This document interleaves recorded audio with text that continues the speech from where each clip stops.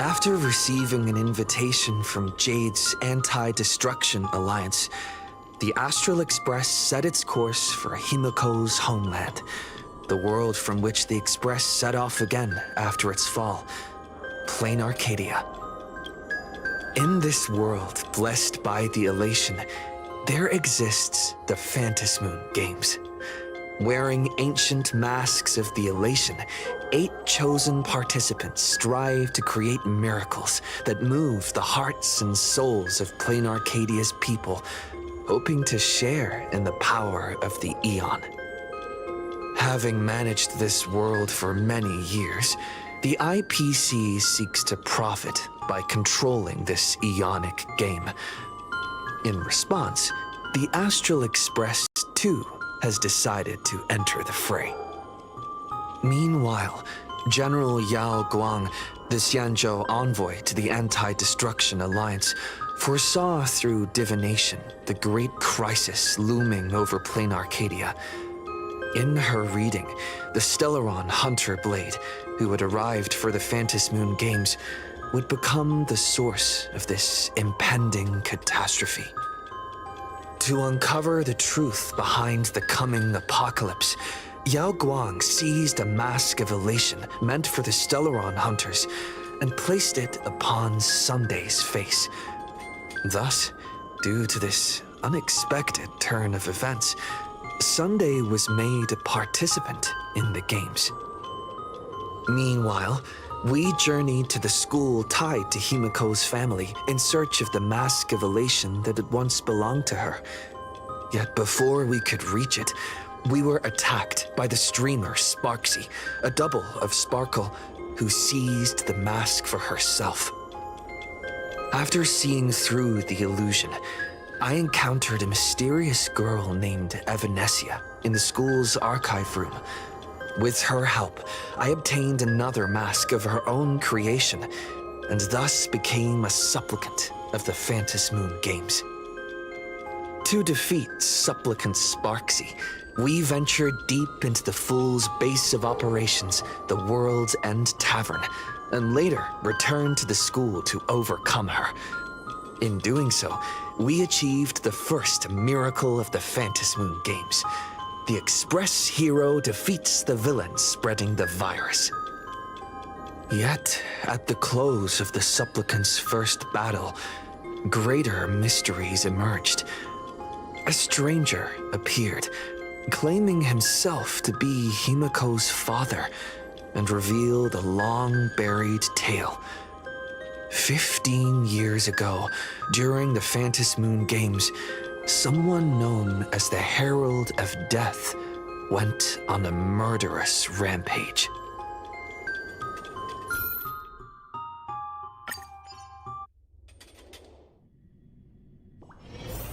Why don't those people in the Go Home Club...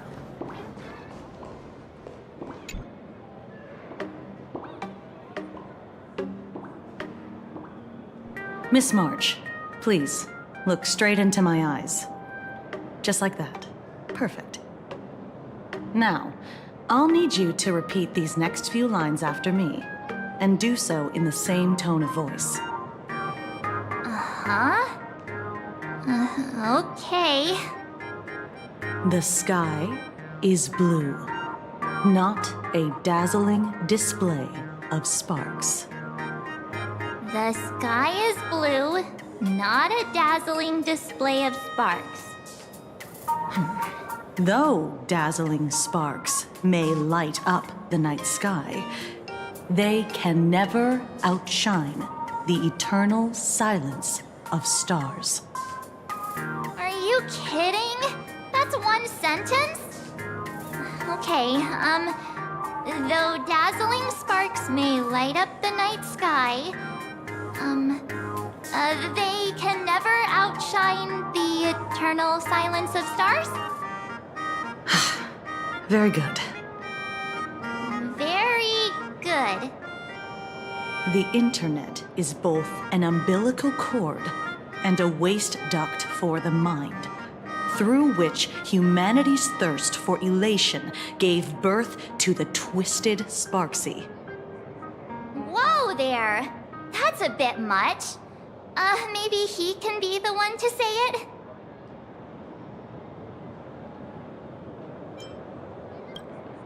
These are the test sentences I improvised according to the guidelines from the Human and Intellitron Emotional Baseline Test.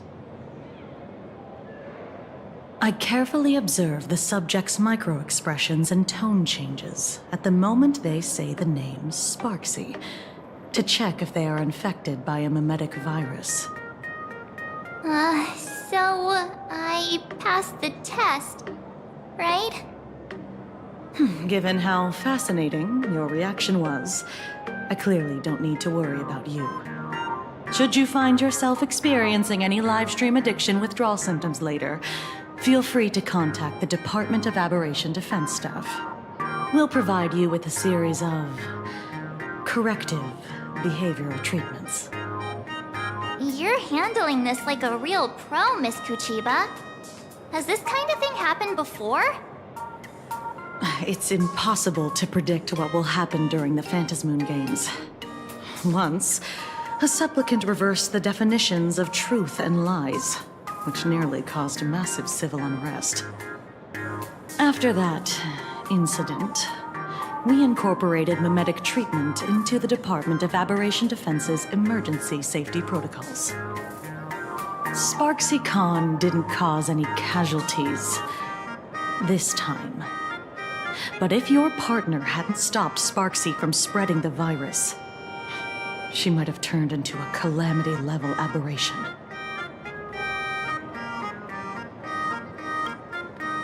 Without proper containment measures, a calamity-level aberration can destroy dozens of cities as it spreads.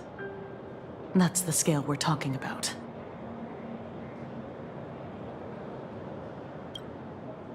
That's the Department of Aberration Defense's term for them.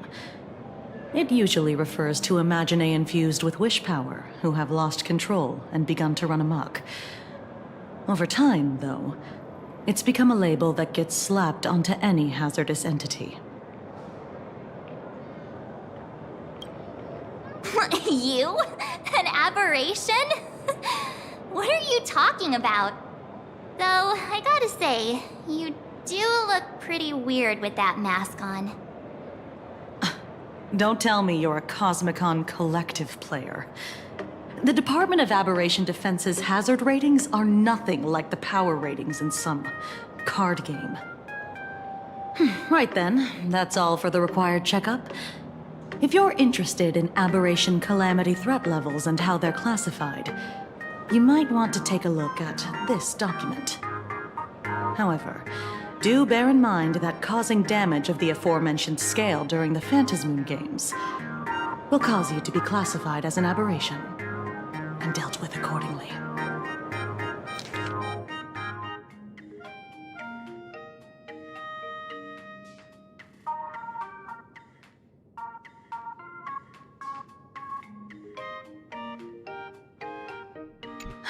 Before I leave, there's one more thing I need to tell you. Remember Lyndon Scott? The man who served as your tour guide. He was murdered. What?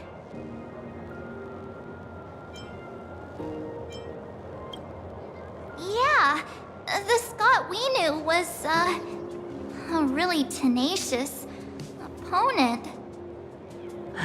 We're sure. Both the ID and genetic information of the deceased match that of Mr. Scott's. You said he was once your opponent? You don't suspect us, do you? I wouldn't exactly call Scott a friend, but we'd never do anything like that to him. Easy there, young lady. I haven't even started asking questions yet. Of course, there's no way the renowned heroes of the Express would harm some lowly IPC employee simply because they had a problem with him. More importantly, both of you have solid alibis. The initial results of our investigation suggest his murder might be connected to the Phantasmoon Games. I'm informing you both of this to warn you to be extremely careful. The Phantasmoon games are far from a simple game intended for passing the time or relaxation. Anyway, I wish you success. Farewell. Scott. Could he actually... I just can't believe it! But it was Miss Kuchiba who told us, so... it must be true. So, the Phantasmoon games. Pretty frightening, huh? What's your take? Yeah. Even though Scott pops up now and then to give us a bit of trouble, I still feel bad about him dying so suddenly during the Phantasmoon games like this. And without even knowing why. If the killer is here for the Phantasmoon games, they might become our enemy soon. The Phantasmoon games.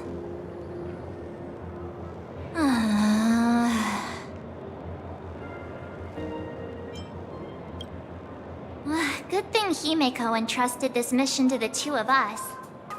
Who would have imagined that the Great March herself would be stopped at the doorstep in the very first round? Forget it. I'm not like you. I was never hero material to begin with. Normally my hands can't even keep up with my brain when I play video games. You're definitely the right person for the Phantasmoon games. It's just such a shame. We finally get a chance to vacation in Himeko's hometown. And I thought we'd make some happy memories together. But...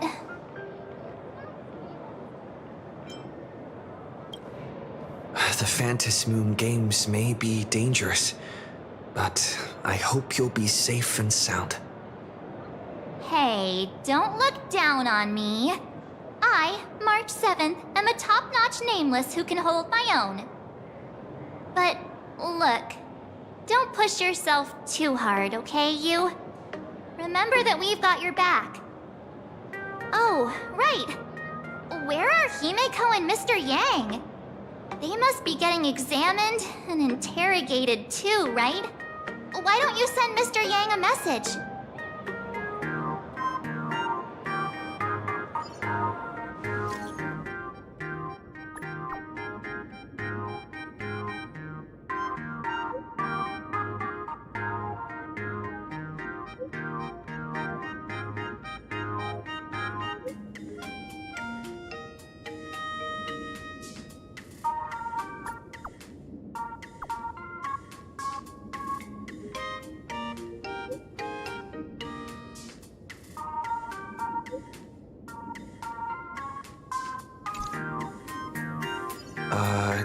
Mr. Yang said he wants to hear what happened between Himeko and her dad. Can't blame him for being curious. I really want to know too.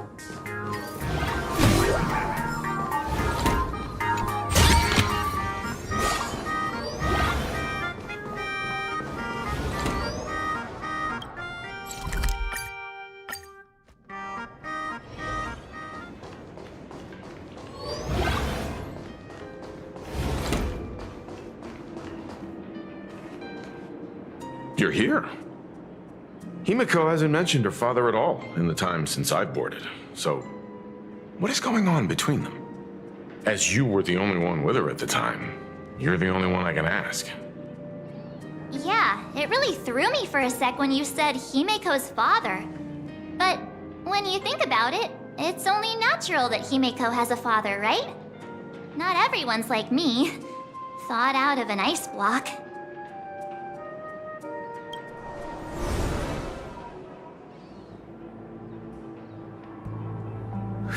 Years ago, the Phantasmoon games of that year came to be remembered as the blood-stained games.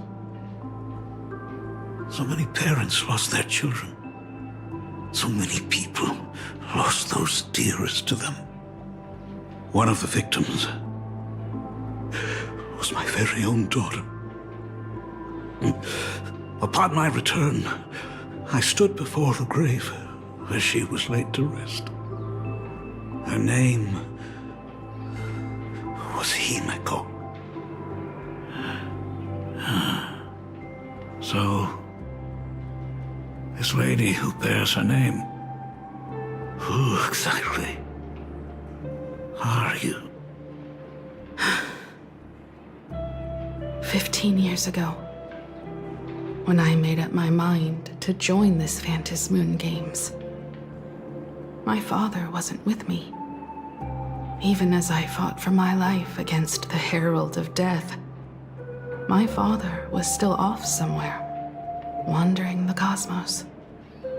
Strictly speaking, ever since I can remember, his presence in my life has been as thin as the air in space. So, I would ask you, who bears his name, who exactly are you? Well, look at you. What are you getting so worked up over? Just a joke. A joke. It's been 15 years after all. And you've grown into such a fine young lady. How could you expect your old man to recognize you right off the bat? So, what's with that gravestone I saw with your name on it then? When you don't know if you'll live to see tomorrow, there's nothing strange about getting your affairs in order in advance, is there, Mr. Ryusuke? Mr. Ryusuke? How could you be so formal with your own father? At least call me Dad like you used to, okay? Hold it. And you are... Don't tell me. Himeko, is this your child? Oh, could you please stop making things worse? I haven't seen you in 15 years, and now I'm a grandfather. Wait. Who's the father? That's enough! You are looking at my colleague. A new generation of Trailblazer. My friend and my companion on the Astral Express. Do you understand now, Father? You hear that? She called me father. Hello there, my friend. Sorry about that. I thought you were Himeko's son for a second there.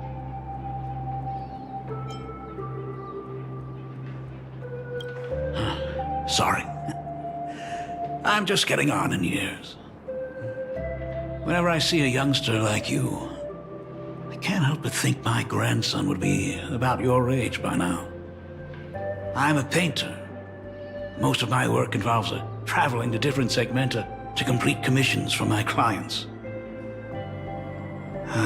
Himeko. I know I've let too many chances to spend time with you slip away. Just slip away? The first time we met was at Mother's funeral, when I was already 6 years old. Let's put that aside for now. Were you also too busy with work when I was suffering from a weathering curse? You might not believe me, but I've been running around for your sake all this time. All these years, I've been trapped in this room that represents the past that I imaginated. And I've never left it. You didn't know about me becoming the Express's navigator either? 15 years. The Express never stopped here once. You didn't even leave behind so much as a single word to indicate you were still alive. And the Department of Aberration Defense completely sealed off all records of what happened during those Phantom Moon Games. I did hear many rumors about the Astral Express, though. I even saw the navigator's name. At first, I thought it was just someone else with the same name. And even when curiosity drove me to look up your picture, I still didn't dare believe that the woman so full of poise and grace was my daughter. She'd grown up safe, becoming a living legend in her own right. I thought about contacting the Express, but what if their navigator was just someone who happened to share the same name? I've been clinging to an absurd notion that if I never sought the answer, there was still a 50-50 chance my daughter was still alive. But if I found the answer, and it was no, then she would truly be dead. So, Himeko, how did you... I'd rather not tarry here too long. I'll be taking my leave now, Dean. The Express has defeated the Supplicant that occupied this school and prevented another tragedy like the one 15 years ago. Now it's time for you to fulfill the duties you failed in back then. Go comfort those students, and see if you can't figure out how to deal with the media bombardment while you're at it.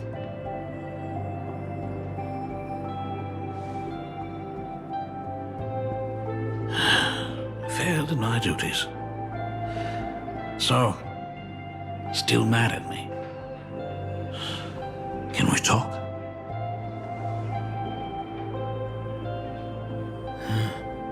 Sorry, kid. This might be a bit abrupt, but... has Himeko ever mentioned her surname to you? I'm a failure of a father. I broke her heart. But what exactly happened 15 years ago? I can't believe it. She actually survived the weathering curse.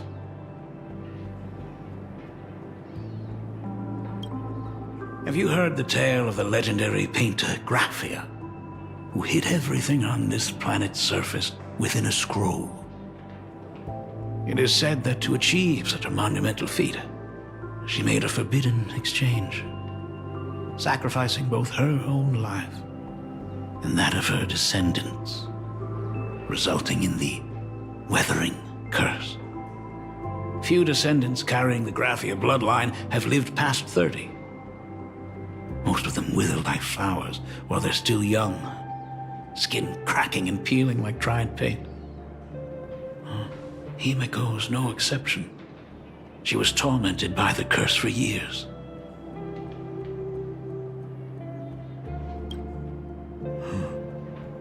What I did doesn't matter anymore. The Elixir Seekers' folk remedies, the Intelligentsia's guild treatments. I tried them all, but nothing could reverse the curse. All the time spent searching for cures only resulted in me not being by her side when she needed me the most. In the end, I'm nothing but a useless father. I'm just a useless son-in-law who married into the family. Strictly speaking, I can't really be considered a Graphia descendant.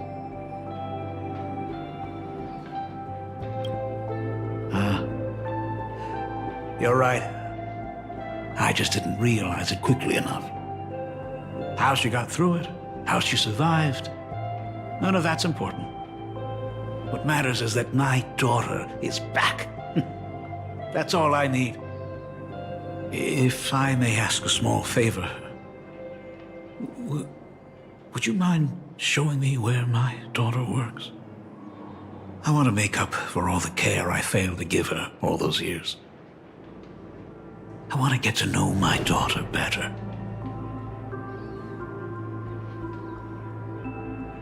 Truly a memorable father-daughter reunion.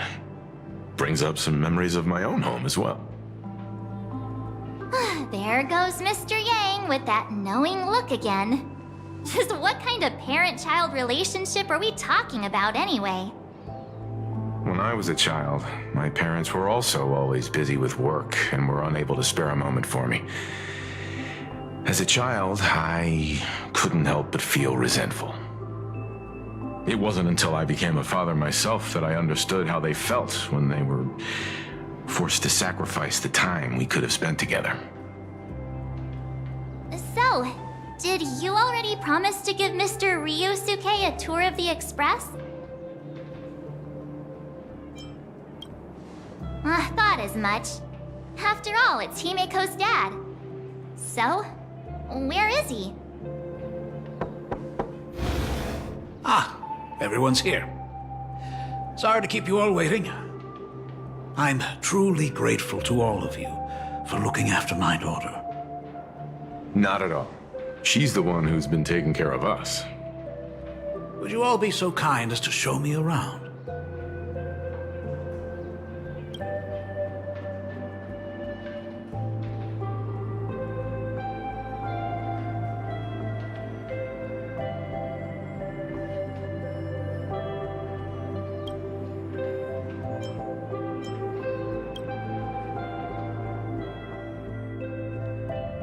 So, this is the Astral Express.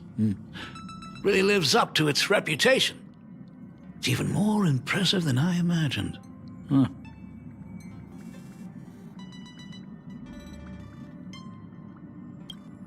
As to be expected, of course, huh? It's the place where my daughter works. By the way, what's the pay like for a navigator? Does a position come with insurance and an annual bonus? Talk about parental love. First thing out of his mouth is asking about her salary. Like I'd have a clue. Help! A little backup here?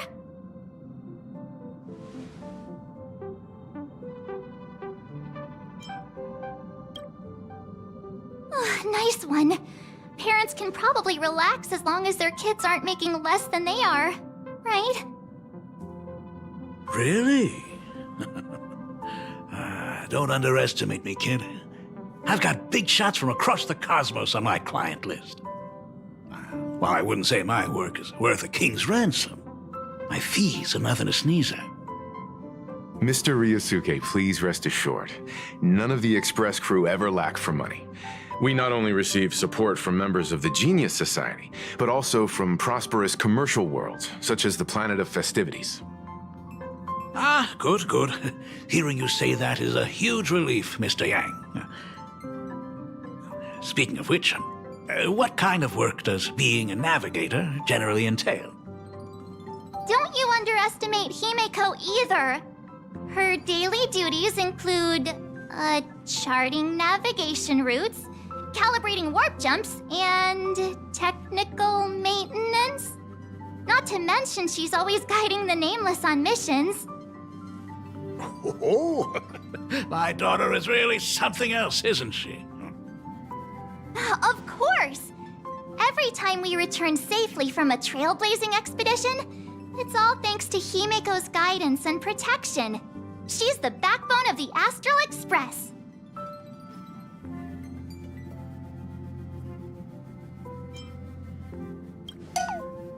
Hey, come on! You're just trying to stir up trouble. If Himeko's the backbone of the Express, then our conductor is the absolute cutest and hardest working of all. Right, Pom Pom? Oh? We got a new passenger? This gentleman does look kind of familiar. No wonder he felt so familiar. How are you, Mr. Ryusuke? Conductor? Oh. So you must be my daughter's superior, huh?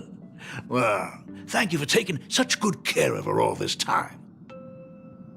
Superior? That's way too formal. It's Himeko who's been taking care of the Express and everyone on it. He's... What is he doing on the Express? It's all my fault.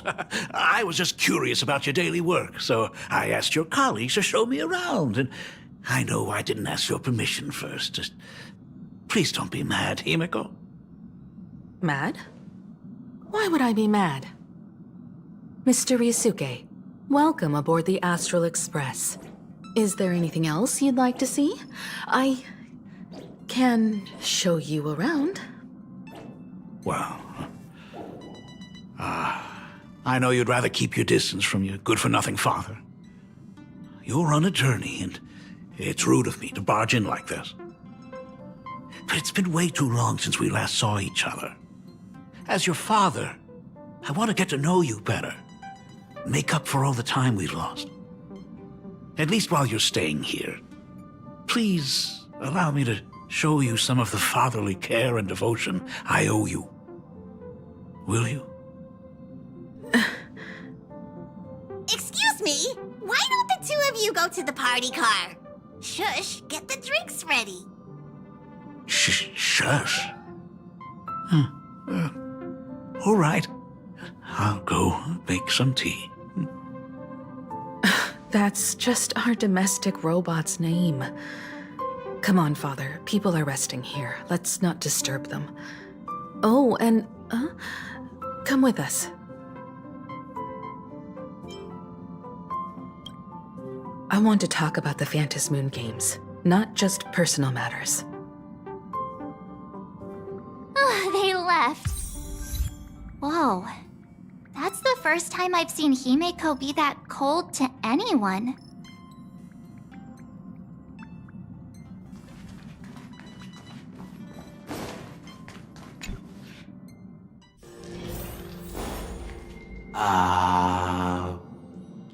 When it comes to breaking the icy silence between a father and daughter, nothing's better than a cup of hot water.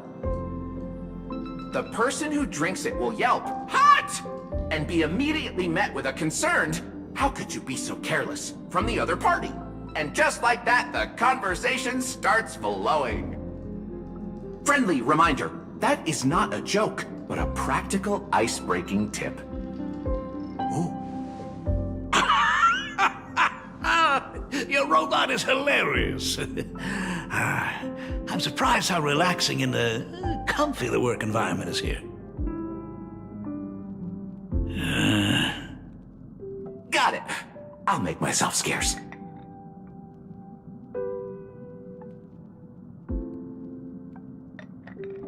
Being a nameless is neither relaxing nor comfy. Most of the time, we are facing down Void Rangers from the Antimatter Legion, bugs left by the Swarm disaster, Borisin, and various organizations that are suspicious of the Express or have malicious intentions for us. That dangerous? Huh. Maybe this trip home is a great chance to quit your job, huh? Talk about coincidence. Just so happens I'm getting on in years. And Graphia Academy is in need of a new dean.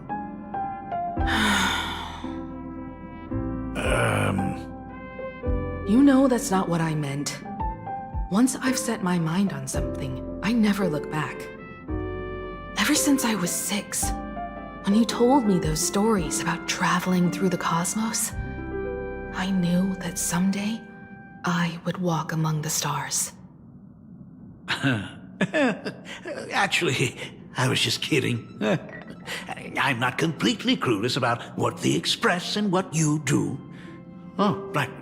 Once I knew the Express was coming, I even bought that comic series that's based on your adventures.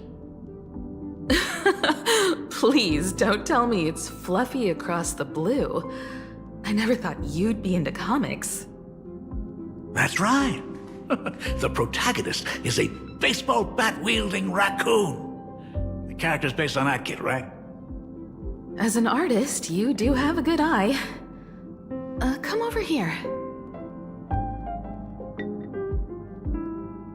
Thanks for giving us some time alone. Hey, Miko. That's the first time I've seen you smile since I've seen you this time. So, what brought you back home this time? What's the story behind our lucky meeting? Like I said before, we're here for the Phantom Moon Games. So, the Phantom Moon Games 15 years ago were the reason you were able to overcome the Weathering Curse? Indeed. I see. That makes sense. For those of us who haven't experienced the Ionic game firsthand, it's just something from the history books, or even akin to a myth. But I never imagined that the Ionic game would turn into a blood sacrifice overnight. The Herald of Death was a heartless madman. If I hadn't defeated him then, all of Duomension City would have become his slaughterhouse. During the first few years of my journey, I relived that evening every single night in my dreams. The color of that twilight, painted with blood. So much blood. Blended with terror and screams. The victims were twisted like clay into grotesque shapes, like paint tubes that had been snapped, one after the other. And that man, he reveled in the colors splattered everywhere and wanted the whole world to be his canvas. Even if I could avenge his victims, in the end, it won't bring them back to life. The entire thing is like a heavy piece of baggage. Only by letting it go can I travel the road ahead more easily. You did your best, and I'm glad to see you made it back here safe and sound. I thought I'd never come back. But the times have changed. The conditions to hold the Phantasmoon Games have been met again. However, to hold 2 games in just 15 years? That in itself is far from normal. Just like 15 years ago, the IPC wants to control everything. However, a game woven by the most fickle of eons is destined to slip through everyone's grasp. I received a report from the Department of Aberration Defense. I'm sure he must also have heard. There's been a brutal incident in Dovebrook District. Someone massacred everyone at the headquarters of the Sinwish Syndicate, leaving a signature that only the Herald of Death would use.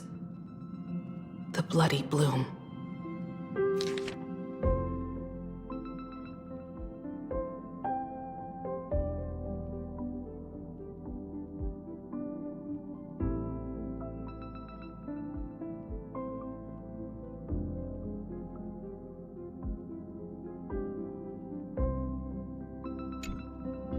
What? The Herald of Death is still alive? People at the Department of Aberration Defense told me that the Herald of Death was executed after his verdict was passed.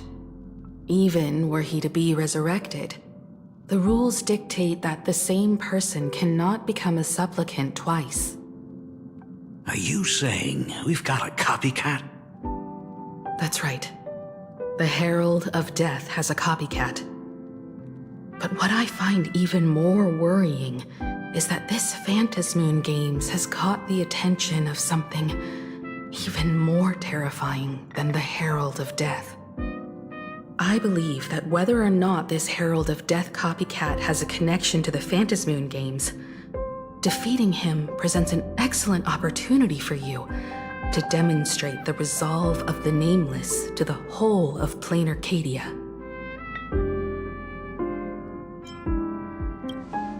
As for you, Dad, have any clients commissioned you lately? It'd be best if you left this world for a while.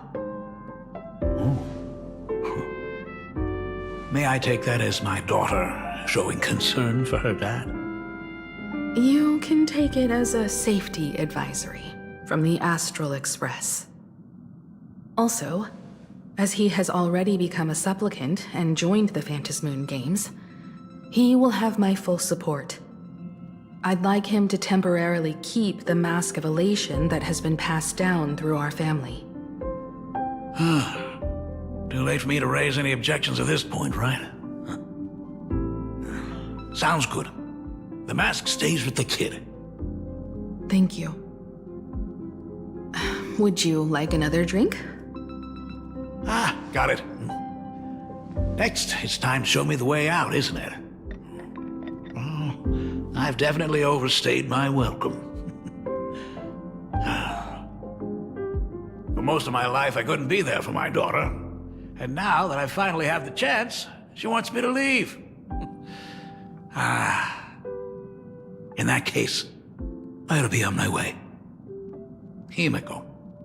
The Graphia family has a number of records about the Phantom Moon games, passed down through the generations. Come over to the school library later. I'll give them to you. I'll be there, Dad. I apologize.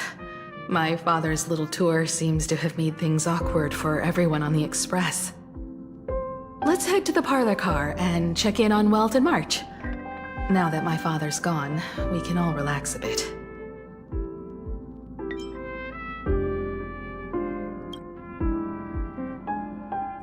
Has Mr. Ryusuke left? Yes, I told him to head home for now. After all, what is going on with the Phantom Moon games has nothing to do with him. I'm really sorry, everyone, for bringing my personal family matters onto the Express. Not at all. Mr. Ryusuke is your family. And that makes him part of our family too. And the most important thing for family is to be together. So he's welcome to drop by anytime. Madame Pearl sent a message to the Express just now, inviting our supplicant to a meeting. She'll have a private car waiting for us.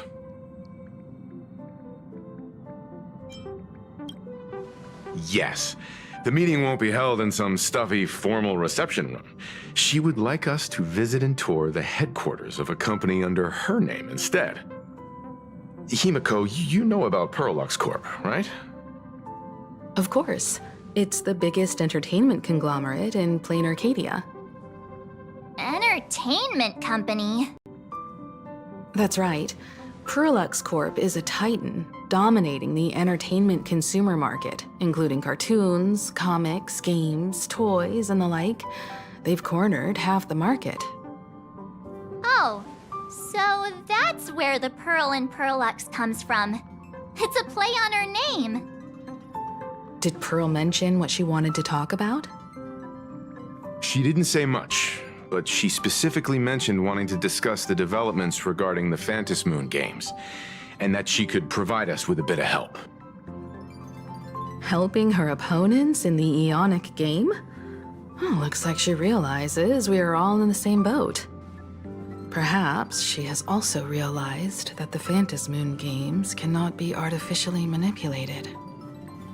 We may be able to get a clearer picture of Pearl's intentions after we meet with her.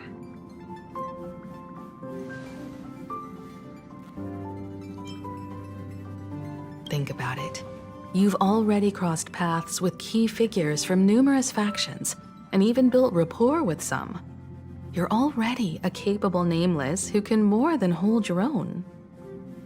Though she holds a high administrative position on this planet, do not forget, she is also one of the 10 Stonehearts. You've already dealt with Aventurine on numerous occasions, so you should have ample experience handling members of the 10 Stonehearts. Hey, don't worry.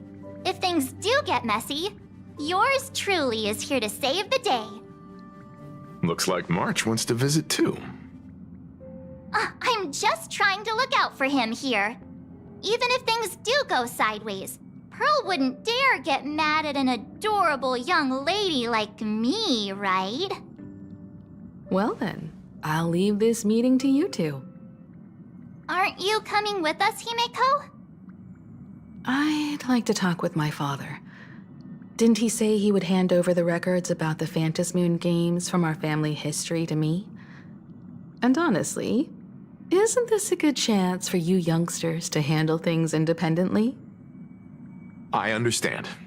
In that case, March, and I'll be heading out now. Oh, score! A private car! So, where are we getting picked up? You should be familiar with it. It's just under the giant gate next to the At Plaza. Isn't that where we first met Sparxie? Since we're getting chauffeured there, why not just come straight to us?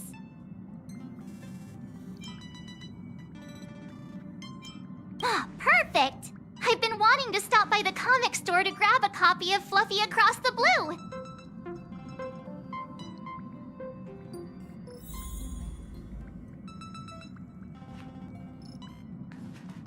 We'll head out when you're ready.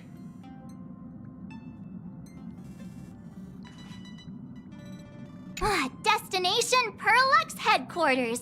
And let's grab a copy of the Fluffy while we're at it. Aw, this is just perfect.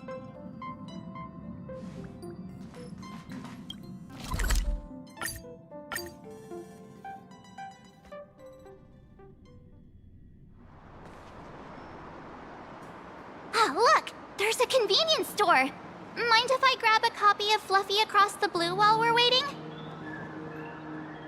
Is that the comic based on the Express's adventures? The author sure knows how to tap into what's trending. The best part is that the author drew all of us as adorable little animals. Totally fits our personas, don't you think?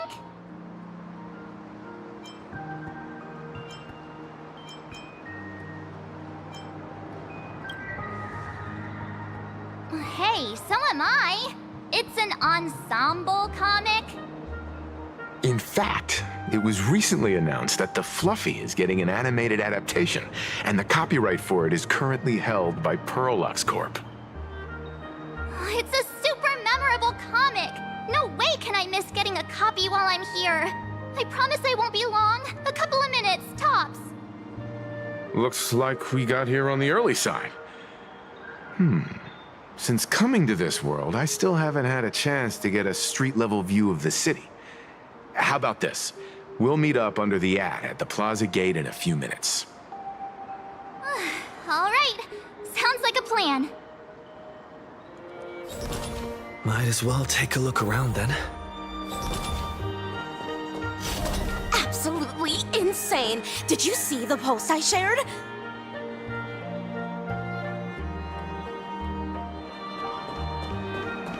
Hey, you hear the news? There was a supplicant battle at Graphia Academy.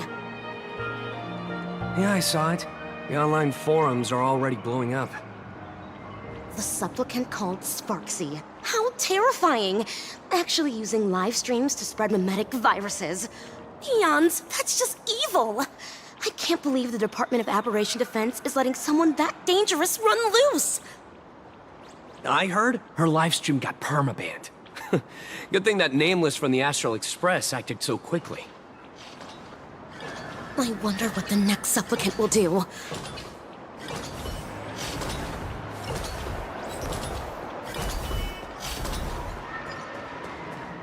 Have you read the new chapter of Fluffy Across the Blue?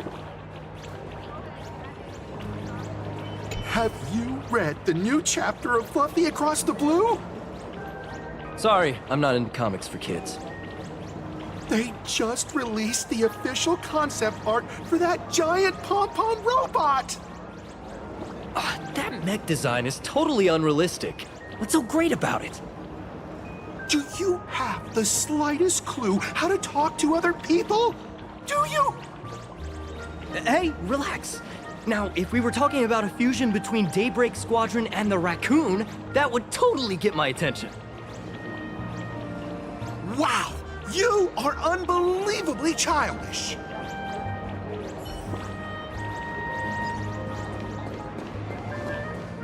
Hello there. Would you like to learn more about the Research Society of Happy Smiles?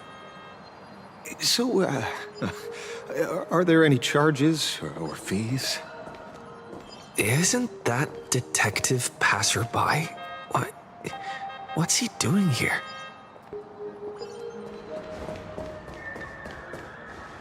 Is the weight of work and stress in your life crushing you? Check out the Research Society of Happy Smiles.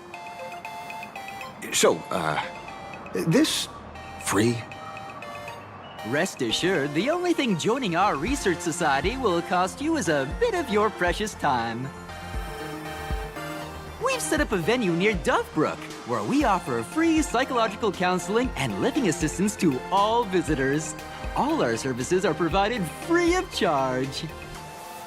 I had a friend who passed away, and he'd mentioned you before. He told me that if I ever ran into trouble, the kind people at the Research Society would help me. Your friend passed away? How terribly sad! But the words he left you have illuminated your path in life. He told me that if I joined the Research Society of Happy Smiles, I could get rid of my suffering forever and be eternally happy. That true? Of course it's true. Just look at the society we live in. Everyone's suspicious and dismissive of one another, and willing to take dangerous risks just for a little pleasure, for a thrill. Did you hear about how a streamer took over Graphia Academy and was trying to spread a memetic virus through the internet? And over in Duffbrook, gang violence erupted and left a pile of corpses in its wake. Oh, may the Master of Elation save us all. The Research Society was founded with the sole purpose of healing humanity's incurable inner pain. Following Aha's creed, we aim to spread laughter across the mortal coil and eliminate all suffering.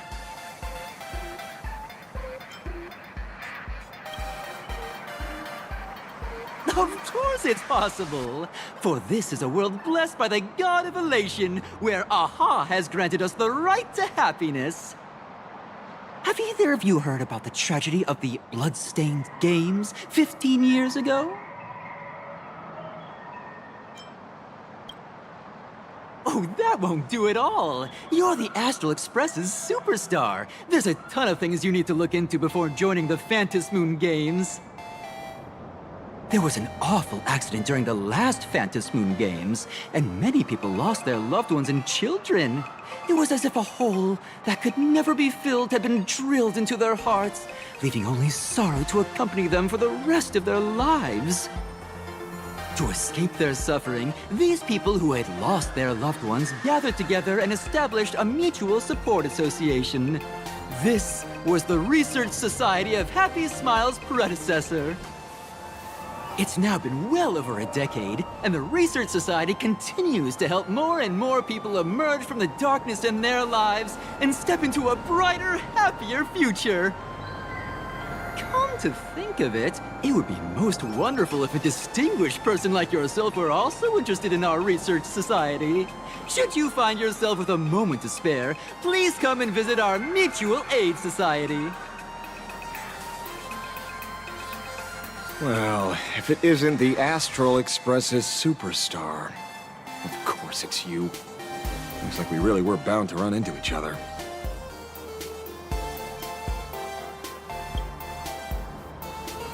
Perish the thought! You're the hero who just saved Duo Mention City. Laying a hand on you would spark public outrage. I'm here to do my job. Problem is, you've gone and messed up my investigation.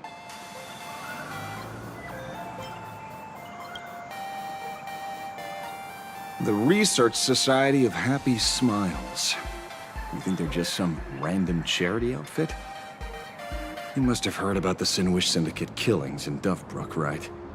The lead I'm following might be connected to this Research Society of Happy Smiles. But I'll stop there.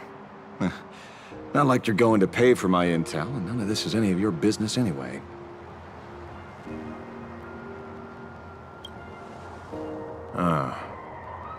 Based on your social circle, you wouldn't be talking about the poor IPC sap who was unlucky enough to be there, huh? Planning to avenge him?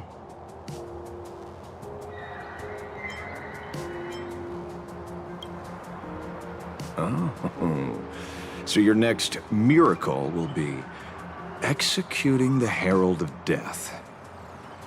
Can't say I'm surprised. Be careful. The murderer is the Herald of Death. He's dangerous. Oh, thanks for your concern. Oh, be careful. Been a hot minute since anyone said that to me. Even so, It's my duty to solve the case. Doesn't matter if nobody pays me. I'll still find the killer and exact justice on the spot.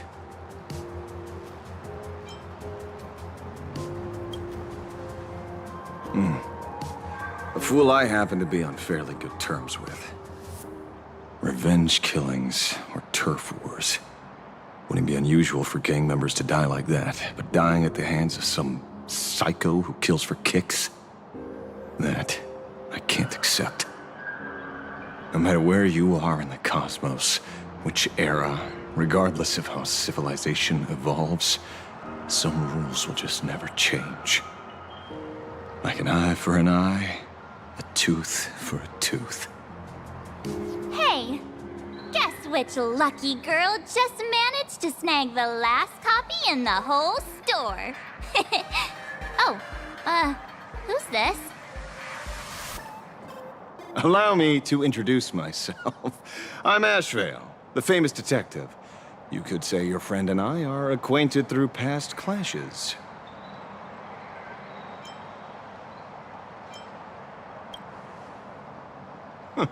We did have a bit of a clash of opinions back at the tavern, did we not? That's what you meant by clash? Fair enough. First time I've ever heard anyone introduce themselves as a famous detective. Mr. Ashvale, why are you staring at me? Is there something weird on my face? Young lady, you're holding a copy of Fluffy Across the Blue, right? Would you mind giving it to me? Well, give it to you? This was the last copy in the store, you know. I see. Of course. I'm not asking you to give it away for free. I'll pay for it. The retail price is 300 credits. I can pay you 10 times sticker price. 3,000 credits. What do you say? Hey, mister, this isn't about the money. Because it was the last one on the shelves. True. The last item in stock is like the final slice of cake on the plate. The last prey animal on the plains never fails to stir our urge to seize it before anyone else. So, 30,000 credits. How about that? That's my final offer. I'm not exactly rolling in money here.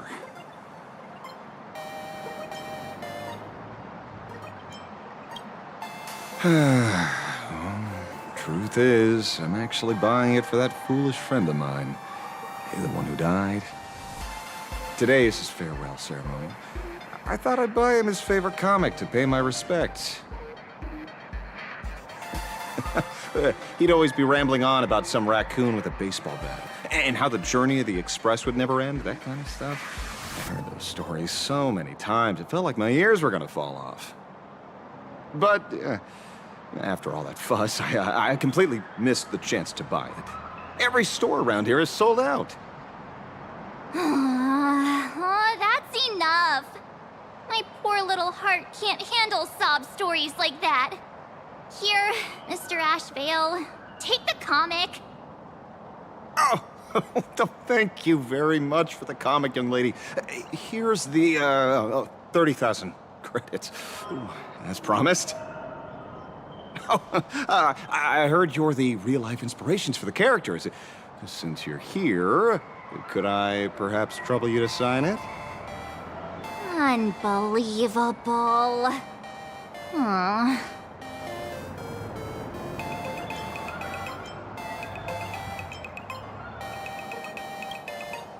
Thank you both.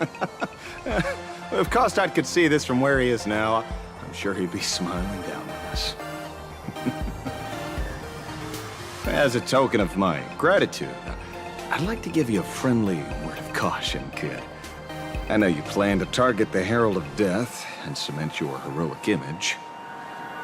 However, all eyes will be on you during the Phantom Moon Games. At such a public stage, discretion would be wise. Because when the masses see your magnificent miracles and wield your extraordinary power, fear and jealousy could turn their wish power into wish you ill power at the drop of a hat. Forgive the expression, but you get what I mean. So, whatever plans you might have for this Herald of Death, why not leave the whole messy affair of revenge to someone who couldn't care less about winning or losing? Like me. Just like this comic, I'm dead set on getting him.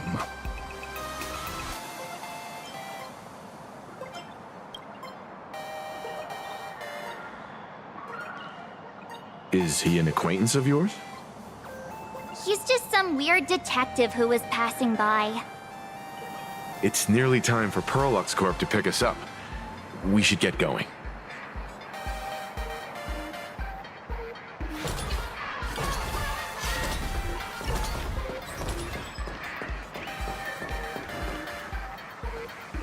Well, we're here. So where are they? I don't see anyone in IPC uniform. This is the time we agreed on, no mistake about that. Maybe they got held up in traffic. Greetings, crew of the Astral Express. It is my honor to escort you on your visit to headquarters. Megatron? I am guard number 100086, created by Pearluxe Corp, a security specialist from the business division. My designated human name is Faerun, said to derive from an ancient language meaning iron. It's a pleasure to be of service.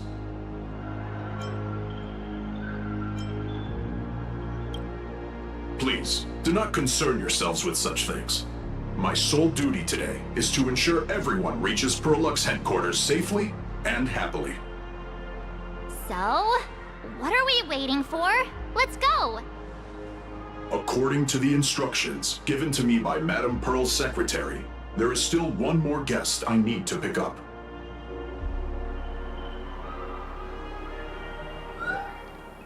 Well, now, how did I not see this coming? Looks like we're going the same way after all. It's you again! Hey, Megatron, what's the plan? Do we hop into your cockpit, or are you gonna give us all a piggyback while you fly over? Your ride is ready. Please, take your seats, everyone.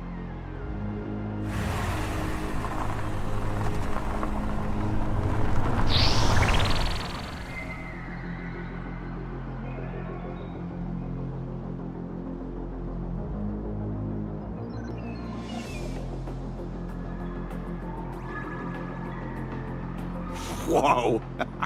Now that's what I call a custom paint job.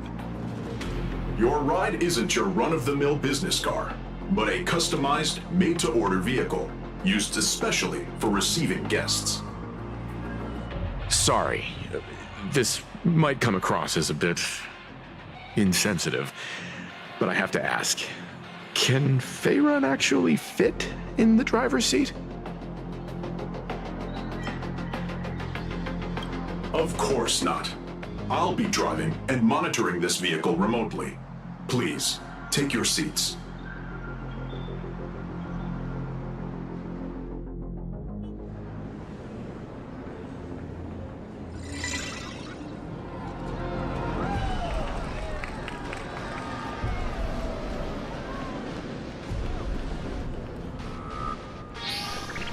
Now that is astonishing. Wow, that's one massive robot! Ladies and gentlemen, welcome to the headquarters of the Pearluxe Corp. Back when Himeko said this was an entertainment company, I knew their headquarters wouldn't be some ordinary old office building. But this is way too much. That giant robot statue? This place is totally like some supersized mega hangar! Ha ha! You're absolutely right. In accordance with the vision of our founder, our lobby was intentionally constructed as you see it now. to realize dreams that far exceed what consumers imagine has always been Pearluxe Corp's core design philosophy, and we have never strayed from it. If any of you are familiar with our company's works, you may recognize this as Megatron Warrior Series, the Daybreak Squadron's base of operations.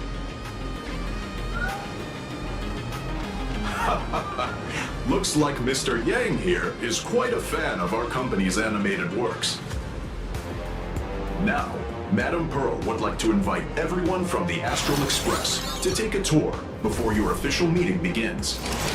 She has arranged for a member of our staff to accompany you, so please, wait here a moment. I understand, Mr. Faerun. Thank you for escorting us all this way. Well then, I'll take my leave. This way, Detective.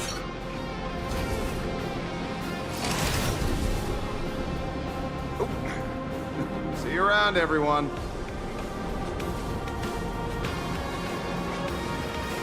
Oh, really? Pearl wants us to look around here before the meeting? That seems kinda weird.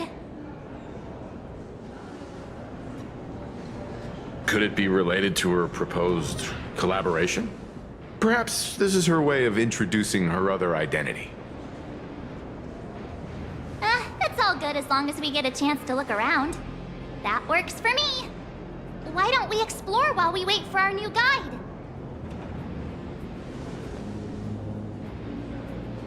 Mr. Yang! Over here, quick, come on! Looks like March's inner explorer has been awakened again. Let's not wander too far this time, shall we?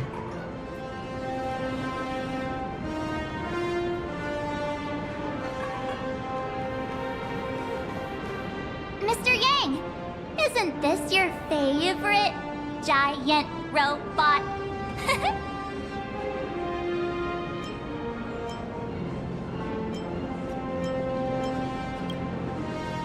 There's no way that's an engine of creation! I saw it. Please, just keep it down. We're here as their guests. We should be careful about what sort of impression we leave. Looking more closely, it appears many of this Megatron's components were never installed. Oh, what a shame. I was hoping to see it finished, to see the completed Megatron. Imagine how it would look in motion. What a glorious sight that would be. Really? In that case, Mr. Yang, let's hear it. Which one's stronger? This giant robot, or that Arahato you designed back when you were an animator? Seeing as we're on someone else's property, comparing robots from different works would be most disrespectful to the creators themselves.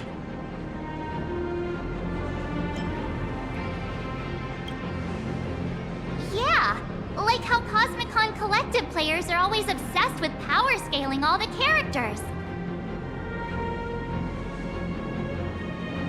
Arahato is an animation all about robots, while Daybreak Squadron is a live-action hero drama. The two really cannot be compared. Oh, what a stereotypically textbook mature answer. My days of being a hot-headed young man are well behind me, so please, cut this mature old man some slack, would you? We don't usually come to a place this cool. So why don't the three of us take a photo under this massive Megatron? Now we're talking. Let me set the self-timer, so we can all get in the shot together. Oh, standing below a huge Megatron like this is just incredible. Looks like Mr. Yang's still young at heart after all.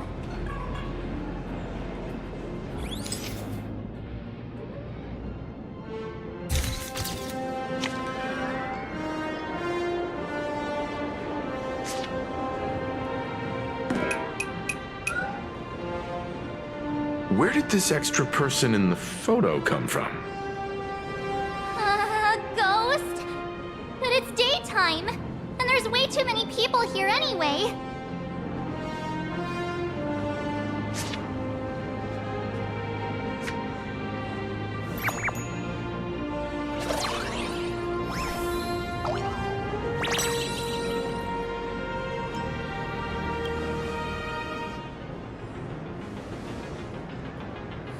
you? Oh.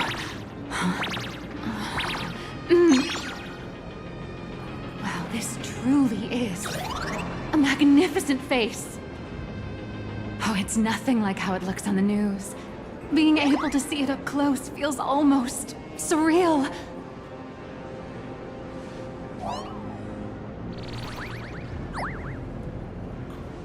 Am I too close? Oh, sorry, my bad. I'm not great with personal space.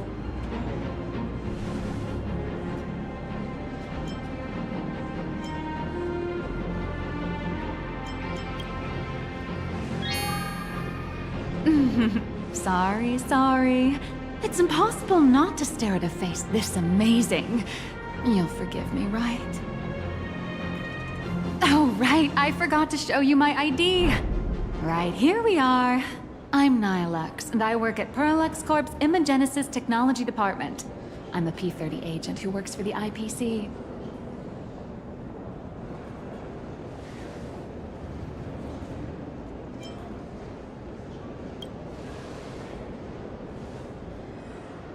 Just a slightly higher-ranking workhorse, that's all. Not on the same level as those big shots from the Strategic Investment Department who you folks usually deal with.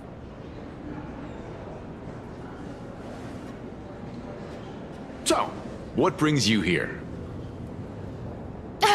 Madam Pearl sent me to the lobby to pick you up. All of you are famous super cosmic level heroes whose faces have been all over the news more times than I can count. So of course I recognized you right away and just couldn't help rushing over here to snap a selfie with you. Hope you don't mind. I see. Well, then, hello, Miss Pearluxe. Hello everyone! Starting now, I'll be your tour guide, taking you on a comprehensive and in-depth tour to every single must-visit place in this building. From the Megatron Imagenesis that managed to pique Mr. Yang's interest, to Miss March's favorite fluffy across the blue merchandise, I'll reveal all the secrets behind our hottest products. Oh, seriously? I can't wait! Of course I'm being serious. If there's anything you want to see, learn about, or even get your hands on along the way, anything at all, just let me know. Why don't we head to the gift shop first? I'll get you all some souvenirs.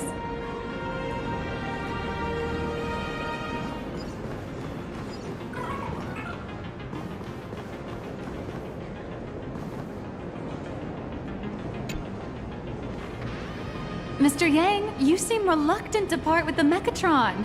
Want to take a few more pictures with it? I'm just curious. When will this giant robot be completed? Here's a little spoiler. That's actually part of today's tour. We'd like to invite the heroes of the Astral Express to help complete this Megatron statue. Will it be able to move like the other Megatrons in Planarcadia once it's done? Oh, I'm afraid it'll be a bit tricky. You're probably all aware that Megatrons are imaginae driven by wish power, which means they don't actually have any complex machinery inside them. You know how humans tend to unconsciously imagine inanimate objects as living things that can think and move? It's this empathetic projection that grants wish power to Megatrons. No, to all imaginae, giving them life.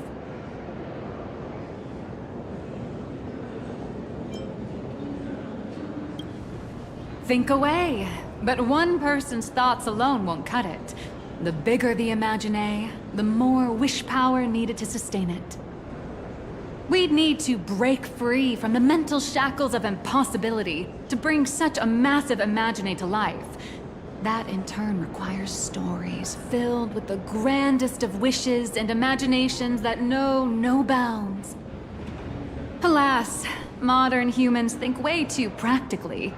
People can't help but wonder, how does such a huge Megatron even move? Given how massive it is, why doesn't it just collapse under its own weight? The tiniest seed of doubt in the giant Megatron Standing tall astride the earth becomes nothing but an impossibility. Maybe it'd have a better chance of coming to life in a more primitive society. Oh, truly a pity. Oh, cheer up! Today's your chance to finish building this massive Megatron! Think of how many robot enthusiasts would kill for this kind of opportunity.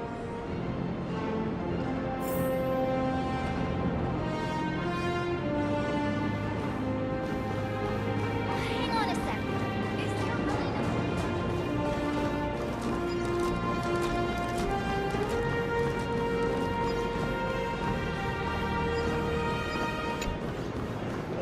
Pearluxe Corp.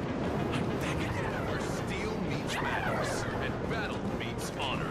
The all-new Mech-Soul alloy. Hey, wait. This isn't right. Isn't this Pom-Pom? Oh, wow! Oh, that's some really fine craftsmanship. This is a toy model of Alloy King Pom-Pom, which hasn't been officially released to the market yet. But just you wait. You'll see even cooler toys coming up later. Are you sure there's no copyright issue with this thing? Actually, this is Pom-Pom from Fluffy Across the Blue, which is totally unrelated to the Pom-Pom from Astral Express.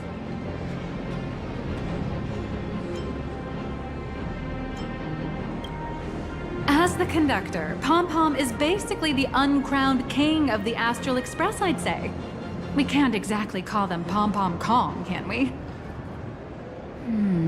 Speaking of souvenirs for the Express, I bet nothing could be more perfect than this toy.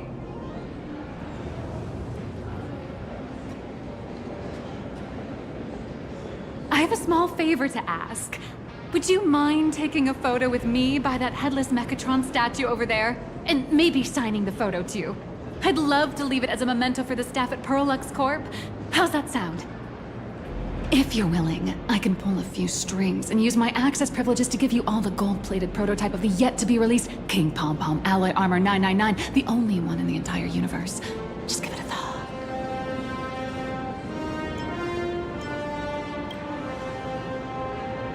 A one-of-a-kind souvenir in the entire universe? Our conductor will definitely love it. It's all up to you. Come on, let's go.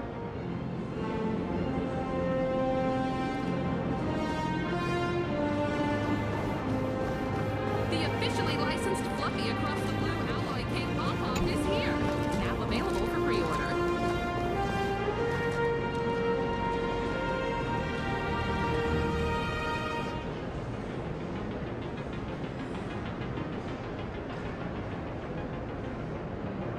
Man and Megatron in perfect harmony. Ready to take a photo? I'm ready.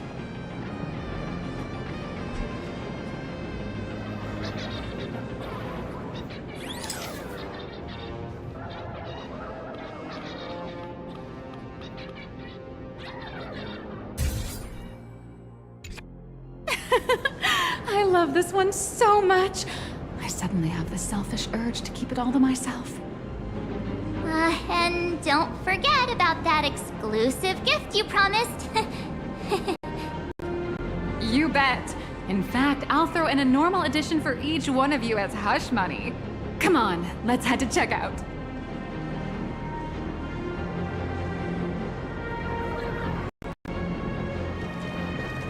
You watch Daybreak Squadron 2? Welcome, ladies and gentlemen, to Pearluxe. How are you doing? It's my pleasure to serve you. I'd like to present each of our 3 distinguished guests from the Astral Express with an Alloy King Pom-Pom toy model as a gift. Sure, you got it. For the gift expense record, could you please provide your employee ID? Please charge these expenses to this employee ID. Huh. This is Madame Pearl's ID number.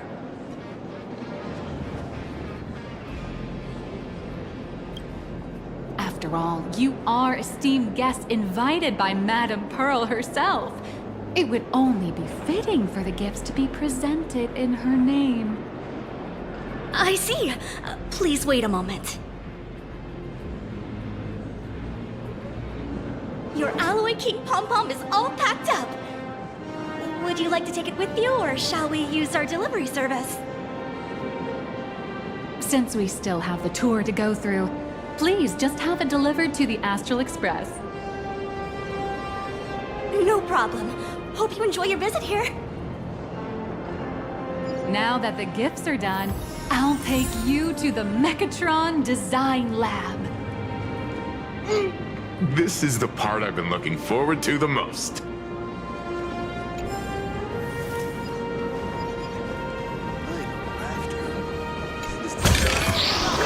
Ladies and gentlemen, to Pearluxe Corp. The Megatron... Ah! You're the... No way! You're Mr. Raccoon! No, that's not right. You're oh! From the Astral Express! Wow! And is Miss March Bunny herself here, too? Hi. I actually prefer to be called by my real name, March 7th. This is Mr. Yang. How lucky to meet 3 members of the Express crew at once! I'm a huge fan of you all, especially my senior. I haven't missed a single episode of Fluffy Across the Blue, and I've even bought all the collector's editions. How could this guy say he likes you more than me to my face? Good thing I'm not that petty. Don't worry, March. It's hard to tell if people in this world love the real Express crew or just the cute animal crew from the Fluffy. I don't just follow the Fluffy series. I've been keeping tabs on all your adventures in Bellabog, the Cienjo, Penacony, and Emphorius. Though, it's such a shame there's so little video footage of the Emphorian War online. Oh, right. I just rewatched the scene where the Trailblazer embarked on another trailblazing expedition in Holy Grail Stay Night. Oh, your speech was so inspiring.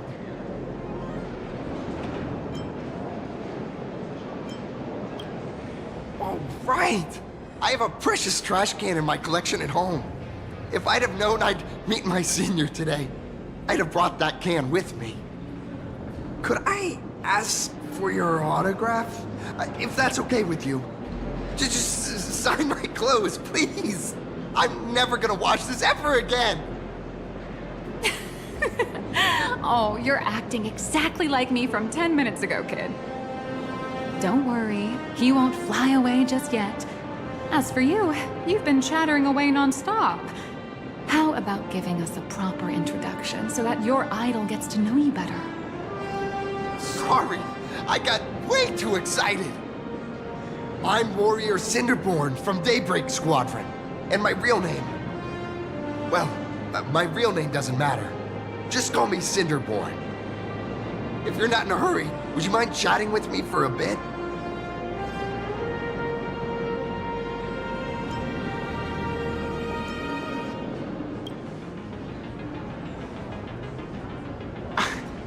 Daybreak Squadron is the most popular superhero drama in Full Wish TV's Megatron Warrior series, following the story of young heroes fighting alongside Megatrons against the Shadow Slither to save Planarcadia. I never expected Mr. Yang to be so familiar with our story's background. After all, I'm a loyal fan of your show. I'm truly honored.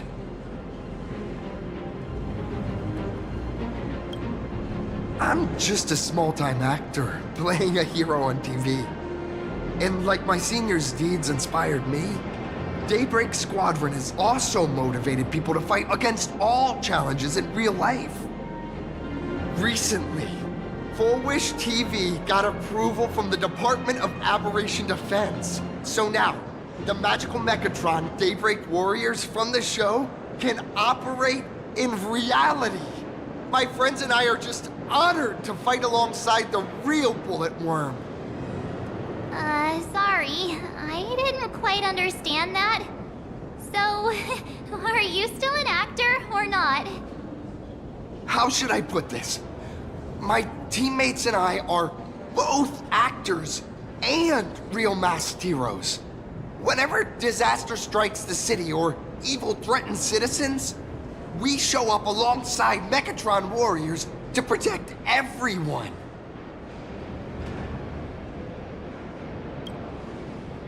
I'm here today to test a Megatron's performance and do some advertising shoots while I'm at it. Fullwish TV and Pearluxe Corp have always been partners. Even the squad's transformation Megatron is imaginated by Pearluxe Corp. The more popular Daybreak Squadron's drama becomes, the more wish power flows into the Megatrons, making the squad shine even brighter in reality. And the more active they are, the better Pearluxe Corp's model kits sell. It's a perfect, virtuous cycle.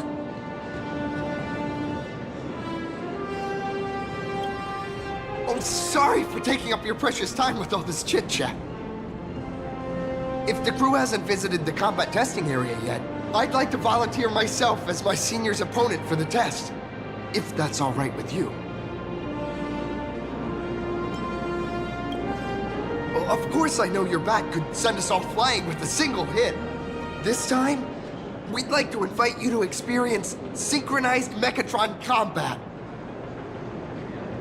The hero of the Astral Express gracing us with guidance and leaving some data would surely make the staff here very happy.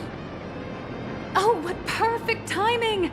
The combat testing area is also part of today's tour. That's the way to fame for ya. Don't let down those kids who look up to you. Honestly, that's my weakness. I can't allow myself to let adorable kids down. First, have everyone take part in the assembly process for the Megatron in the control room. Then, using this Megatron as a template, we'll build a smaller unit for him so he can try out the combat test program. So, follow me, everyone.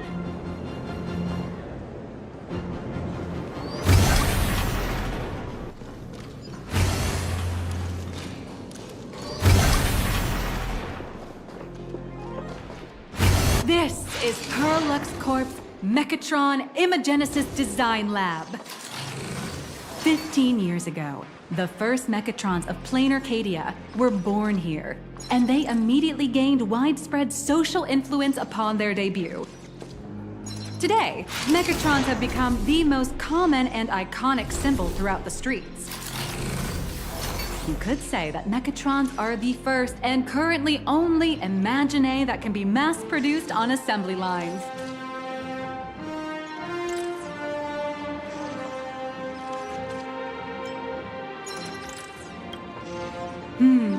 Pearluxe Corp has indeed driven the modernization of Imagine in Planarcadia.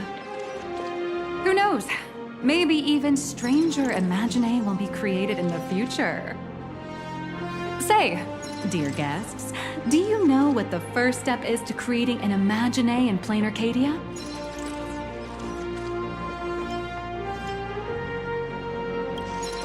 Well, in a way, that answer isn't exactly wrong. But just like how human laws can't control wind and rain, an average of 220,000 unauthorized Imagine come into existence each year through humanity's intentional or unintentional creation, and the Department of Aberration Defense can only turn a blind eye. Drawing the physical form means humans using brushes to give shape to fictional beings, which was originally the domain of professional artists. But here, collective creation and standardized Megatron blueprints have replaced traditional artwork, improving standardized workflow efficiency and reducing wish power resource waste.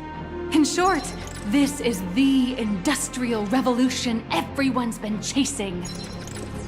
Oh, to think that even Imagenesis, a skill as magical as this, could be industrialized. I'm suddenly starting to admire the IPC. That's nothing. Our company aims to create 2 billion Mechatrons for social production and public services before Arcadian calendar 2030. And that includes special combat Mechatrons like the Daybreak Squadron. That's a staggering number. But can the wish power of the people here really sustain so many Imaginae?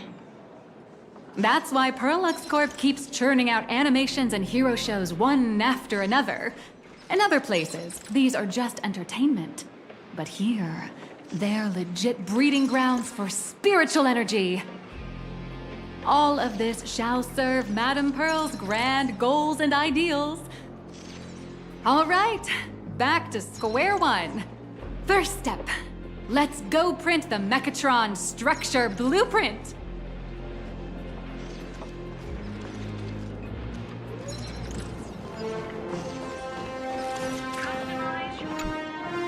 Please adjust the Megatron design parameters according to your needs.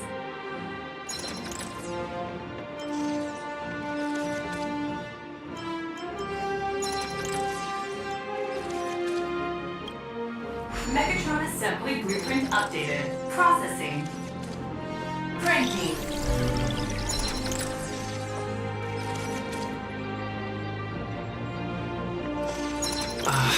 Could it be that no matter how much I adjust it, the final printout always comes out exactly the same? Your suspicion makes sense. But please answer my question first. Which do you prefer? The sense of achievement that comes from hard work, or the convenience of getting things done easily?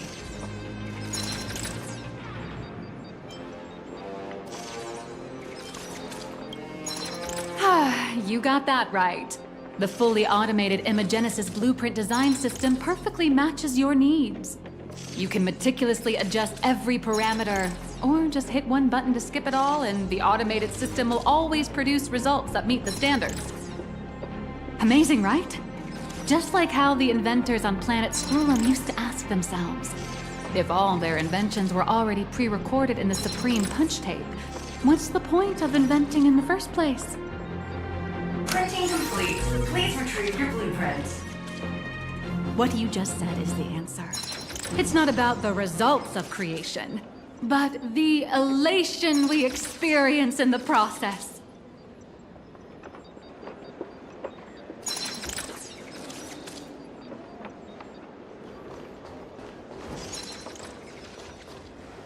Oh, hello. But please, show me your Megatron Assembly blueprint.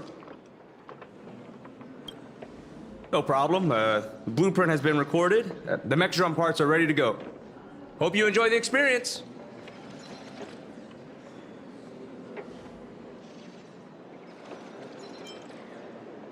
Nah, you should take Mr. Yang with you instead. No. March and I will just watch you play from the side. Now then, please follow my guidance to complete the Megatron Assembly. This experience mainly involves assembling 3 parts: the arm, the shoulder armor, and the Daybreak blade on the back of the Megatron. Go for it, little raccoon! Assemble the Magico Megatron Daybreak warriors and save our city! All right, everyone. I'm heading out.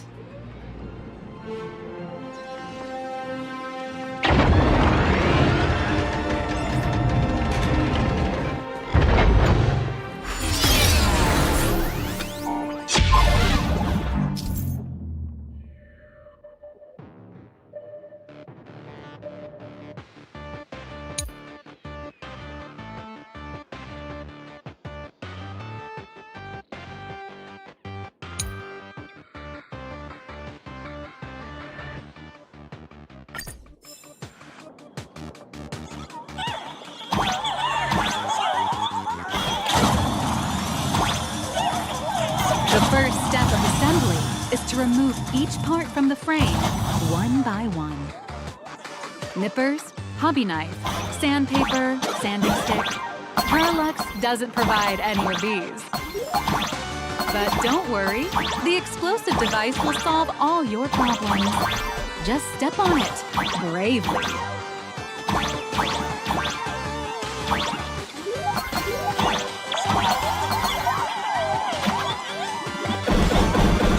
It may look brutal, but it leaves no burrs.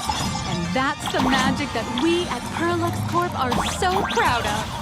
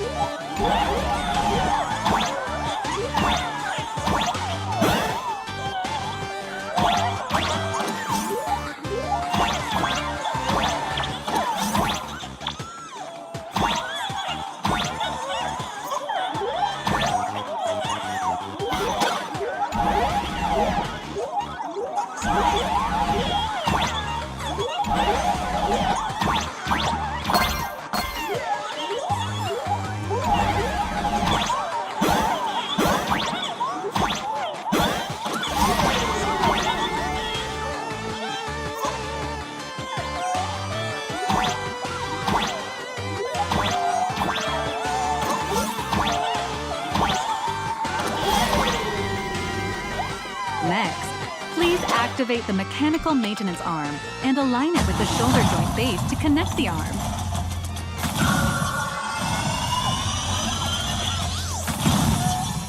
Good. We're done with the arm for now. Next, activate the mobile maintenance rack and adjust the mech armor to the shoulder armor panel position.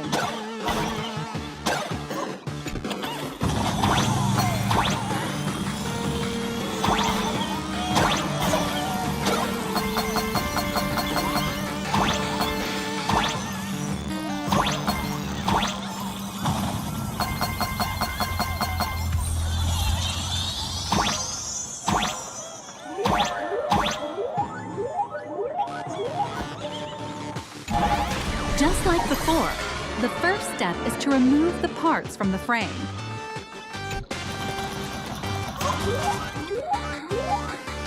Artificial gravity field adjusting. Please exercise caution.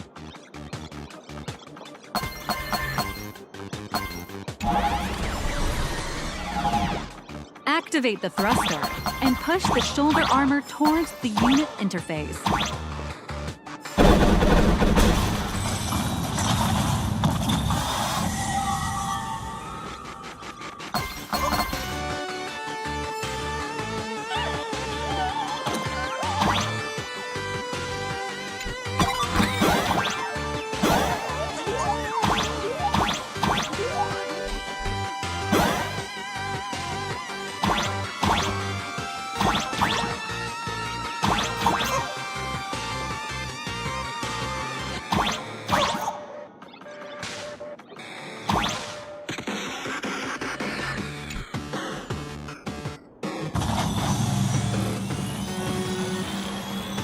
Beautiful.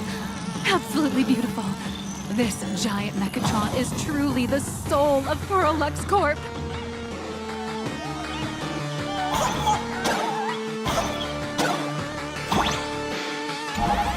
Now, for the final part. Please install the Daybreak blade on its back.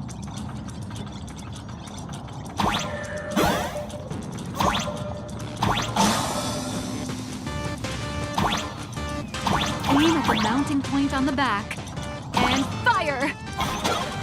Awaken! Daybreak blade!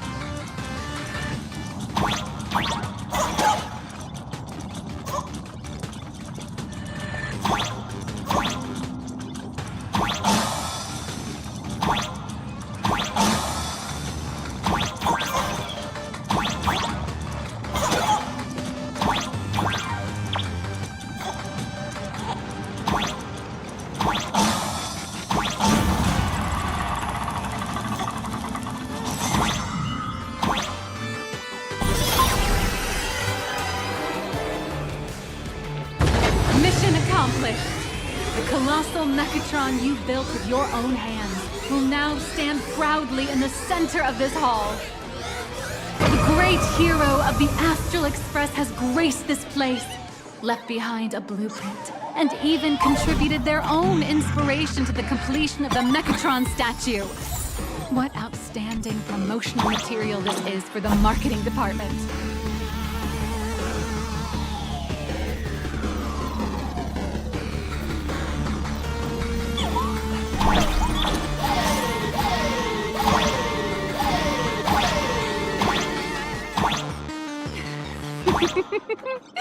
A new hero is born right here.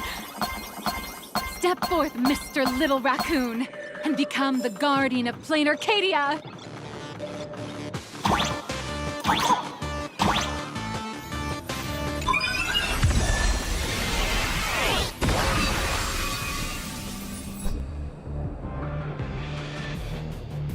Powerful wish power supply entity detected. Initiating link.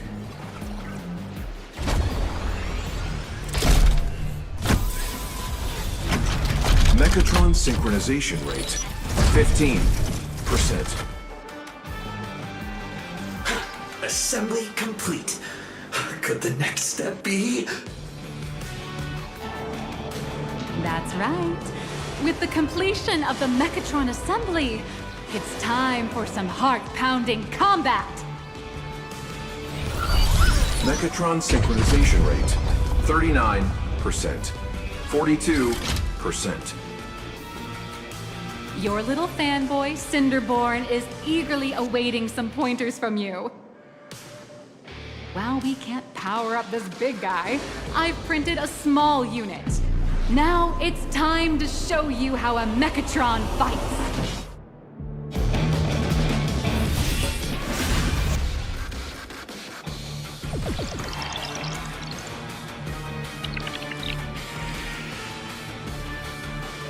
I merged with the Megatron?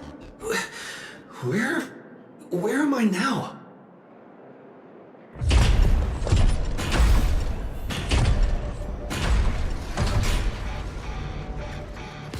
Why, of course. It's the combat testing sandbox. Look, those dazzling colors are like an express train traversing through the stars.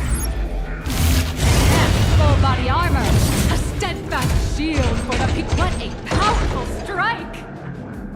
That's our hero, Little Raccoon! This strike carries the hopes of all citizens! Yeah!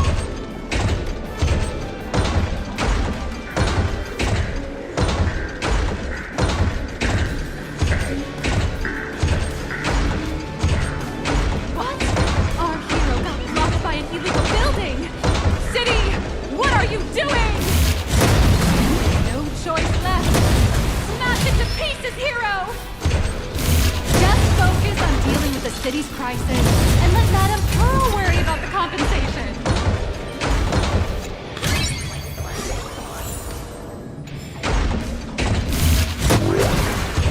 Duo-Mention City has made it through the worst of it! The monsters that were hiding here seem to have been reduced to nothing.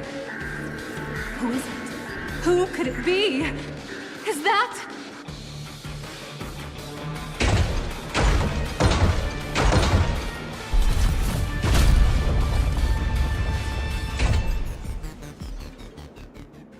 Could it be the one and only Trailblazer of the Astral Express walking towards us?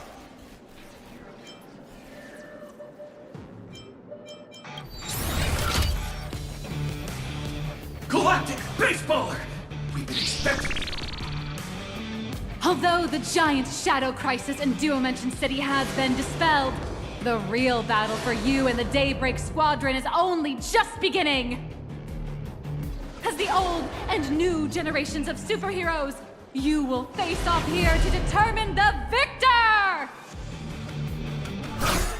Forged by raging fire, burn away the darkness, the star that sets the world ablaze! Blaze Weaver! Slice through the skies, flames of lightning! From the blue heavens descend, Azure Wing! Kah! Shadow the eternal night, Light blazing bright, the radiant bow of hope, Dawn Lance! Cutting through despair, unyielding blade of steel, edge that never fades, Cinderborn! You can do it, friend! Darkness waits, and dawn awakens! The Daybreak Squadron arises!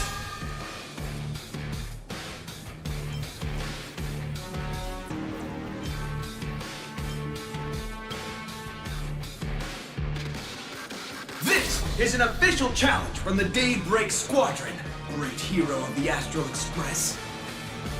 If we defeat you, we hope you'll accept our invitation to become the honorary Phantom 5th member of the Daybreak Squadron and help us safeguard the peace of Planarcadia.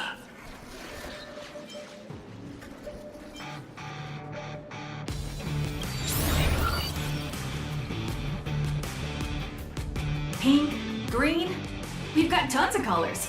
You can set any RGB value you want. Hey Greg, didn't you have something to tell your hero? Now's your perfect chance!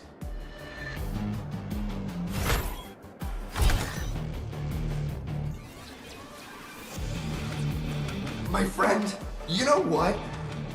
Every time I transform into a Megatron, I imagine I'm you. I think about what you would do when facing danger.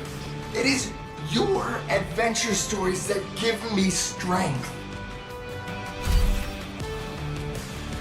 So I'll give it my all from now on. Please don't hold back.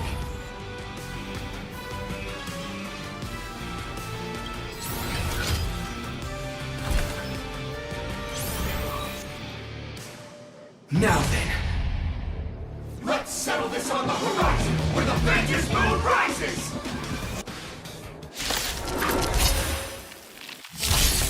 Let the two of us see what you're made of. Come on! One and only Trailblazer!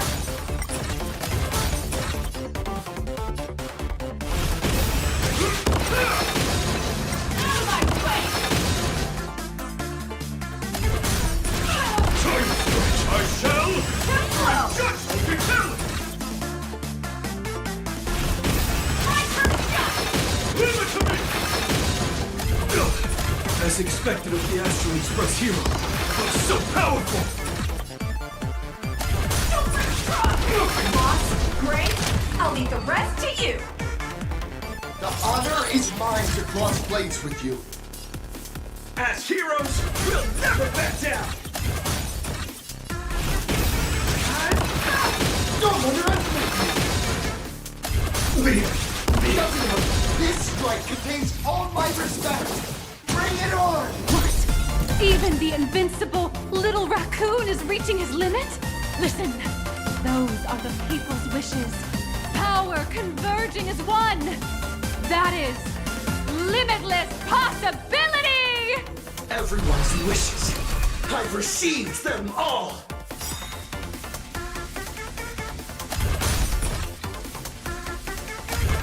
Blaze Trailblaze Infinity!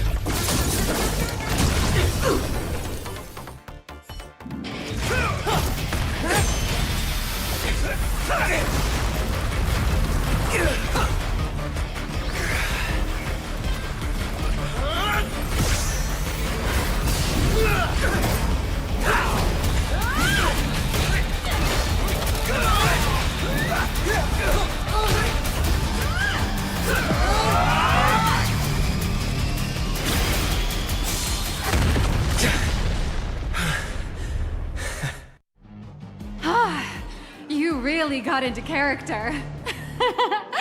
That was some great acting. What?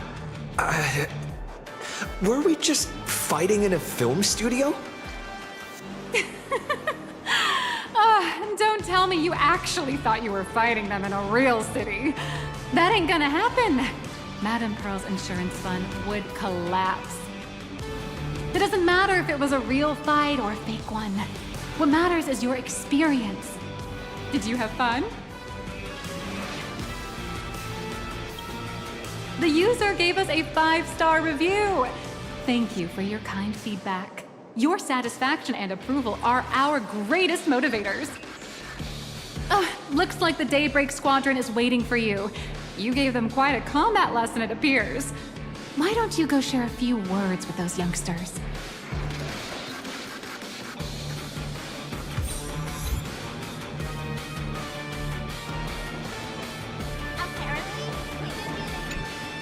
As expected of my senior, that was awesome!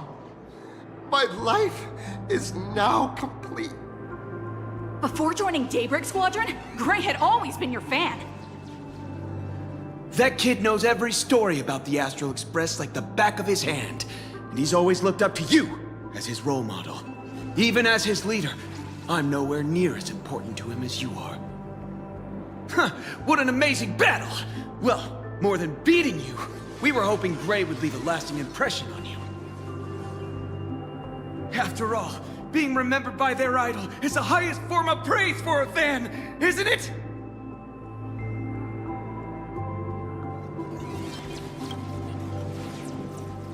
I'm already satisfied, just knowing that the name Cinderborn will remain in my senior's memory. Duh, it's a shame though.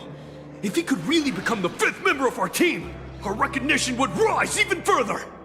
After all, many people still think we're just playing hero. That's only because we haven't done anything truly heroic yet. Don't worry. Given the state of Duomension City, a mind-blowing crisis is bound to happen sooner or later, and that's when we'll get our chance to shine! Ha ha! Yeah, just yesterday, I rescued 5 people from a gas explosion! Hope they recover soon, and spread the word about how awesome Daybreak Squadron is! There you go again, casually saying the strangest things. Like the Astral Express. We don't need to act to prove something so long as we stay true to our own path. Sooner or later, Daybreak Squadron will be recognized by everyone. Silly you. Is the Astral Express all you ever think about? Why don't you just go join the Express as one of the Nameless? Come on. Don't make fun of me. I'm still just a rookie. How could I possibly be worthy of boarding the Express and fighting alongside seasoned veterans?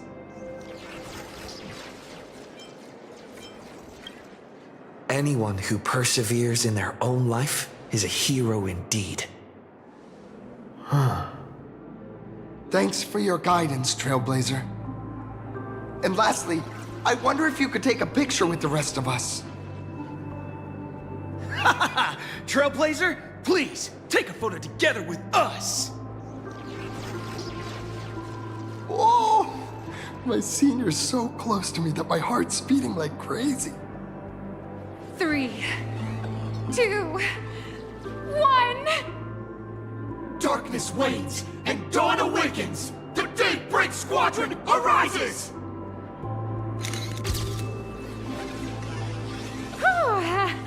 Time's about up. We should meet with Madame Pearl now. Oh, right.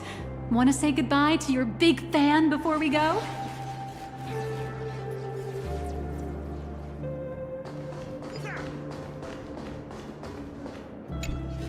Blue, yellow! You guys were amazing back there! If we record this for promo material, we'll definitely get a ton of new followers! If only we could have beaten the Nameless! Oh, we were actually so close during that Megatron fight! What are you talking about? There's no way we could have beaten the Trailblazer. Well, it's not entirely impossible, I'd say.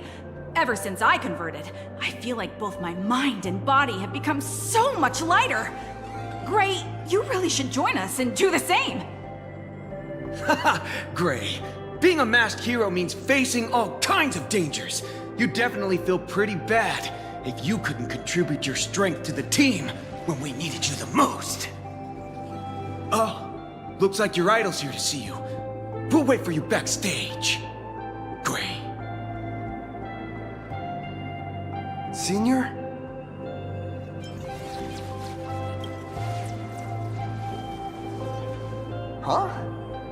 the sudden apology? It's fine. It was no surprise that you took us down without breaking a sweat. It's me. I'm just too weak. I'm always hesitant, whether in combat or dealing with life. Even though I know I can never become an amazing hero like you, I've always been trying my best to get closer to being like you. It's a bit embarrassing to admit, but no one ever taught me the principles of how to live and behave growing up. I dropped out of high school pretty early and started hanging out with street gangs. Every time I threw a punch to intimidate someone, I thought I was being a hero.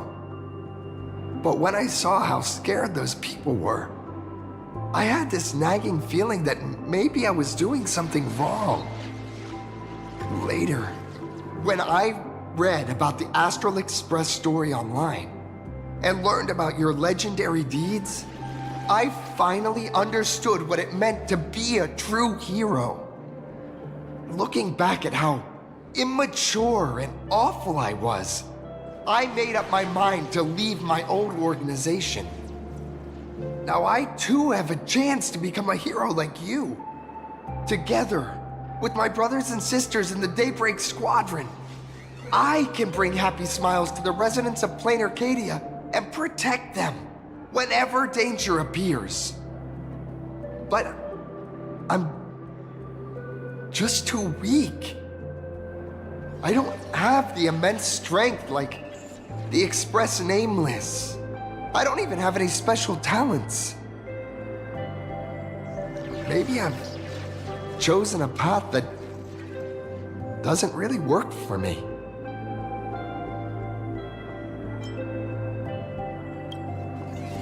Silly you.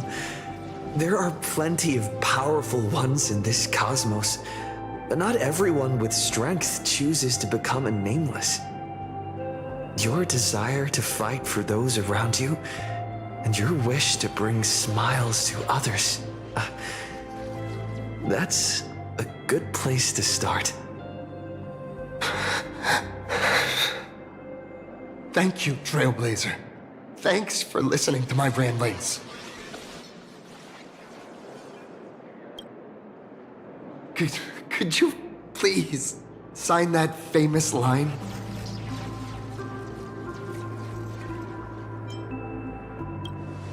That's the one!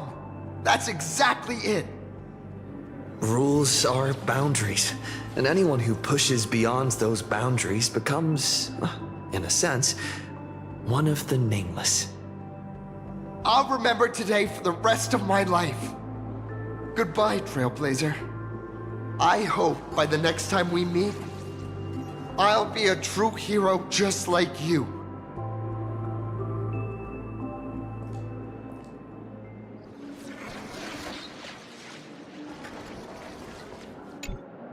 Well, that about wraps up today's tour. After seeing everything, what do you think? You're only realizing that now. That's your greatest advantage in joining the Phantasmoon Games. A story that's already spread far and wide.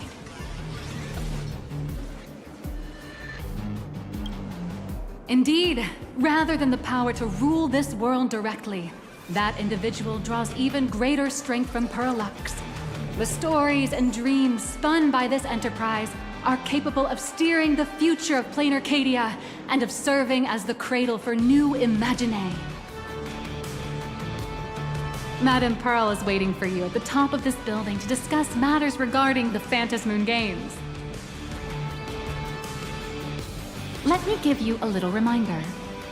The rules of Phantasmoon Games have never required any competition between supplicants. As an IPC employee, I've said far too much. Your friends are waiting for you in the hall. You should go meet up with them. Don't keep them waiting too long.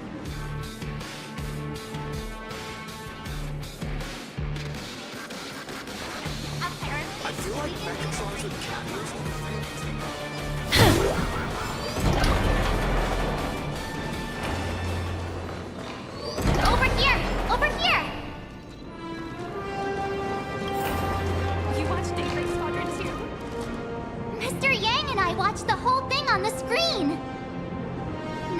only did you assemble the Megatron and give autographs to your fan, but you also got to live out your superhero fantasy.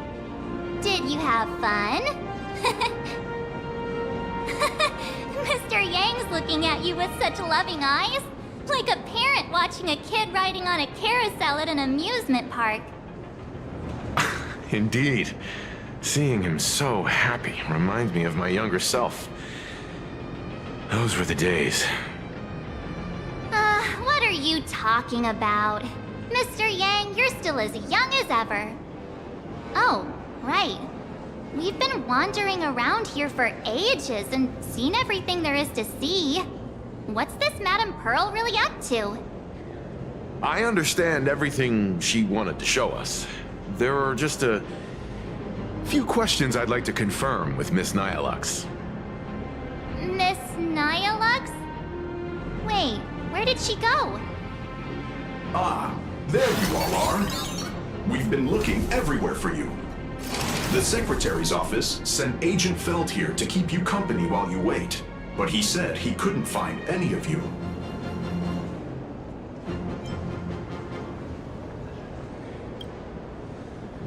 Wait, if Mr. Feld is the one who's supposed to meet us, then who is Miss Nyalux? Miss Nyalux? Who? Agent Nyalux, an IPC ranking P30 who works at Pearluxe Corp's Imagenesis Technology Department. P30? Imagenesis Technology Department? Since when did Pearluxe Corp have an Imagenesis Technology Department? Could she be some kind of corporate spy who snuck into the building? Oh, this is a real mess. What are those security guards even doing? Distinguished guests, are you hurt? Or did she trick you into giving her money or anything like that?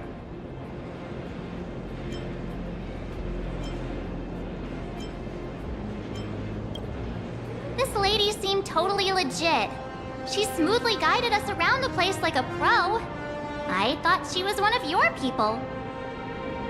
I need to report this to security right away. She can't have gone far. Let's catch her in the act.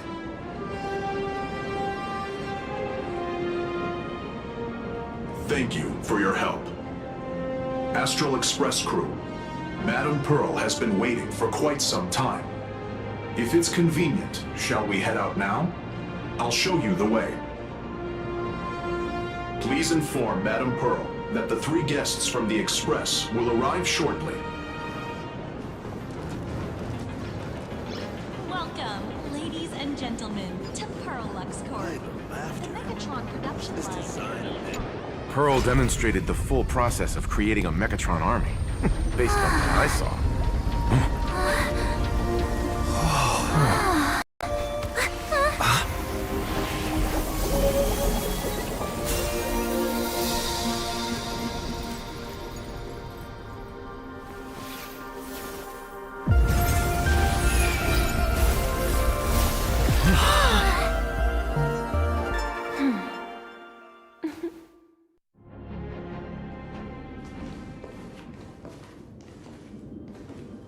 Hello, guests from the Astral Express.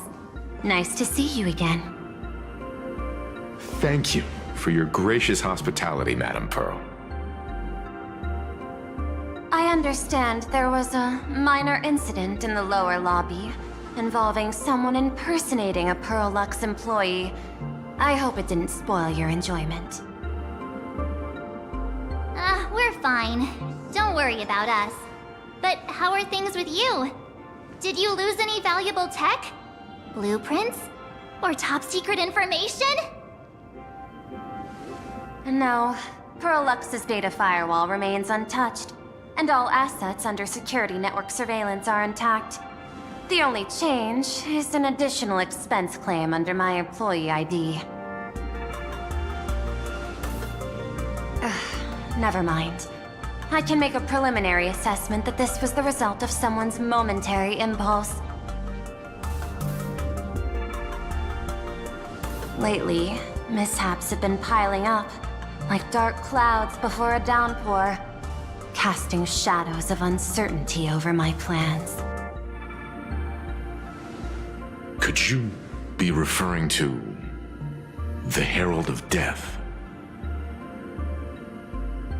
33 citizens were found dead in the Dovebrook district. In addition, an IPC specialist assigned to negotiate the purchase of a Mask of Elation died in an unexpected incident. This party has made overt threats to public order and is clearly challenging the IPC. My intuition tells me this is only the beginning. Managing capital and managing a corporation share one thing in common. That is, an aversion to risk and a pursuit of stability. And I bear both responsibilities. As the executive officer of Planarcadia, I bear an inescapable responsibility for the safety of this world. As one of the 10 Stonehearts, I hope to bring the Phantasmoon Games to a swift and safe conclusion. Rather than staging another dangerous battle, like what happened at Graphia Academy, I hope the Supplicants can show the people of this world miracles of joy and happiness, instead of sorrow and rage during the Phantasmoon Games. Therefore, I'd like to hear the Express's request. Trailblazer, please, tell me. What's your ultimate goal for joining the Phantasmoon Games?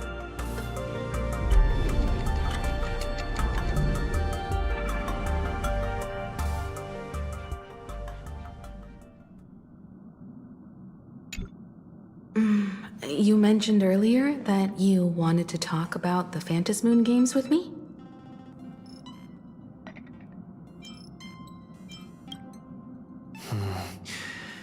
I'd like to talk about our ultimate goal for participating in the Phantasmoon Games.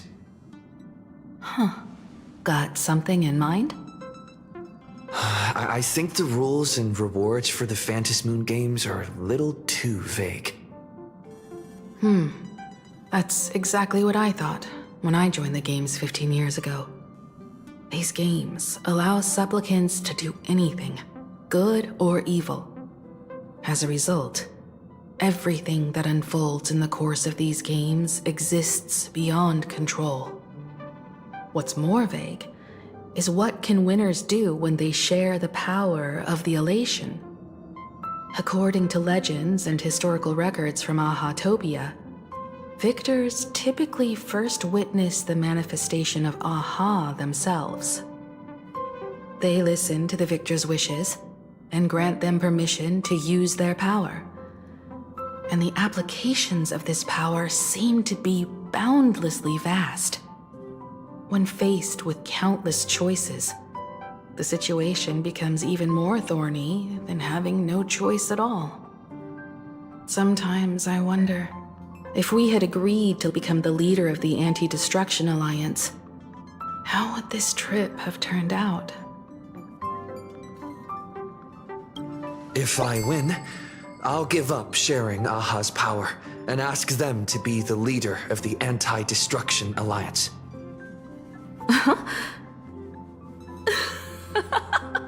That's such a hilarious idea. I can totally picture it. I get it. That's actually a brilliant idea. To begin with, this is far more meaningful than taking up a god's authority and squandering it freely for a single minute. Secondly, placing an Eon on the righteous cause of opposing the universe's greatest threat is something neither the IPC nor the god itself could reasonably object to. Finally, this would also help us avoid the risk we currently face, cooperating with the IPC while remaining wary of being drawn into its ambitions during the operation of the Anti-Destruction Alliance. If we handle the negotiations well, perhaps Aha could stand behind the Astral Express, just like our cooperation with the Xianzhou, where we could maintain distance from one another while offering support from afar. The only question is, will Aha agree? Don't worry about that. From what I know about them, they'll agree. What kind of god of games would they be if they broke their own rules? Besides, they still owe the Express a debt.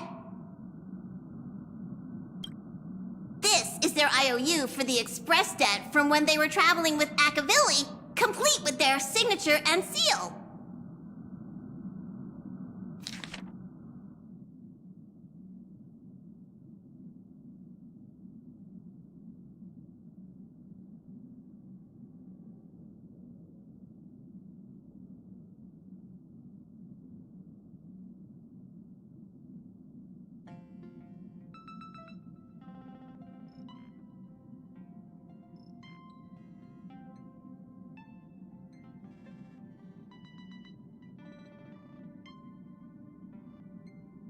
Passenger, use this to blackmail them. That one will definitely give in to your demands. Probably. So, you're saying you want Aha to take on the leadership of the Anti-Destruction Alliance?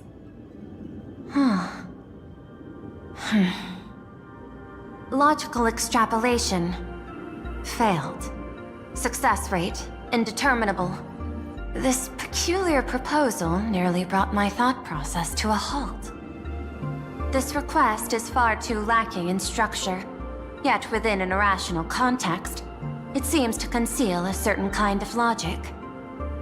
If the universe is the master of Elation's playground, then they should do something about this playground that's about to be destroyed.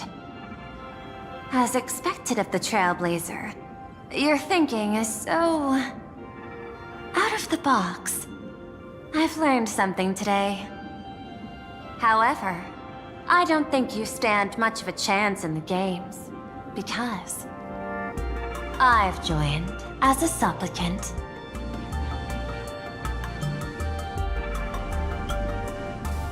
This is an age-old question.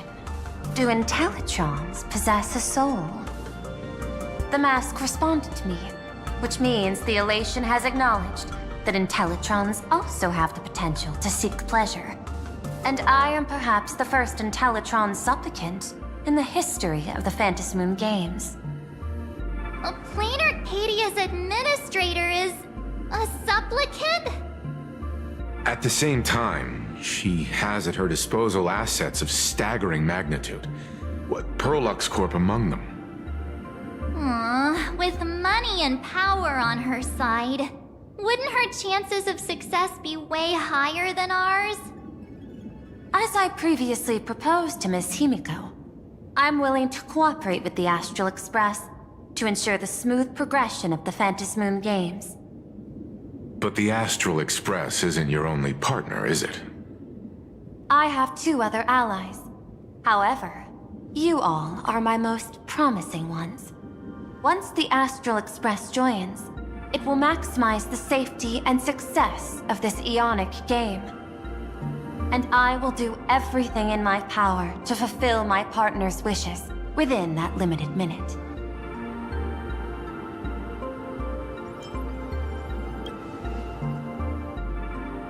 As we told you before, our strategy is to become a sail, advance and retreat together. The Astral Express is not a lone supplicant, since we have our own allies in the games. An ally like Sparxie? It's true that you defeated her and took her mask. But given her typical decision-making style, Sparxie isn't exactly what you'd call a reliable ally.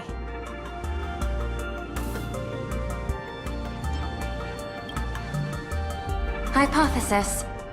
The Sinwish Syndicate's missing mask. I thought it fell into the Xianzhou's hands. Don't tell me. Yao Guang gave it to you guys?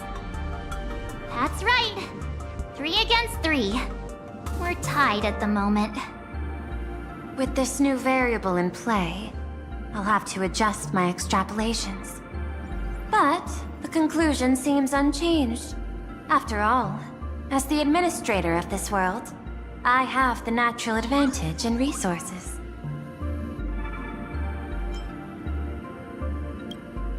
An IPC senior executive, Planarcadia's administrator, a member of the 10 Stonehearts, joining the games personally. It certainly has an intimidating ring to it. But when you think about it, isn't this identity precisely the greatest burden Madame Pearl has to overcome? He is right. Your identity is far too sensitive. You want to control these games and end it safely and quickly. But Planarcadia's citizens might not see it this way. All they see is the all-powerful IPC and an influential executive pulling all the strings. Your every action will be scrutinized twice over.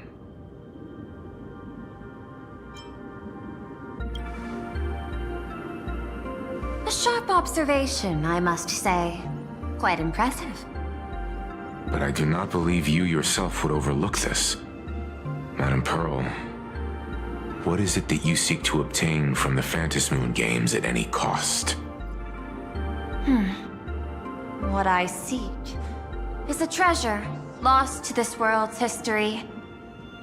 I want to recreate Graphia's divine art of imagenesis. Does that have something to do with painting? Hard to believe, no? My birth originated from the theme assigned by the celestial differentiator of planet Scrulum. Art. At first, I was nothing more than a machine that imitated human paintings. For an Intellitron, generating works of art is no great challenge. Day after day, I studied. Day after day, I exhausted every possibility. I could instantly analyze the proportional structure and pigment composition of any painting. I could precisely reproduce every pixel of Graphia's masterpieces. Yet I could not create as she did. Graphia's ultimate creation was establishing the world in canvas at the end of the Phantasmoon games. I want to understand her thoughts at that moment and touch the essence of creation. Is this your personal pursuit? Or the IPC's demands on this world? Both. The IPC's point of view is far more pragmatic. The world in canvas is a dimension that can shield us from the Antimatter Legion's warfare, and they've always been eager to master this technology. Unfortunately, it seems we can't convince each other to back out for now. Then, I have another proposal. Why don't we shift our perspective and turn our attention to those two supplicants who haven't surfaced yet? These two individuals' objectives are unclear, and their abilities remain a mystery. If left unchecked, we might see a repeat of the Herald of Death tragedy. I have a cooperation proposal that could help us gather intelligence on them, and I'm willing to share this piece of information with you all.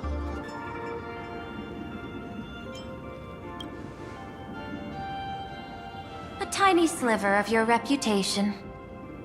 Before we move on to the details of our cooperation, would you like to take a short break and have some tea to wet your whistles? Or shall we continue? I was thinking of having Pearluxe Corp host an expo for the Astral Express. As for the name, how about Star Rail Fest? Star Rail Fest? You mean hosting a Fluffy Across the Blue convention? Correct, but not entirely. The Fluffy is well known in this world, so it's a good collaboration element. But what I want is an unprecedented Astral Express exhibition, with the Fluffy being just a small part of it. The real stars of this grand event will be you, the Express crew. You'll be there in person to meet the people of this world.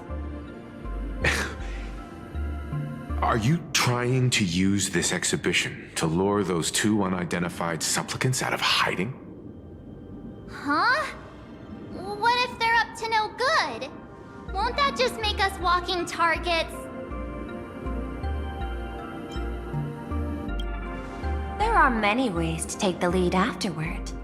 I'm less concerned about the progress than about the unknown risks our plan might face. Together, we can create a miracle for all to witness in Arcadia devoted to the legends of heroes. I'll also get Full Wish TV and other mainstream media outlets involved for promotional cooperation.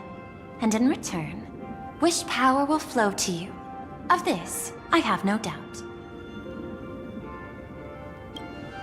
A wise choice. Before the Star Rail Fest officially begins, I have one more favor to ask of you all. I'd like the Express crew to pay a visit to Blurry QR Colt, the original author of Fluffy Across the Blue. Doesn't Pearluxe own the rights to the Fluffy? Since their debut, this author has remained anonymous, never revealing their true identity in public.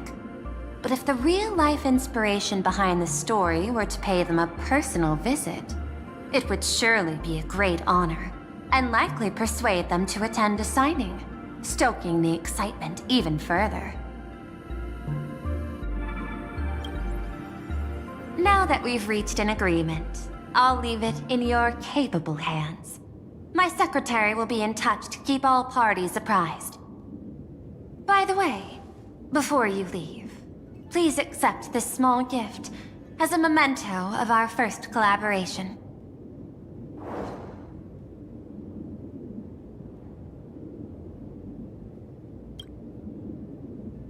I've studied in detail the records of my colleagues' interactions with partners in Penacony, and I was particularly inspired by Aventurine's technique of giving small gifts that symbolize good fortune. So please, keep this chip with you as a symbol of good fortune for our future cooperation. Take care, everyone. Well, we'll be on our way then.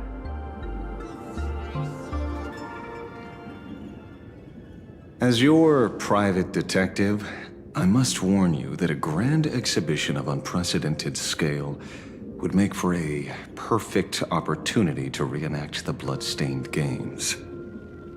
I understand. That's why I have a mission for you. Protect the Nameless at Star Rail Fest. You actually think they would need my protection with their strength? Don't tell me your extrapolations predict even bigger trouble ahead. Hidden beneath each extrapolation, tiny signals of unease keep bubbling up to my thought interface. I must be thoroughly prepared for whatever may come. Now that you've taken up the mask, let's talk about payment.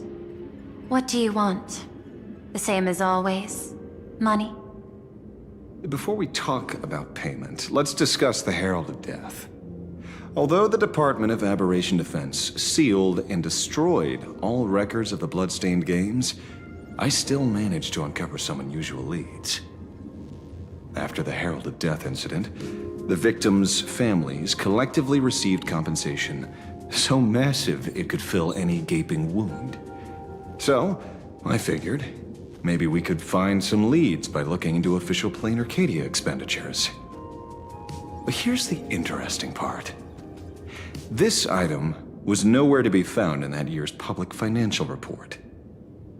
Care to guess whose books this money went through? It was you, the omnipresent IPC.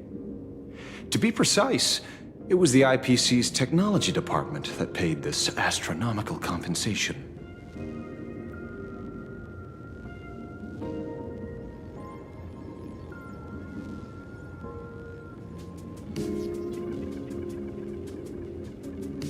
Following the usual human drama tropes, am I supposed to give you a round of applause now? Being able to dig up all this information really shows your connections and capabilities, Detective Ashvale. In movies, a big shot like you would usually raise a hand right about now, revealing the dark muzzle of a gun. I'm afraid you've learned too much. And bang! that's when the gun goes off. And I, the poor sap who uncovered the truth, am supposed to bite the dust. Sorry, my hand is on the checkbook and unavailable. Mr. Ashvale, tell me, how many zeros would you like to see on that check for our cooperation? It's not about the money.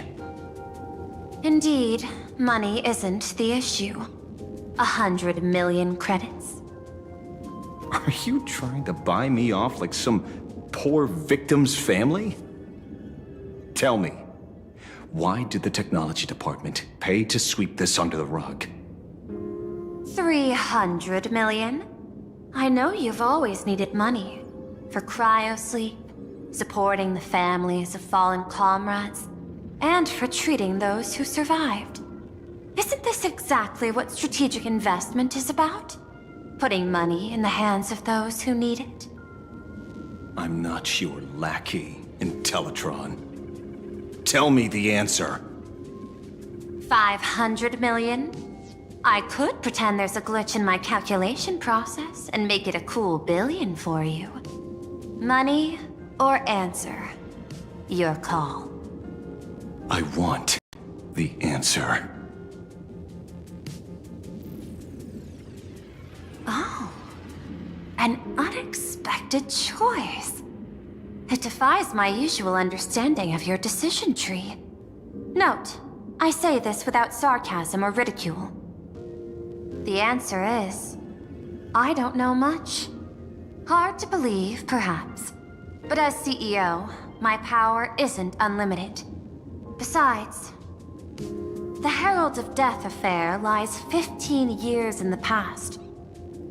This world is like an unfinished game of chess that's been dragging on for years. The hidden moves laid by the previous player keep becoming my challenges. Even today. But since you've invited me to finish this game together, sharing intel is a must. Reasonable. I'll share what I know about the answer. Marcus Antali, the Herald of Death, last member of the Intelligentsia Guild School of Evolutionary Perfection. 5 years ago, his identity was confirmed, and he was executed.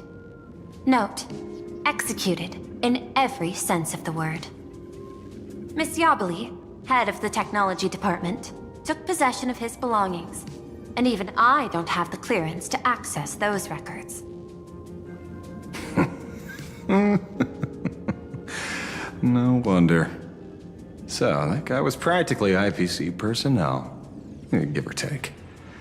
That also explains why the technology department shelled out the compensation. Yet, the method behind this latest killing is identical to the one from years ago. If the Herald of Death is truly dead... A serial killer coming back from the dead is the least of our worries. Even if a serial killer does come back to life, he's still just a serial killer who's been shut out of the Ionic game. What's more concerning is this. Someone wants to exploit the legacy of the Herald of Death. Miss Yabali took away everything that man left behind, except for the fear he instilled in the people of this world. And during the Phantasmoon Games, not only can miracles trigger wish power, but fear too. Based on my extrapolations, the appearance of this new Herald of Death might mark the beginning of the festival spiraling out of control. No wonder you're in such a hurry to end the games. Mr. Ashvale, I've always respected you. But right now, I need to rely on your strength even more.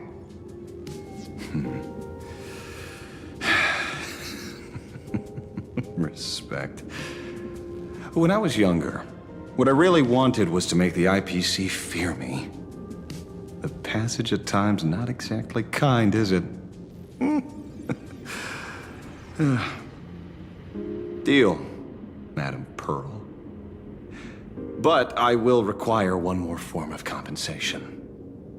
Whoever this new Herald of Death is, I must deliver justice with my own hands.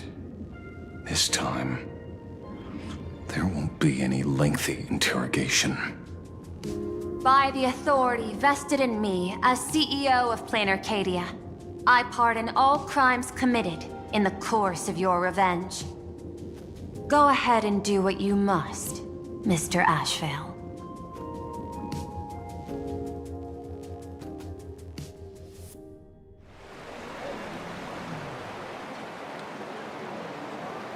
My friend, I don't blame you, but I'm done being a breathing dead weight. So do me a favor and pay me back for that drink with this bullet. Just do it, you coward! Let me die as a Galaxy Ranger before I turn into a monster of abundance! But, shoot me? I beg you. My Skybo above, may you have a pleasant dream. Not knowing who you are, not knowing why you exist here, that isn't life. In ancient times, humanity's daily goal was to obtain 2,000 calories of food. Humans back then knew they were just one member of the animal kingdom. They understood why they migrated, hunted, gathered. But now, in an era where you can get food delivered to your door with just a tap of your finger, effortlessly achieving that 2,000 calorie goal, humanity has lost its way like never before. Tell me, will the Phantasmoon Games bring a new direction to this world, Ashvale? What's wrong with getting food with just the tap of your finger? Don't tell me you want to go back to the days when everyone was starving and at the mercy of the harvest? 2,000 calories are pointless, but just for survival. It's the goals beyond 2,000 calories that define humanity. And the Phantasmoon Games holds up a mirror to humanity, allowing them to see their truest selves. I'm just a detective. Ask me such a profound question again next time, and I'll charge extra.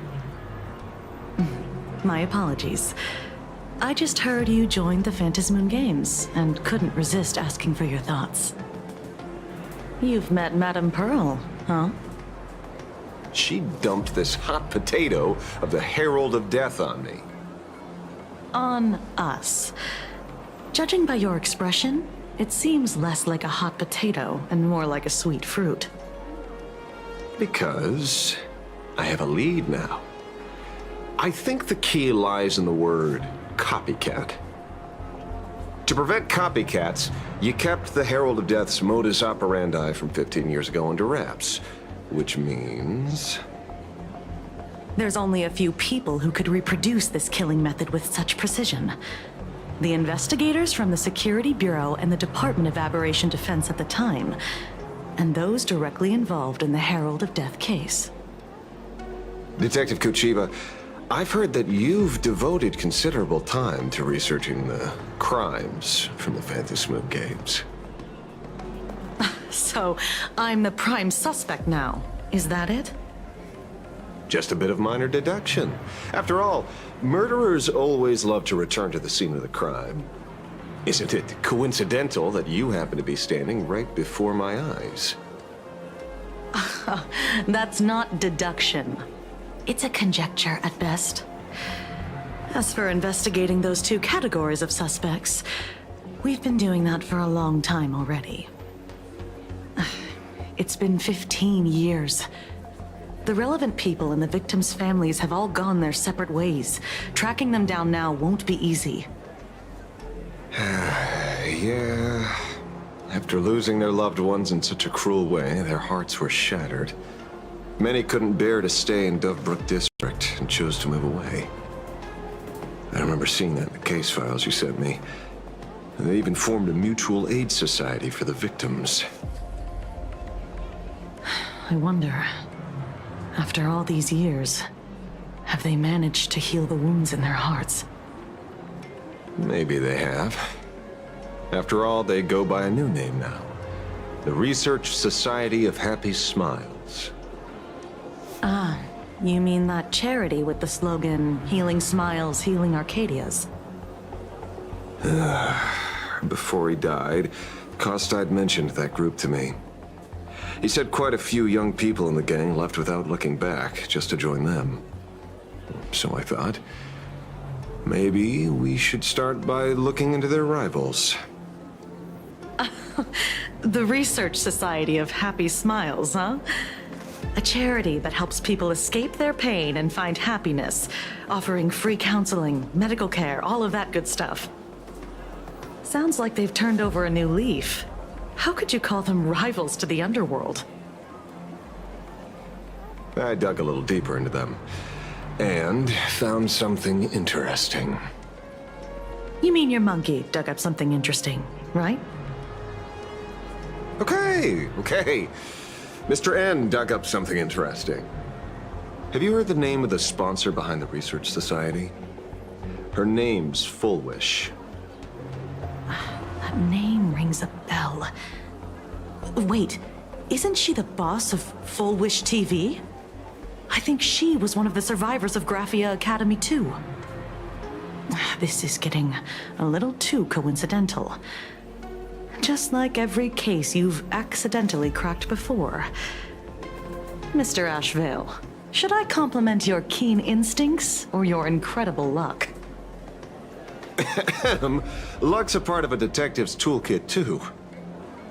Anyway, whether Full Wish is guilty or not, we won't know until we look into her. That's why I asked you here.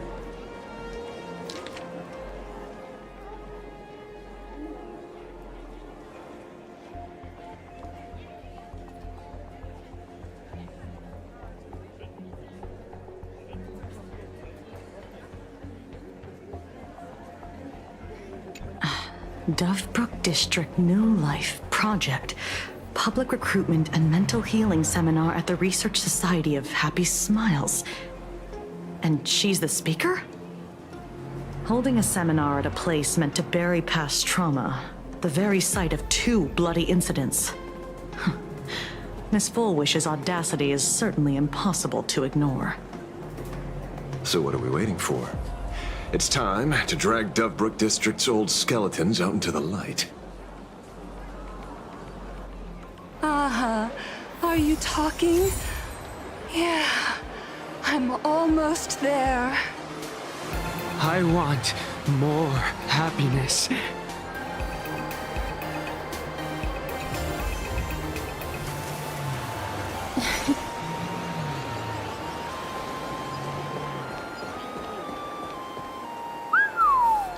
This place is buzzing. Are they all here waiting for Full Wish to grant their wishes?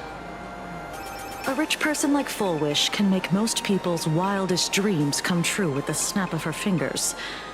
I'm less curious about who she'll help than what she wants for herself. If money could really accomplish everything, the IPC wouldn't be eyeing this world. My bet, I'm sure that Full Wish wishes the tragedy 15 years ago never happened. Erasing history.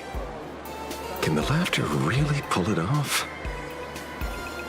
In past victory records, there have been countless and often bizarre instances where the victor used the elation's authority to change reality. You have to understand, the Phantasmoon Games isn't just some wish-granting lamp. What makes it irresistible is that it turns the one who wishes into the genie. That's quite alluring. Have you heard about the noblest worm Aha made godlike? It became the happiest creature in existence. Happy enough to burst apart, leaving no intact body behind. Your knowledge of these unofficial records is enough to rival ours. Since you see things so clearly, Mr. Ashvale, why sign up for the games? Miss Kuchiba, is that a rhetorical question? Or are you fishing for a confession? Fishing? Don't be afraid. Now that you're a supplicant, public officials like me no longer have any authority over you. I'm guessing what you want goes beyond a straightforward act of revenge. Beyond a vigilante execution carried out in public. If you were only out to avenge friends, with or without the Phantasmoon Games, someone like you would toss laws and decorum aside and do what needs to be done. So tell me, Mr. Ashvale, what do you actually hope to get from the games? Consider it a mystery. If I make it to the end, you'll know the answer before Aha does. Well then, I'd be honored. Just don't let your wish ruin our lives here. Daily life here fits like a tailored prison uniform. Wear it too long and you forget what your bones should feel like. Ugh. It's time to break free. Look at these prisoners of routine before us. Foolish hasn't shown up yet. Let's talk with the members of the Research Society. Maybe we can coax something useful out of them.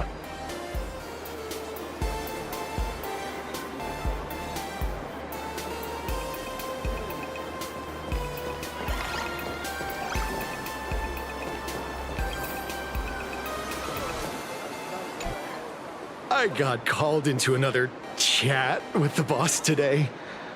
Never thought he'd care about me this much. Everyone is smiling at me. The office feels downright cheerful. These days, I go home, change my baby boy's diaper, help my daughter with her homework, prepare tomorrow's lunch, and clean up the house. It's hard to describe how satisfying that feels.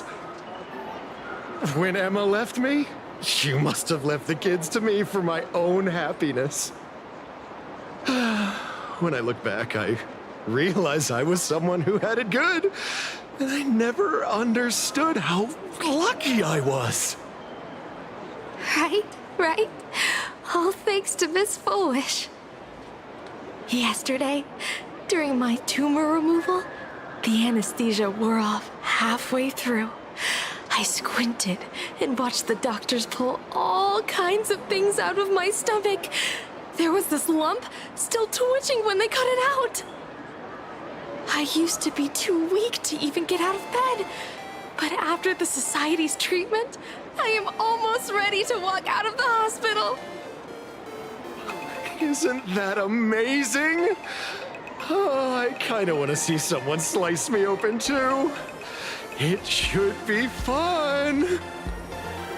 Hey, did you two hear about the Sinwish Syndicate? You've come to the right person. My neighbor got a visit from their debt collectors. You should have heard the racket. I saw the news too. Those parasites who ruined the peace, who kept people from being happy. Gone! Wiped clean! Oh, praise Aha! Wait, they extorted you too? Something like that. Still owed their underboss tens of thousands of credits. So your debt's wiped clean. Oh, must feel pretty great, huh?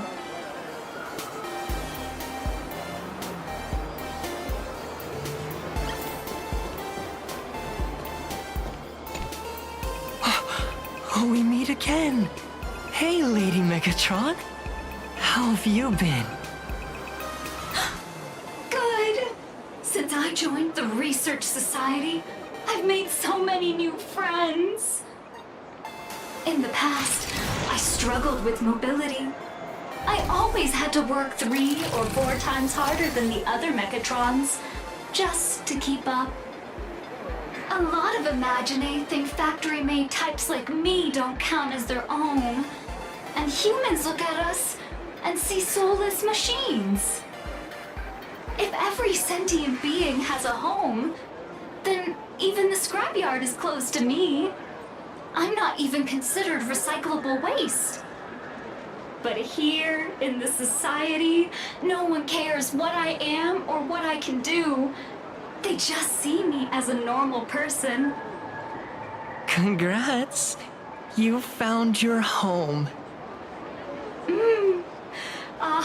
said the same. They and everyone here are my family. Aha, talks to you. Of course! You mean you can't hear them? Guess you're not happy enough yet. Don't worry. Once you join the society, you will. No pain, no tears, just pure joy. The society makes everyone happy.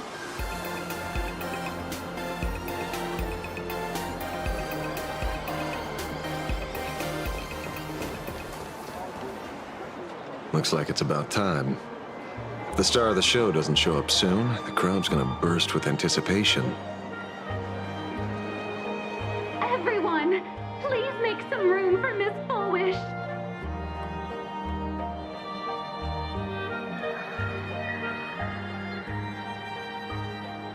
By the Master of Elation, may they bless all souls and grant them smiles. Are you all happy today? Very happy! Thank you for your smiles. They're like lamps in the dark. So precious. But before we celebrate the elation, let me share a memory drenched in tears. It once dragged me into the abyss. Yet, it also taught me what the elation really means. As you all know, 15 years ago, during the Phantasmoon Games, the shadow cast by the Herald of Death swallowed this place whole. That day, I lost my parents, my classmates, and the others. The morning greetings, the little daily chatter, all went silent under that crimson dusk. After that, for a very, very long time, all that remained of my world, a door shut tight, a room steeped in silence, and a wound in my heart that would never heal. Just hearing the words, Herald of Death, made me shake uncontrollably. I even once thought the only escape was to follow the dead and leave with them. Back then, I was just an empty shell, breathing, beating, but lifeless inside. And just as my soul was about to fade away, an old lady from the Mutual Aid Society knocked on my door. She didn't offer empty words of comfort. She just looked me in the eyes and asked, "Child, would you try stepping outside this door? Out there are many people broken by pain, just like you. But together, we can start picking up the pieces, one by one." She smiled at me. A warm, gentle smile. And in that smile, I felt the Master of Elation grant me a reason to live. At the Mutual Aid Society, I saw countless souls scarred by fate. Some bore wounds beyond healing, and some had lost their loved ones. Each of us bore a different wound, but every wound got deep. And yet, what truly moved me wasn't the pain. It was how, beneath those scars, they still reached out to one another, offering a smile to a child who'd stopped crying, lending a guiding hand to someone lost. They taught me something precious. Pain can destroy a person, But the wish to bring elation to others can spark the fire of rebirth. That was when Aha's voice echoed again in the silence of my heart. The smiles passed from one another through mutual aid is Aha's most precious blessing.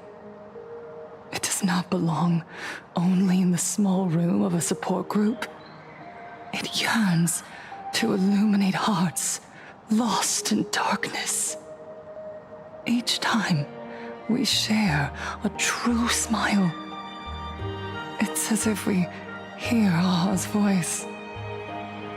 And when that voice rings out, all suffering fades, all pain is healed, and everyone knows what true happiness feels like. That's why the Research Society of Happy Smiles was founded.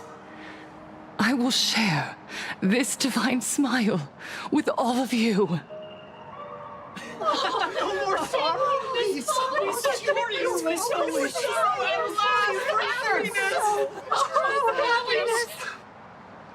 Everyone, I have questions for you.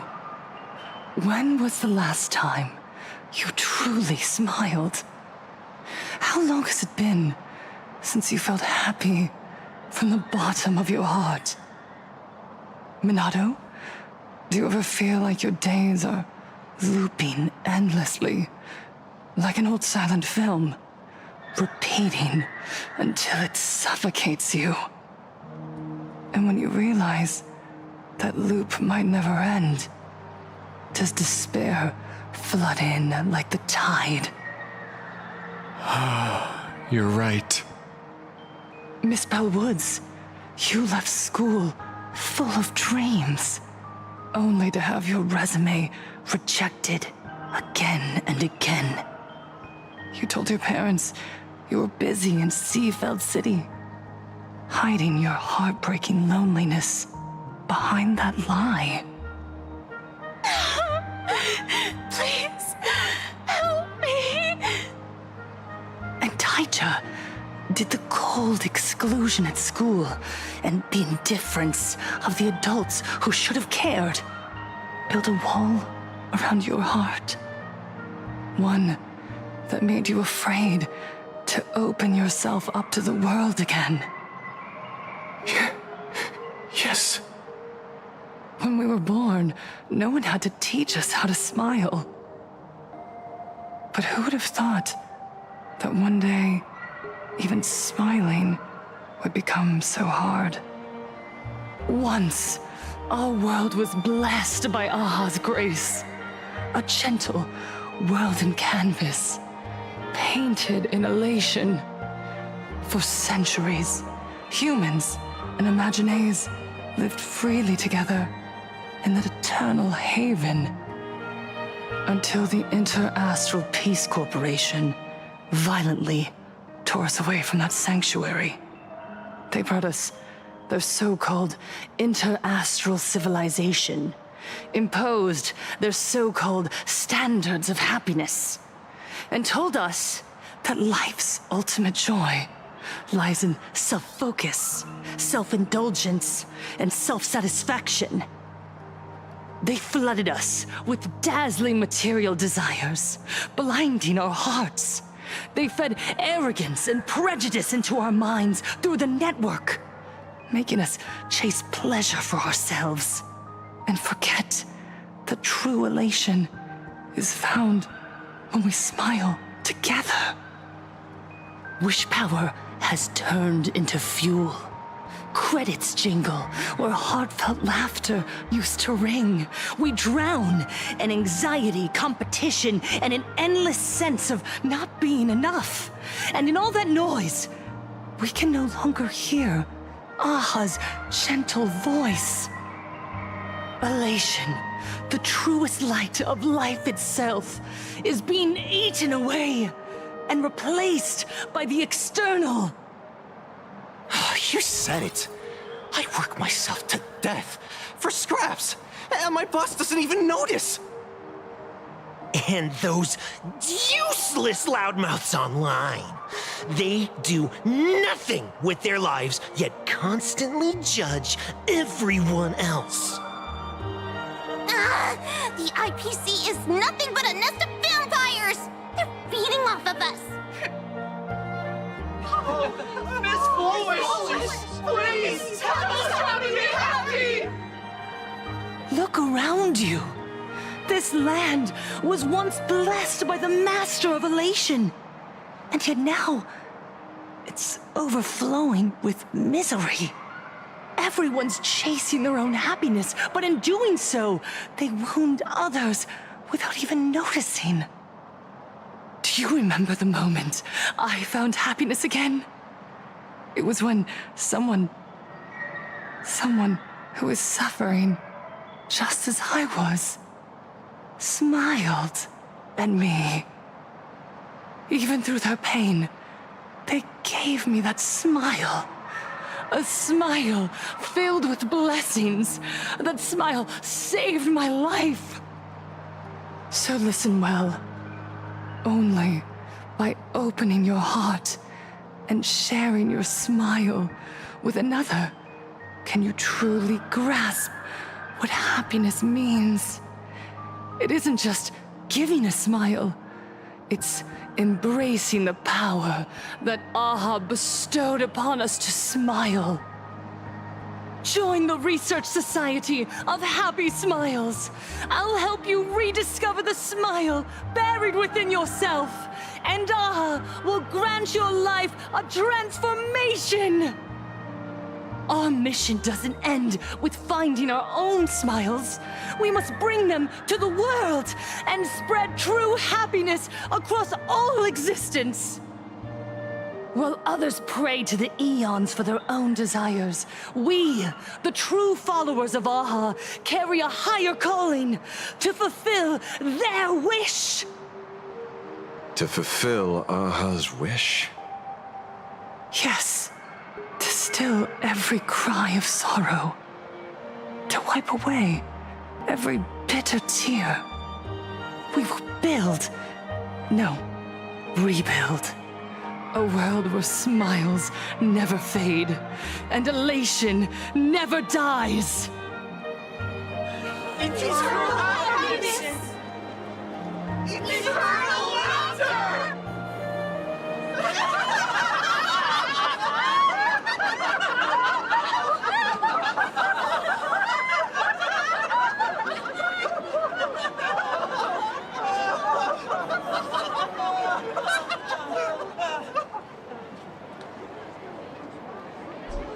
The speech is over. What's your take, Detective? She's so far gone, it's hard to make sense of it. Then let's not overthink it. Let's talk to her directly.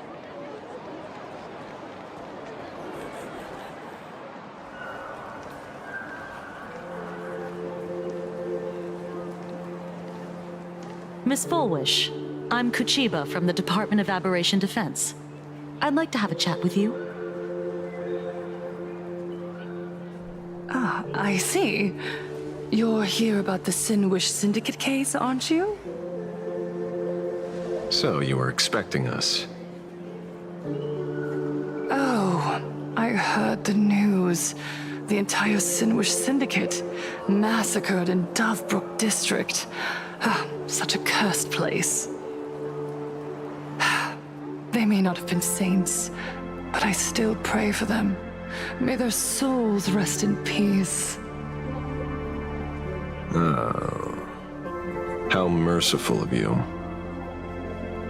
Though, rumor has it the Research Society of Happy Smiles had a few run-ins with them regarding recruitment, donations, turf. Sounds like plenty of reasons for conflict, don't you think? Are you suggesting we had the Sinwish Syndicate killed? For conflicted interests? Wait, that's not what I said. You know nothing about our finances. Every expense is covered by a charitable foundation established with the compensation from 15 years ago. We don't need a single cent from our members. When I heard about this tragedy, I personally allocated relief money for the victims' families to keep order and peace in Dovebrook. Tell me, Miss Kuchiba, someone copied the Herald of Death and slaughtered dozens. What will your Department of Aberration Defense do this time? We never released that detail. How do you know someone's imitating the Herald of Death?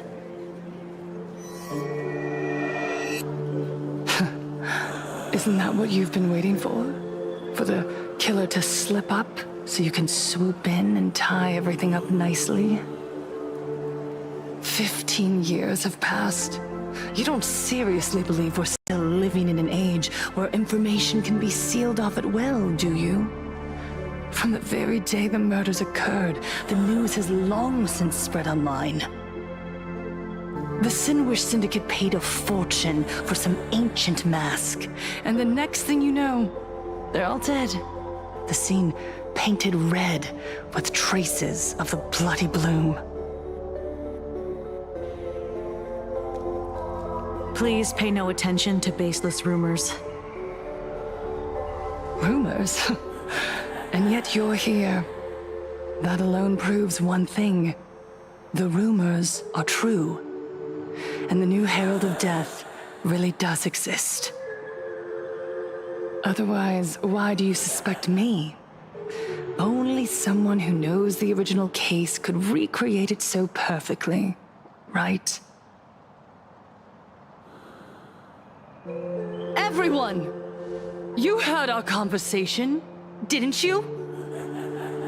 The Herald of Death has returned. He's here, in Dovebrook. He's slain the entire Sinwish Syndicate. He's back to relive the carnage of the Phantom Moon Games. Oh, the Herald of Death? Didn't the officials declare him executed? How has he appeared again? He's immortal? A demon? He's back for revenge! He'll take revenge on everyone. We're doomed! Aren't gang members the very people who steal smiles from others? And isn't the best way to make bad people happy to erase them from the world? Wouldn't that be doing something good? Yeah, Sister Megatron is right. Those thugs deserved it. Back from the dead? Lies! The IPC kept him alive to wield him as their weapon. You useless officials! 15 years ago, you failed and let him get away! And that's why he's back again now!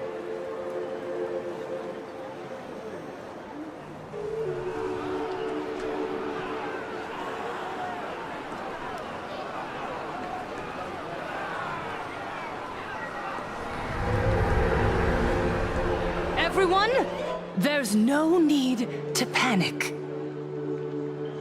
Remember who you are. You are those who live beneath Aha's brilliance, who have claimed happiness and cast off the shackles of suffering. Once the Herald of Death fed on our fear and tears, that was the source of his power. Look at the smiles on the faces of those around you. There is no fear left in our hearts, no tears left in our eyes. All that remains is resolve, happiness, and faith in the elation. The Research Society of Happy Smiles will protect this world. Etch this into your hearts. The happy do not die, for even death cannot touch a heart filled with happiness. What's going on? There's something very wrong about this woman. Yes, as long as we're happy enough, there's nothing to fear. We won't die. Have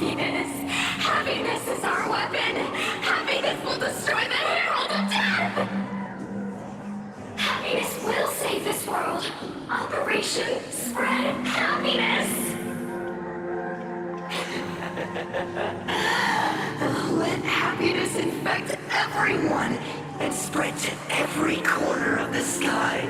Make the Phantom Moon smile. Make Lord Aha laugh until they cry for us. Infect the Phantom Moon with happiness. Happiness.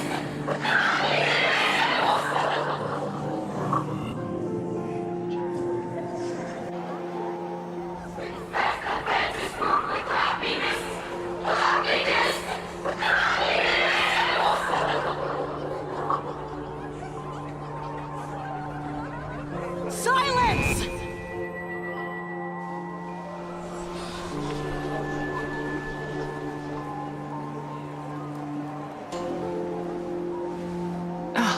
My apologies, officers. I can't provide anything useful for now, but rest assured, I'll cooperate with any investigation from the Department of Aberration Defense or the Security Bureau. And of course, I'll fulfill my civic duty. Whether it's the newly emerged Herald of Death or the various upheavals surrounding the Phantasmoon Games, the Research Society of Happy Smiles will handle them appropriately. What we protect is the future and the smiles of Planarcadia. Or perhaps, after all this, you too have felt that yearning within your hearts. Would you like to join us to embrace eternal happiness? I'll pass. But I've got a feeling we'll meet again.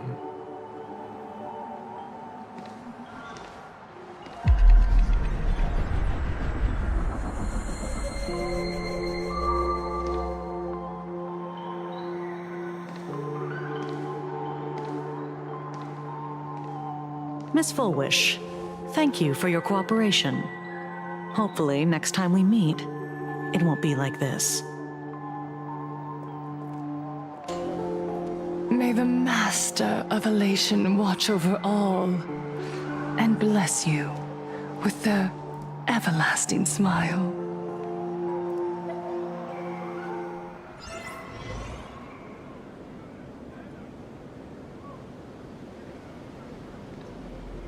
Let go of your obsession. Let go of the shadow in your arms. Let go of that false sense of responsibility. You're the one who should be dead, aren't you? Come, join your brothers. Let the gears grind to a halt. Let the hands fall still and end that life of yours that was never meant to be.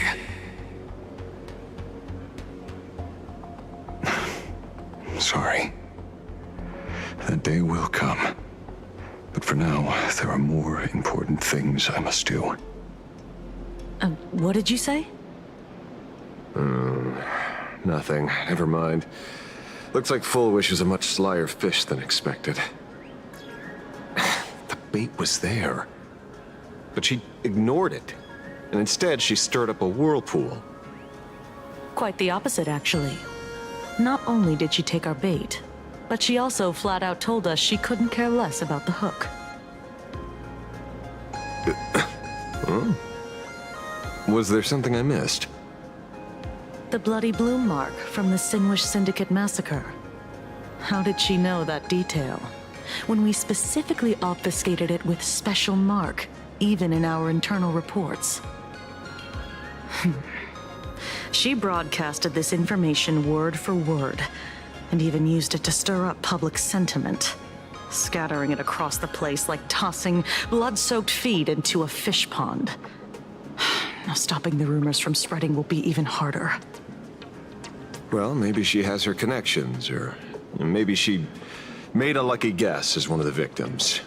Regardless, she's right about one thing.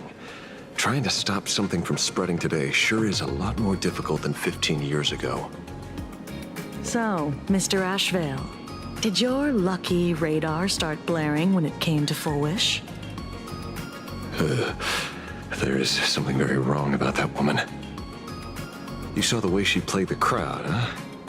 I guarantee you that it had nothing to do with her public speaking skills. She could very well be a supplicant in disguise. Still, this whole run has been smoothed to an unbelievable degree. We got our bearings in no time at all. So, let's keep our prized fish in the pond for now. Full Wish is not going anywhere. You're right. It's too risky to make a direct move against a well-respected philanthropist and media tycoon. Maybe we should start with the people around her. There were people from all walks of life at the gathering just now. Workers, suits, students, the elderly, and even Megatrons. Judging by their crazed enthusiasm, I highly doubt they'd be willing to testify against Full Wish. But I have my ways. Mr. Ashvale, coercive interrogation is strictly against the rules. Please refrain from doing it somewhere I can't... Don't get the wrong idea. I meant an old friend that I spotted at the gathering. By the way, ever watch Daybreak Squadron? It's on Sunday nights at 8. I thought you weren't a TV person. Not me.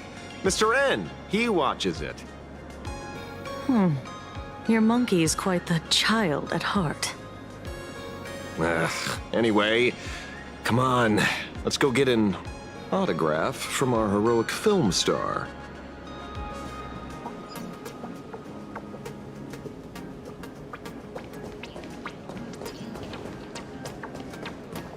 Is that him? Shh. Don't interrupt. What? You lost him? Not even close.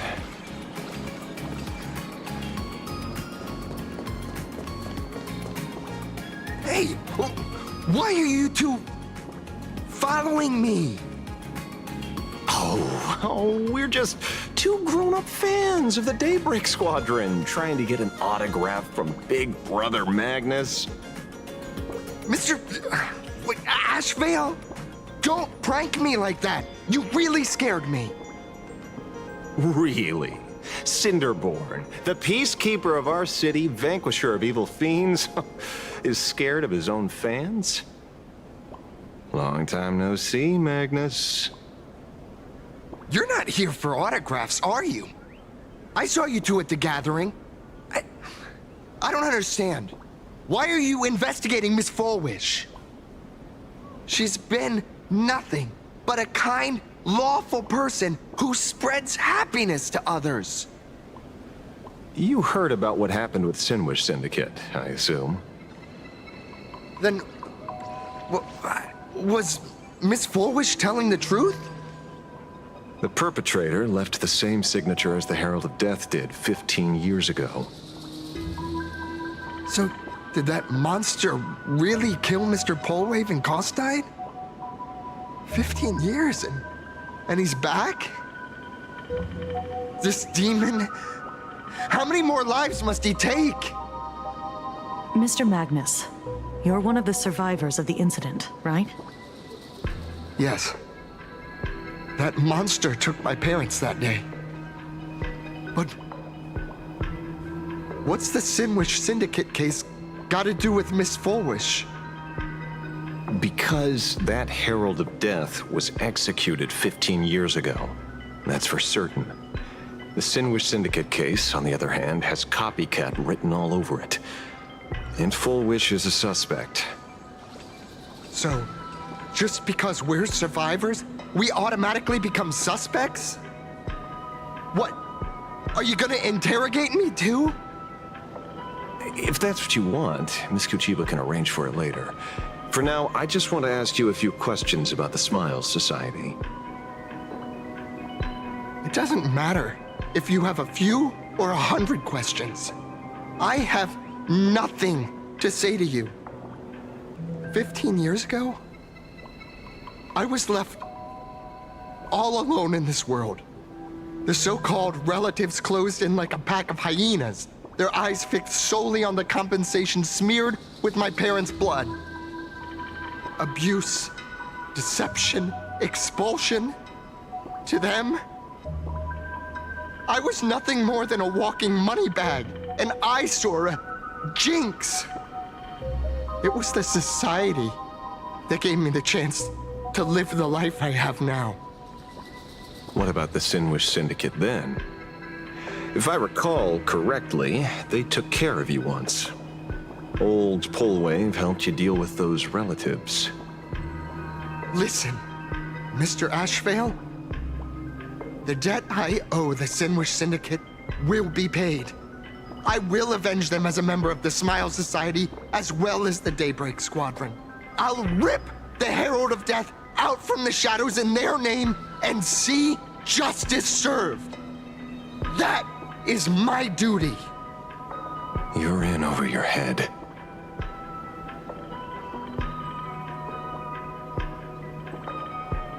The new Herald of Death is very dangerous. I doubt a handful of actors like you can achieve anything substantial. You think we're just a couple of kids playing superheroes with masks, right? Well, you're wrong. My squad mates and I aren't the easy pushovers we used to be, Mr. Ashvale. I haven't had my transformation surgery yet, but I can already power a Megatron warrior in battle. We are real heroes here. Boys, let's stay on topic, shall we? I just wanted to have a few words about the society. I have nothing to say to you either, Miss Kuchiba. Neither of you are getting a word out of me on this. Well done, Magnus. Your loyalty to the Smile Society warms our hearts. You're following me? Not by choice. These IPC dogs made it clear that they intend to frame Miss Foolish. Oh, we're not going to just let this slide. Would you look at that? The hunters become the hunted. What does it matter? If someone's looking for a beating, we'll gladly give it to them. You have 5 minutes for questioning. So make it count, Mr. Ashvale. They're all yours.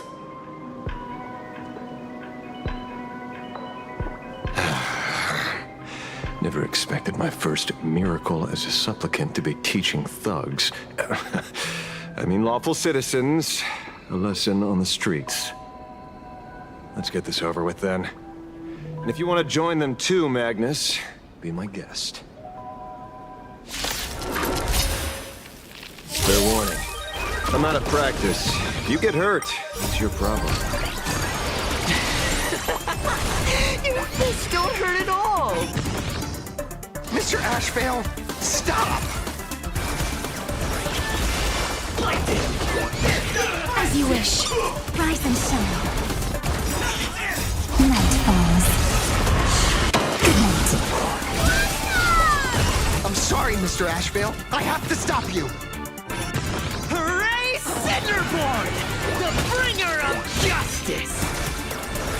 Oh, shut up! Dispel the gloom! Restore the skies! Return to dust. Ready for the west wind? Away we go!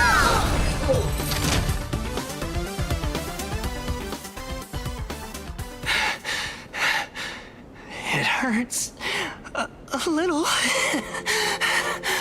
but I'm happy. There's something seriously wrong with you all. Enough! Are you really going to kill them? What's the matter, defender of the city? Are you scared? This is the real Phantasmoon Games, Magnus. This is the bloody truth under the mask of the Elations game. 15 years ago, at dusk in this city, the Herald of Death tore people apart, one by one. Did he ever stop to ask even once, is it enough? I know you want to make something out of yourself, like the Trailblazer of the Astral Express, and I know you want to catch the new Herald of Death and crush him like a bug, using the same methods he used against the Sinwish Syndicate. But here's the deal. It's not your duty. And the Ionic game sure isn't a TV show where you get to play the hero and save the day. You mentioned a conversion surgery earlier. Are you saying that all Society members underwent some kind of unknown modification? That figures. I was wondering why these people looked like they felt no pain at all. Humming along merrily even as they bled. Does this have anything to do with the surgery?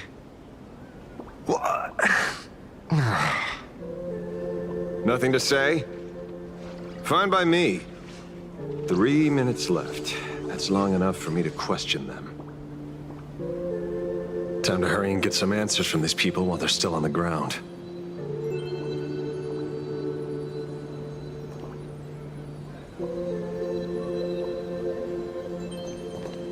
Hey, lackey, wake up. Pain should not exist.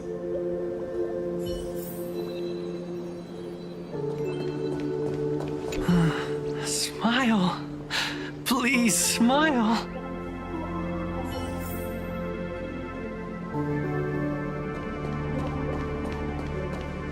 The laughter.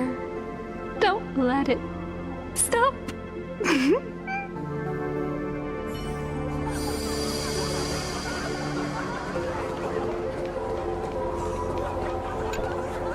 Those who suffer shouldn't exist.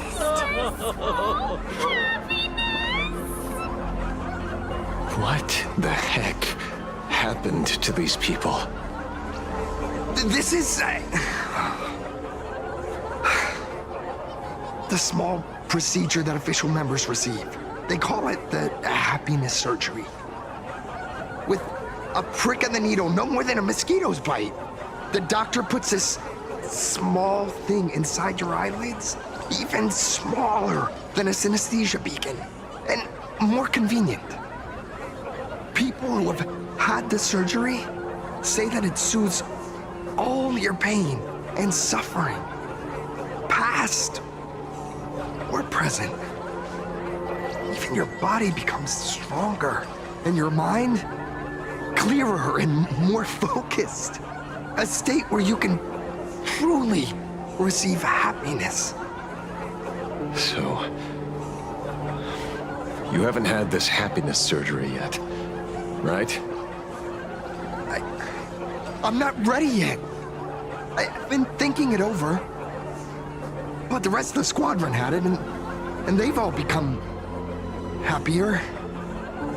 They say it's the necessary step to becoming a true superhero that safeguards everyone else's happiness. If I don't do it, then do I still deserve the name Cinderborn? Mr. Ashvale? What should I do? The surgery won't make you stronger, nor will it help you get your revenge. These guys on the floor are proof enough. Remember the hesitation and fear you feel in this moment, Magnus. If people simply erase their perception of fear and pain instead of overcoming them, then those people will never find true strength. Go now. I have some cleaning up to do.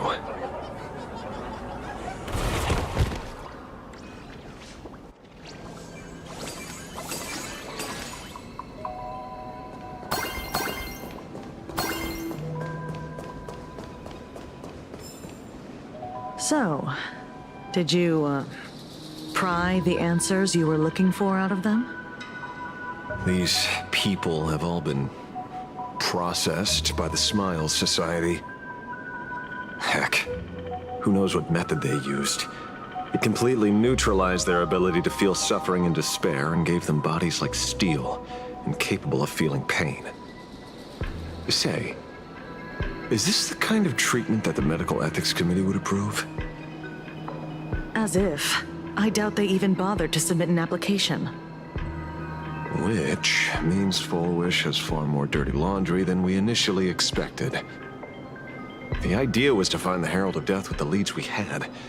But here we are, going deeper down an increasingly scarier rabbit hole.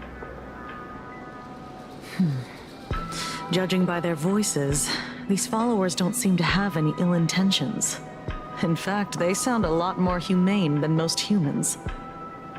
If all this has nothing to do with the Herald of Death, then it matters little to our investigation. After all, how they pursue happiness is their own choice. Wouldn't you agree? Are you serious, Kojima?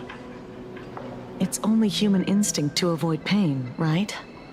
Such avoidance doesn't go against the laws of nature, nor does it legally constitute a crime when the party involved was a voluntary participant. Not a crime. Well, my instinct right now is telling me that this definitely has something to do with the Herald of Death. Unfortunately, Mr. Ashvale, we need evidence to solve a case. I'm here to follow my senses and dig up whatever's at the bottom of this. As for evidence, that's your headache. Besides, I don't think we need to turn over every stone to figure it out. If the new Herald of Death and 4.1 are connected, we'll be seeing another move soon enough. If I were her, I'd choose the brightest stage possible so this weapon could spread maximum panic.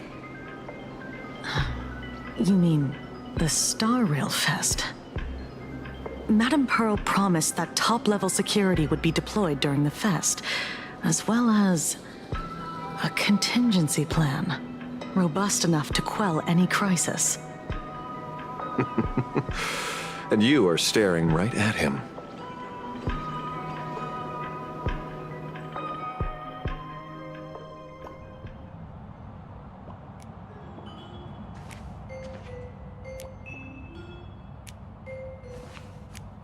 According to Sunday, the crow should lead me to Blade's whereabouts. Since it stopped here, that means...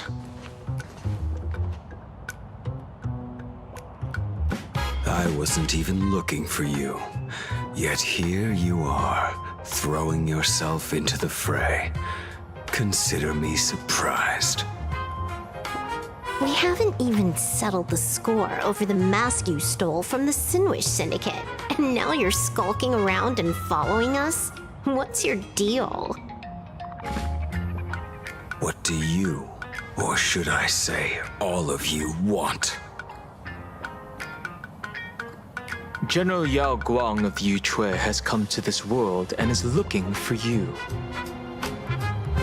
Dragons clash in the wilderness, their ichor dark and yellow. In her divination, you will become a slave to your own violence, bringing a catastrophic end to all. I am in that future as well.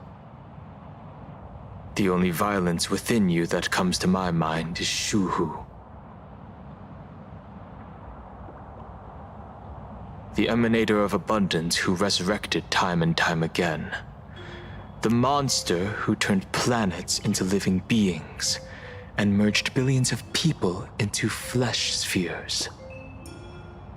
The Xianzhou fears that he is using your body to resurrect himself. So, what's your plan? Kill me again. Oh my, things are getting a little heated. Should I get you both slushies? Thank you. I'll pass.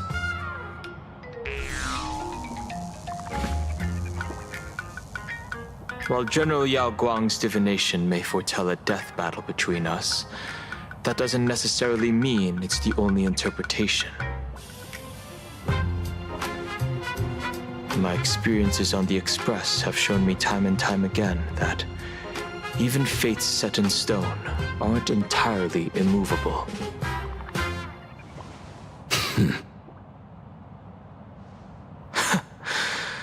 I have no intention of getting into a quarrel with you, but I need to make sure that the presence of the Stellaron hunters won't endanger my companions or the future of this planet. Thus, I must know your purpose here, Blade. What has Destiny's Slave written in your script? He stated this trip would be connected to death. Should I congratulate you? Much obliged. In my experience, it's best not to get your hopes up too soon. Prophecies rarely unfold the way you expect. However, the General's divination isn't entirely baseless. Ever since my arrival here, I have been feeling restless. There's another power here beckoning me. Is there another form of abundance in the world besides you? Perhaps there is more than one.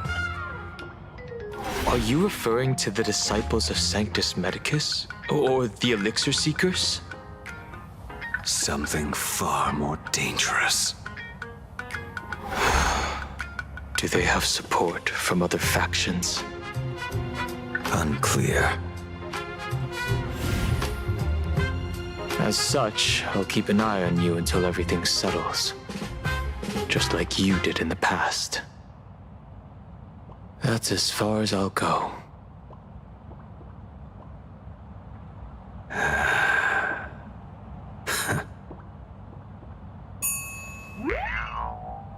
Did you two just agree to some weird collaboration before me? I'll leave that matter in your hands, Silverwolf. I don't get it. That good-for-nothing detective didn't even blink an eye before selling us out to Pearl. And you still plan on working with him? There are things only he can get done.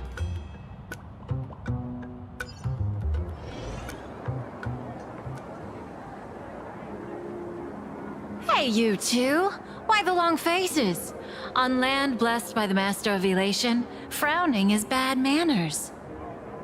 Come on, smile! Whether you're hungry or full, poor or rich, the laughter is with you.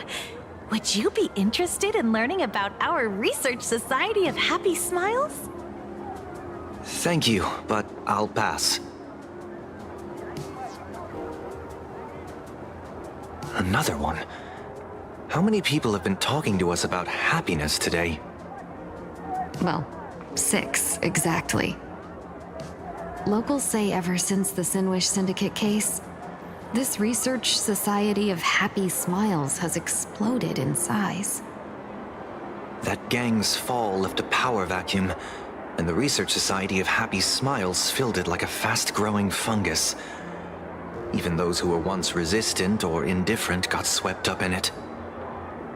I think I'm starting to get a better picture now. Is this, by any chance, tied to what you're preparing to do in the Phantasmoon games? Not only me. It might also be tied to the ominous fate General Yao Guang warned about. The one looming over this world. A few days ago, when I used the tuning power to help her intervene at SparxieCon, I caught a strange sound echoing in people's minds. A strange sound? Yes. Cheerful, happy laughter echoing in their heads. Oh, without those gangsters, this street's much cleaner now.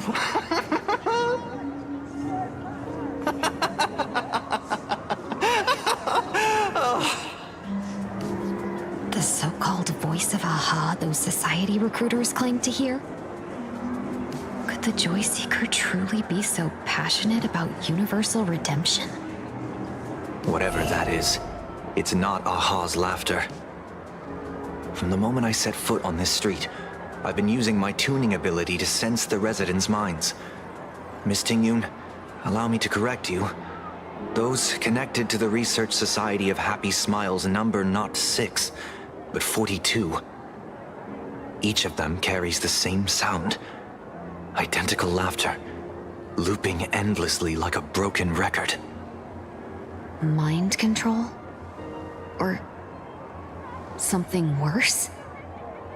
Are you trying to say that this is tied to the harmony? My apologies. I dare not make such wild assumptions. No, this isn't the work of any tuner.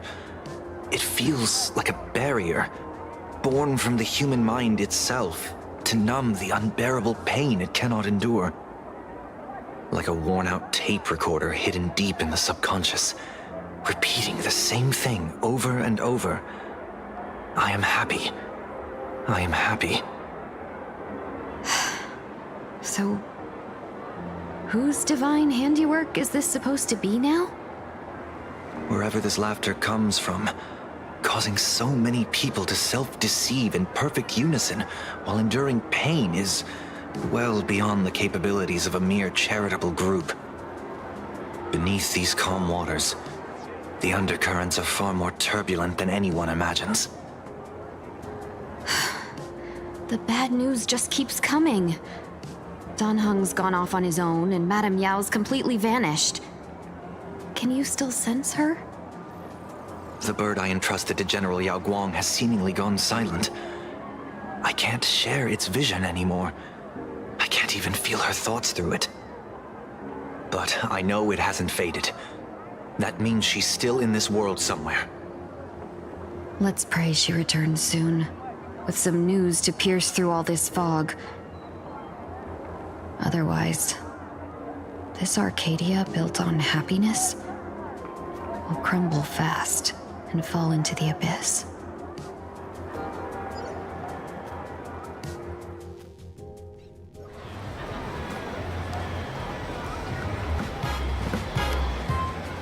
Blurry QR cult. That's an unusual name. Why would the author of Fluffy Across the Blue have such a pen name?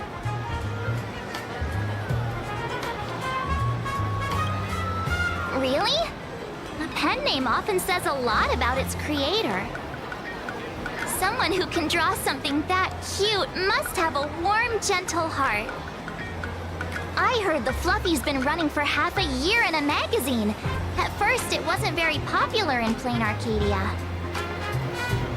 But after that memory bubble movie, A Holy Grail Stay Night, Old Odie produced, became a massive hit.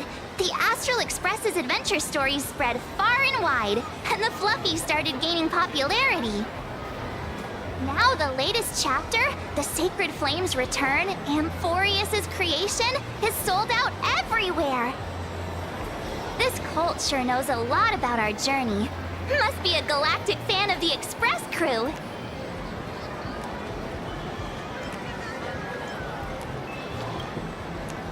Royalties? You're being way too practical. It's a comic where we're the protagonists. Someone's giving us free publicity. Can't you cut them a little slack? According to the address the Pearluxe employee gave us, it looks like we've arrived at a familiar place.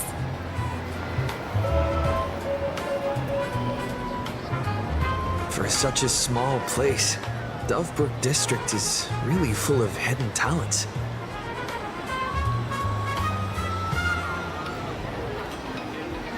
Turn left at the first intersection, then turn right, go straight for 200 meters.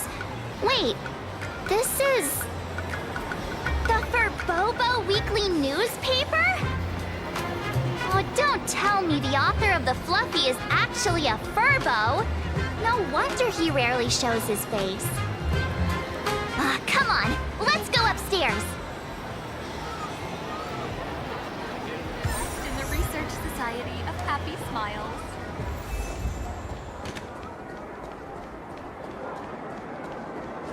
fluffy goes puff, puff, puff. Pom-pom's fur, extra fluffy stuff.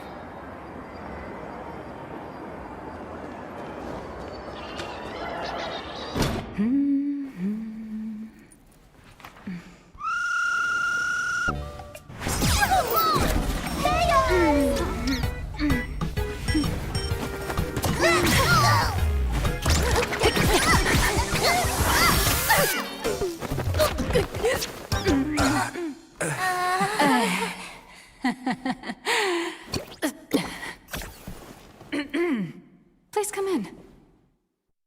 Let me guess. Your next line is... Why are you here?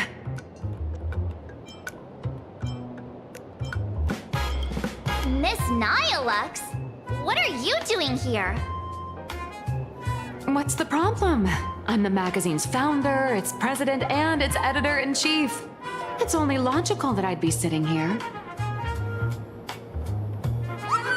A million?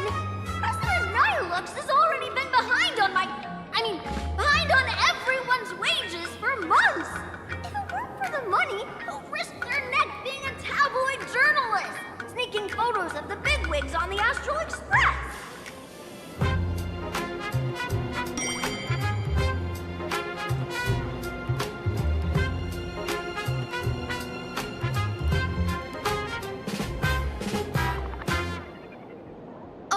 Who doesn't pay wages has no right to sit here. They belong in the underworld. Idiots. Without me, you'd all have been locked up in some Department of Aberration Defense painting prison long ago. And you still have the gall to demand wages from your savior. Have you ever heard of the sensational serial thief case, Phantom Furbomorph? It happened in the year 1996 at the Arcadian calendar. I'm sorry. I was wrong. I shouldn't have talked back. I'm sorry for being born a Virgo. Beep boop. Even if you've got dirt on us, making us work for free is way too ridiculous. We've had enough. We've overthrown the boss. We've got a new president now. Please stand up for us. Welcome, traveler. Furbo Hot Pot requires a reservation. Rumors are 10,000 credits apiece, and if you're looking to hire a hitman, just head right down the hall to the storeroom. Oh, or maybe... You came to meet the brilliant, charming, and universally adored blurry QR cult. Well then, truth be told, that person is actually...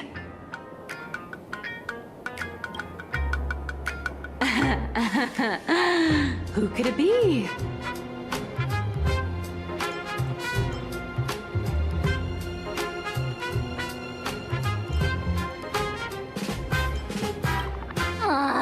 Even more non-existent memories.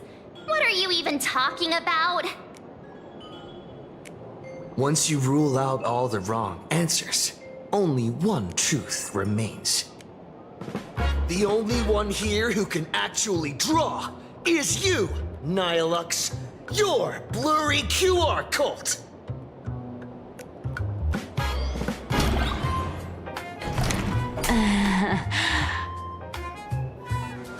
You saw right through me. As a reward for seeing through my disguise, how about an autograph or a photo? Allow me to reintroduce myself. I'm Pearluxe. You can also call me by my pen name, Blurry QR Cult. Aw, no wonder you were tagging along back at Pearluxe Tower, acting like you knew us so well. Wait... This blurry QR cult persona isn't a fake, is it? Identity is just a mask and a body. Real or fake, it's all in how you see it. At the very least, for now, there's no other blurry QR cult around who could show up at Star Rail Fest for a live signing and hype up the Astral Express, right? So, you already know why we're here. Just a little deduction, that's all. The news about Star Rail Fest is already everywhere online. Knowing how that perfectionist Madame Pearl operates, she's definitely pulling strings to make your collaboration a success. Naturally, having me step in was part of her plan. If that's the case, will you... That said, I'll have to respectfully decline. Not to brag, but Fluffy Across the Blue is ridiculously popular in this world. If tickets weren't limited, the line would wrap around the planet twice and a half. That's not a signing event, but a public execution, right? Yeah, that does sound pretty horrifying.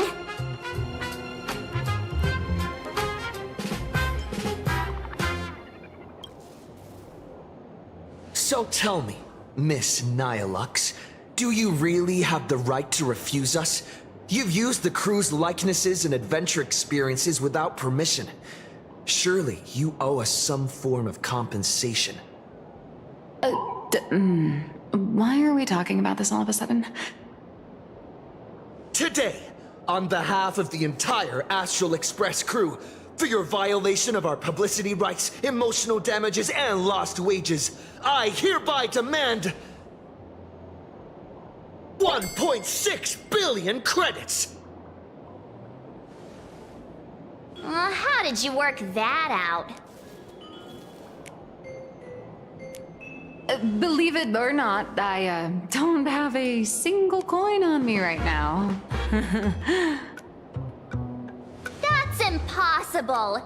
Just your royalties alone should have made you rich! Due to, unknown circumstances, my luck with money hasn't been great. But I get what this is really about. You're not only after cash, are you?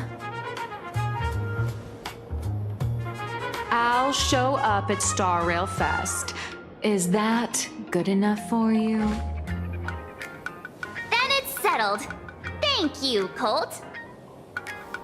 That said, I also hope the two of you, as the original inspirations, will take some time to familiarize yourselves with Fluffy Across the Blue before attending the exhibition, so you won't be caught off guard by fans' questions. Time to attend Miss Pearluxe's class. Please follow me.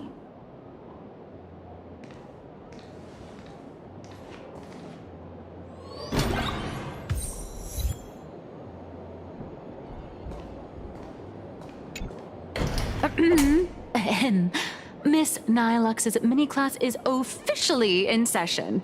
If you have any questions, feel free to ask at any time. Miss Colt, why did you pick the Astral Express as the theme for your comic? Well, I'm all about realism, but sadly, my previous works like Acheron's Godslay, Galaxy Ranger Saga, and dozens of others all got canceled. If you hadn't beaten Iron Tomb and boosted its popularity, this one would have been canceled too. Let's not ask sad questions, all right? Sorry. All right, pay attention. The cute little critter in the center of the image is Baseball Raccoon, the main character of Fluffy Across the Blue. Just recently, March Bunny and Woof Woof Dawn found him in a trash can. At that moment, a terrifying monster is causing havoc on the space station. It tries to spit fire at Baseball Raccoon, but the flames don't burn through the trash can. Instead, it sets the trash on fire, and the stench knocks the monster out. Miss Colt, why is he the protagonist? Readers today value immersion, and a character who has no memory of their past is, of course, the best choice. I don't know anything about my past either, so why didn't you pick me? Even though Little Raccoon joined the Express the latest, He's left behind so many stories across different worlds that there are even rumors in the Lafu's prison about him beating up alien life forms. With material this crazy, not making it the main character? I might disagree, but Aha absolutely wouldn't.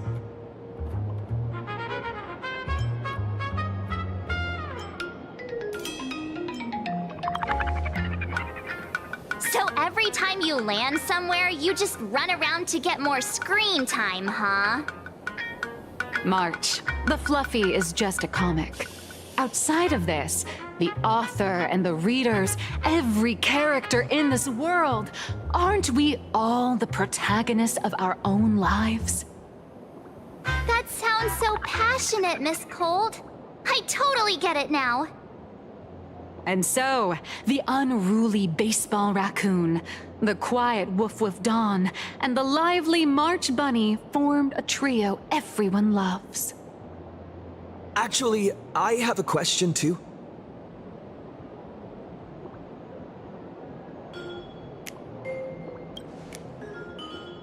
Ever since I got punched in the face by sales numbers, I've grasped a universal truth.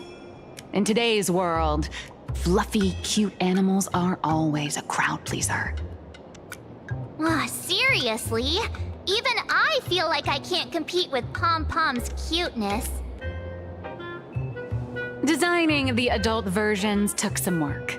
After defeating the monster, Baseball Raccoon accepted an invitation from the other fluffy animals and boarded the Fluffy. Here, the protagonist meets 3 big animals with distinct personalities. First, the adorable and universally loved conductor, Pom Pom. Beside them is the elegant navigator, Miss Hime-Cat. I know! That's Hime-Cat! Her original inspiration is Himeko. Oh, please don't tell her! And the big brown dog on the other side, see? His name will shock you. That's right, he's... Mr. Yang! Just Mr. Yang. Your taste in naming is indeed extraordinary. Anyway, the 6 fluffy little creatures boarded the Fluffy Express and set off on their journey. As for the plot, it's pretty much the same as what you've all experienced, just with a bit of artistic tweaking to suit Planarcadia's audience.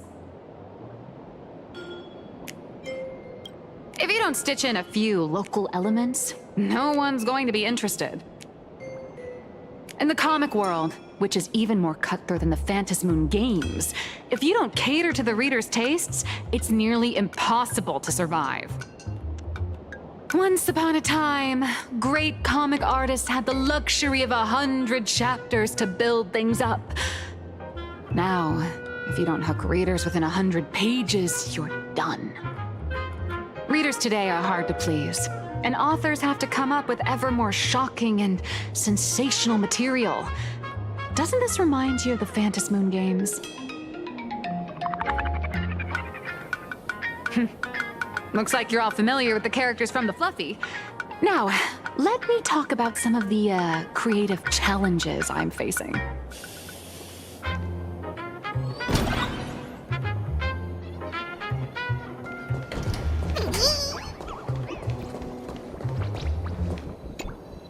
So, what do you see on the Fluffy stands? It's him, turned into a cute little animal?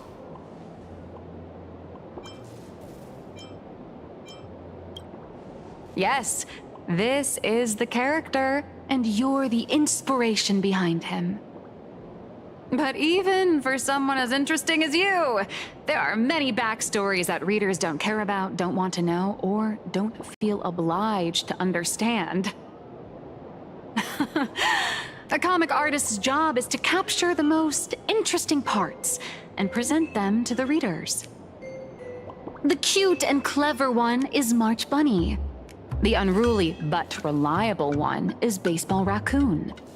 This is what we call a concrete archetype paired with an abstract character. And the abstract side of a character will only be further simplified in the eyes of the readers. So, how do you think the readers across the universe view you nameless?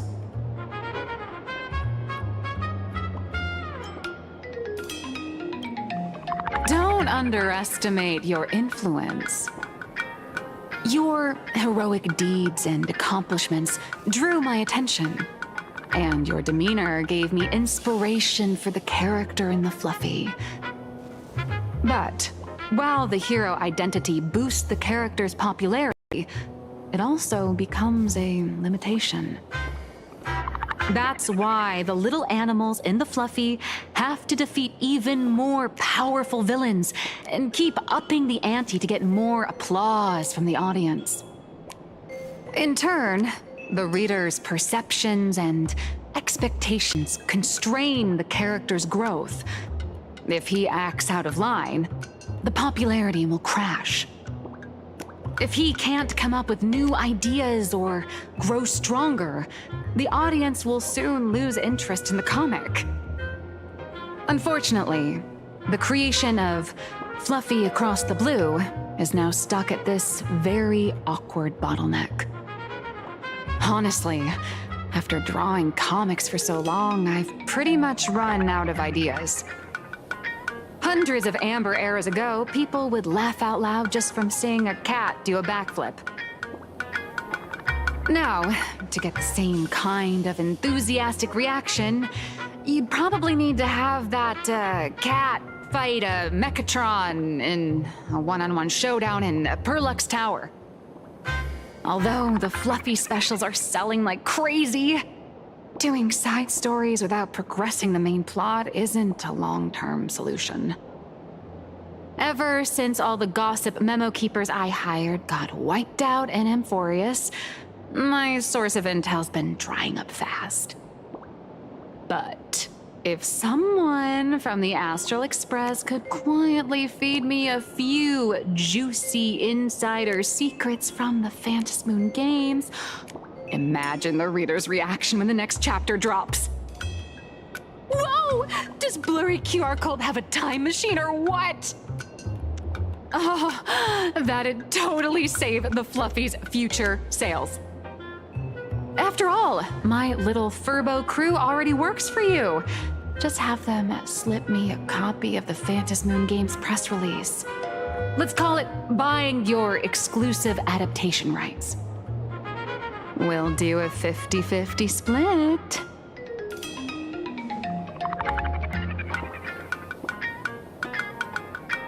I've already figured out how to spend the royalties. First, I'll buy Pom Pom 10 new outfits, then get Himeko a brand new coffee machine. And after that... All right, since we've got the profit split sorted, looks like my creative block won't last much longer. Just wait for my appearance at Star Rail Fest. Star Rail Fest, a grand event that gathers millions of eyes and an inordinate amount of wish power. And under all that attention, the dark forces coveting the Master of Elation's blessing are bound to surface. Heroes and devils dancing together in Planarcadia. Tell me, is there a better source of inspiration than that? My hero, don't let us down.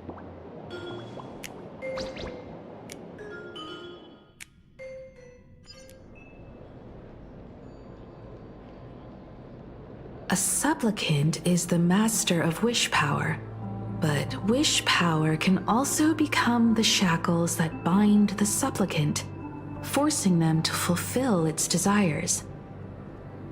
Love and hatred are alike. Dependence resembles fear. What commands wish power isn't only love, but also hatred. Thank you. These notes will really be a big help to him. Good. I'm so glad to be of help. For generations, many members of our family have attempted to enter the Phantasmoon Games, hoping to rely on the Aeon's immense power to lift the curse afflicting the Graphia bloodline. Some came close to the mask, but could only watch as history passed them by. Others wore it, only to fail in the end. That was until 400 years ago, when your great-great-grandfather Hero won the Phantasmoon Games and successfully gained an audience with Aha. But the family's curse was not broken. In his notes he wrote, "Just as the god of destruction cannot cradle a bouquet, so too is the god of elation powerless against a curse. Such is the cycle of cause and effect." Father, are you wondering what it was that healed me? I know you're keeping something from me. But I don't care what cured you 15 years ago. As long as you're alive, I can wait until the day you're ready to tell me. Still, as a father, there are things I must say, even if you don't want to hear them. As an artist, I'm fascinated by fleeting lives. How they struggle, suffer, and in doing so, reveal a brilliance worthy of time's memory. But, as a father, I can't stand by and watch my daughter walk into tragedy. I bless you to be a hero, to welcome the same end as Akivili. Those are words I could never speak. The road ahead is shrouded by uncertainty, and that's why someone must take the first step to trailblaze a path others can follow.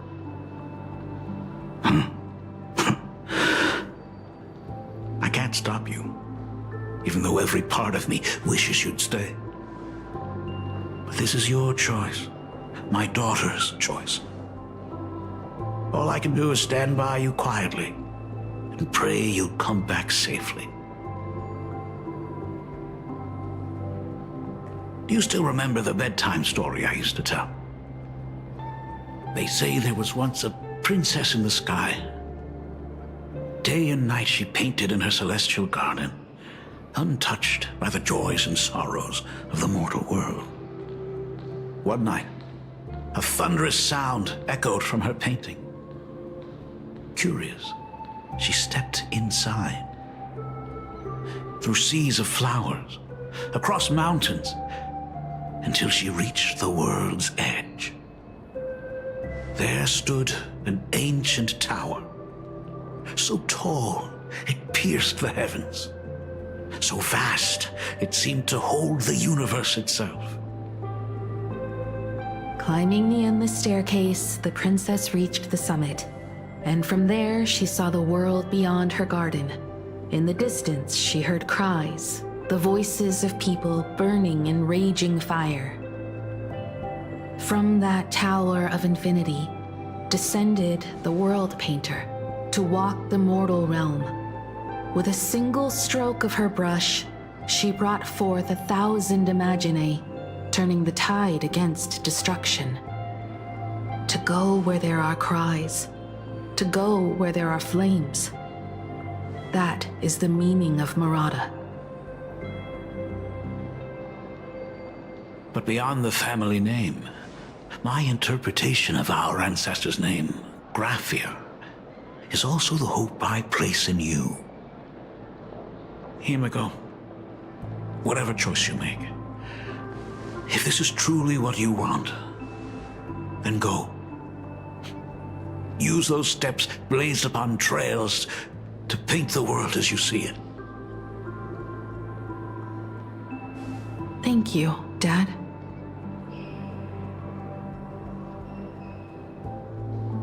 By the way, how's your health? You haven't picked up any bad habits like smoking or drinking while I was away, have you? As the Dean of Graphia Academy, I still have to set a good example for my students. It's just, my tendinitis keeps acting up. My herniated disc is getting worse. Himeko, how long will you be staying? At least until the lunar cycle shifts. I'll stay here in Planarcadia until then. I see. If only the Phantom Moon could stay full forever. Himeko, safe travels on the trails ahead.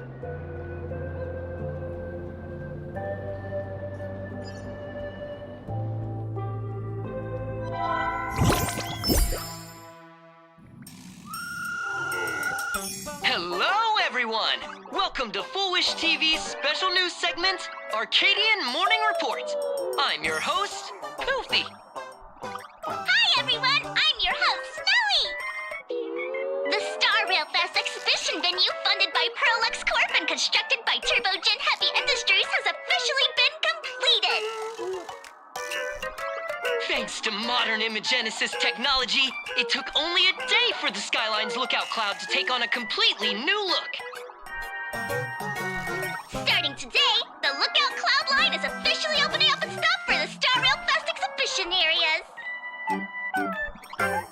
The exhibition areas opening on day one include the Belobog area, Sianjolafu area, and Penacony area, showcasing the legendary adventures of the Astral Express. The Infurious area, which is currently under construction, will open in due course. For this event, Pearluxe cordially invites several crew members of the Astral Express to visit and be interviewed, including the Trailblazer, who recently joined the Phantom Moon Games as a Supplicant. That is certainly something to look forward to. I heard Pearluxe has also invited Blurry QR Cult, the author of Fluffy Across the Globe, for a signing session. It'll be the first time the author reveals their true face in public. An exhibition to gather wish power. Now that's an interesting scheme. Leave it to Pearl to come up with such a bizarre idea.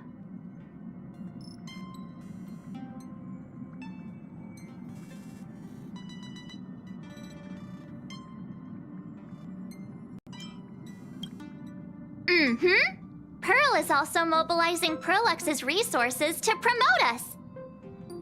When I talked with Pearl, I shared with her the idea of becoming a sail, advancing and retreating together. This collaboration could truly bring out the best of our respective strengths. Sometimes I wonder if Jade invited us here with the intention of giving her colleagues a winning edge in the Phantom Moon games. For Pearl, this Ionic game is probably also a good opportunity to observe and study the way we operate. Though, compared to our usual opponents, this Intellitron executive is a surprisingly rational decision maker. Her proposal for cooperation seems more trustworthy than most. It's not rationality that concerns me. It's the irrational factors. Exactly. News of the Dovebrook bloodbath has already blown up online. The Department of Aberration Defense tried to clamp down on the rumors, but plenty of people are still linking it to the Herald of Death from 15 years ago. With such a large crowd gathering there, this exhibition could very well become a target for the new Herald of Death. Pearl must have contingency plans for situations like this, right? That old guy? No way! Whatever Pearl has planned, we must consider the possibility that the Herald of Death might attack the venue. We won't just be there to showcase the Astral Express to the people of this world. We'll also need to stay on high alert for any suspicious activity. It's about time. You should get going.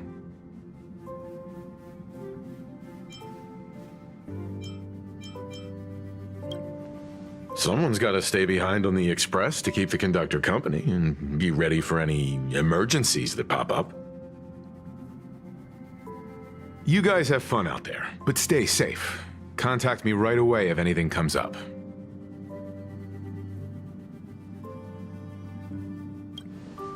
They're both out on a mission with General Yao Guang. Dan Heng is tracking Blade's whereabouts, while Sunday is working with Miss Ting Yun. Both of them are tied up. Looks like they won't be able to make it to the exhibition this time.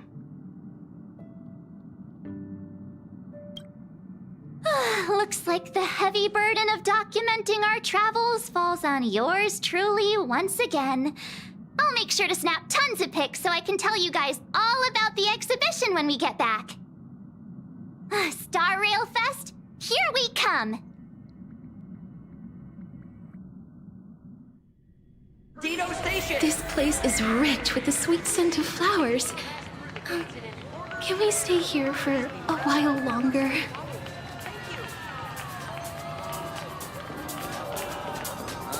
My head hurts whenever I look at how... Passengers heading to Star Rail Fest, please prepare to board. Oh, if it isn't the heroes of the Astral Express! Oh, the trains have been placing bets on who will get to escort the Nameless to Star Rail Fest on opening day. It's such a super-duper Arcadian honor. And can you believe it? Turns out I'm the lucky one. Oh, I could already feel everyone's enthusiasm turning into waves of wish power along the way. No wonder everyone's running around with such high spirits.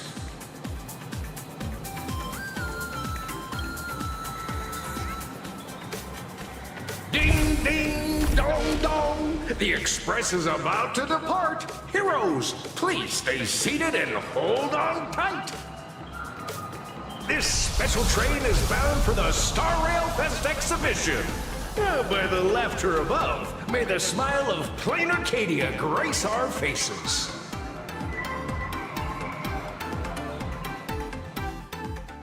Scout Cloud Line. Thank you for riding with us today. May the laughter watch over you, and please enjoy your journey. Oh, wow! The exhibition entrance is packed with Express fans! Care of your personal belongings. Hurry up! Hurry up!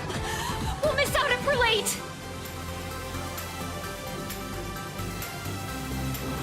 Are those hired cosplayers over there? Feels like the Express crew. Chat! I've made it in safely! For those who couldn't get tickets, you can catch the entire fest through my live stream today! Next to me is my partner... wait, what are you doing? 'Tis I, Cold Dragon Young, Dan Heng. Where'd you get that mask from? It looks so weird. Such trifles matter not. What doth matter most is securing the autograph of Master Blurry QR Cult upon this book of mine. The signing event hasn't even started yet. Besides, Sanjo people don't talk like that. What's our motto? Stars we soar! The Express is our home! One crew, one heart! We'll never roam! Wow! That's some next-level fandom energy! Astral Express! We love you! We love the Trailblazer! Mark 7! And on! Astral Express! We love you! We love the conductor! Himiko and Wells! Oh, shh, this isn't Amphorius, you know. Watch what you say. The family's got ears everywhere. It's best if we keep quiet about Mr. Sunday while we're out in public. Want to take a photo together, Himiko? No, thanks. I'd take tense negotiations with Pearl over getting mobbed by my own fans any day. Who'd have thought there'd be social situations that even Himiko's afraid of? If Dan Heng and Mr. Yang were here, I can't even imagine the looks on their faces. What a sight. Truly.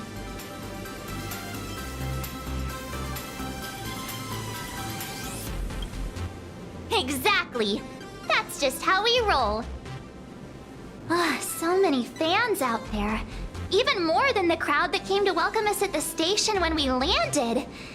It's kinda going to my head. Oh, hold on. That's not good. We need to be on high alert. Who knows if that supplicant is hiding in the crowd, plotting something against us and our fans. So, I'm gonna brave the danger and check things out myself.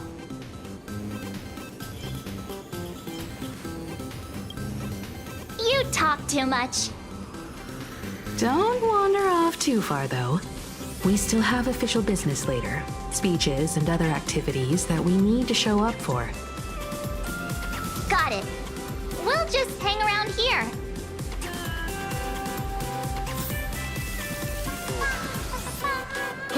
That express boy is here! Quick, get ready.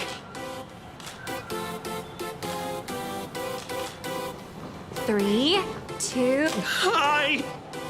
Trailblazer. Sorry to bother you. We're with Full Wish TV.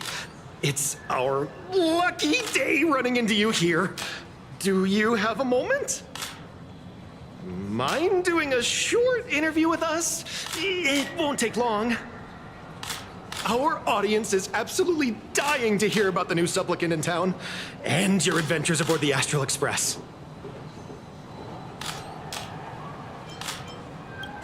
No problem. But let's keep the interview brief, since the organizers might have other plans for us. First question. Seeing as Planarcadia was the starting point of the Express's new voyage, how would you describe your impressions of this place? Planarcadia has left quite an impression on me. An ancient world that somehow feels so modern, so vibrant and colorful. Everyone's chasing the latest trends, looking for fun. I'd say this place is more like a never-ending carnival. Interesting! Throughout the history of the Phantasmoon games, it's been extremely rare to have such a renowned cosmic figure as yourself participating. As the Astral Express's supplicant, what kind of changes do you hope to bring to this world in these games?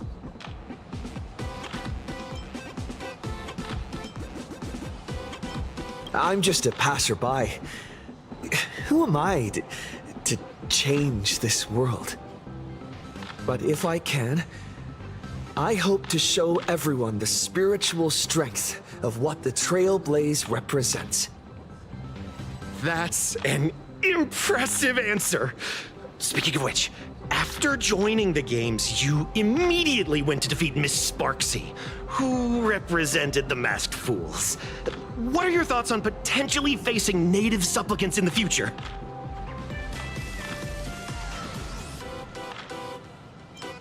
Sparxie gets her kicks through chaos and madness. That kind of out-of-control elation is way too dangerous. As for the other native supplicants, as long as they don't make the games dangerous, I'd rather cooperate with them than defeat them through violence. Speaking of local supplicants, we've noticed that Star Rail Fest is Pearluxe Corp's way of rolling out the red carpet for the Express. There are rumors that the IPC is also sponsoring the Express. So, I have to ask, are you representing the Express or the IPC in these games?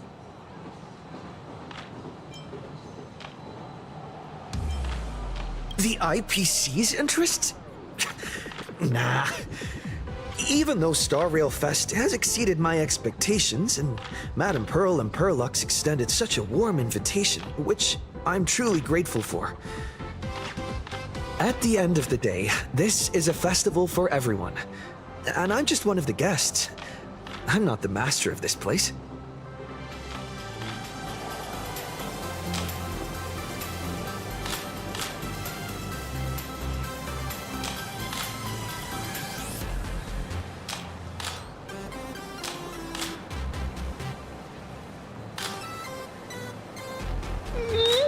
Thank you for your valuable time. We won't keep you from your plans at the exhibition any longer. What a No worries. This material will do just fine. I can't tell you who sits next to me. Wow! With that outfit, you must be cosplaying as March Bunny. Am I right? The accuracy is just insane! Yeah, just like the original.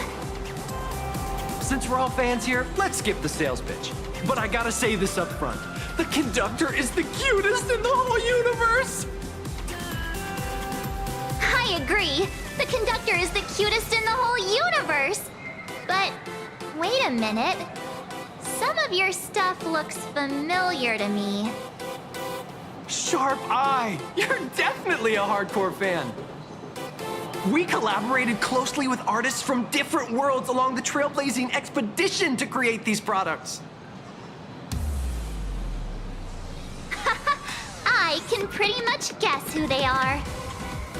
I may not be that talented or have the artistic skills of a master, but I've written some articles and gained a bit of popularity in the fan community, so while I'm here at the booth, I thought I might as well do some self-promotion.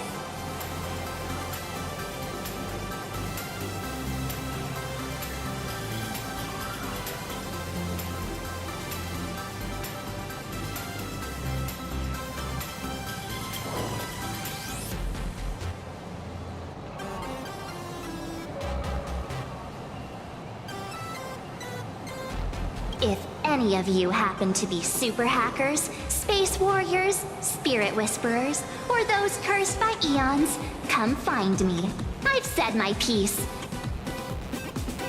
Looking for a sense of truth in fictional stories is just human nature.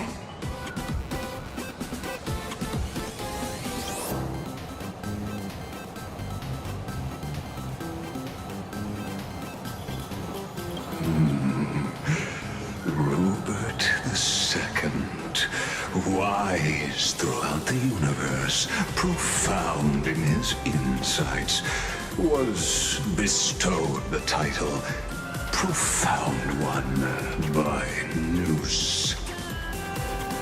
If it pleases you, my king, we shall storm the throne and snatch that bloody seat from Rupert the First. Among the countless stars are whispered the secret chronicles of Rupert.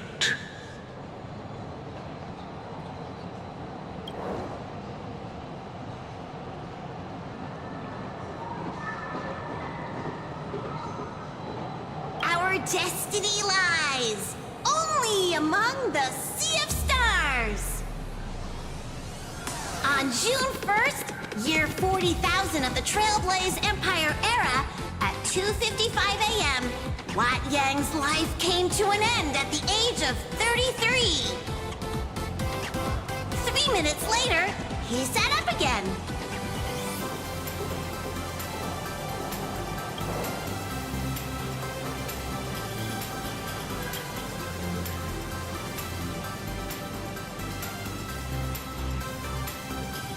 I'm sorry, Kafka.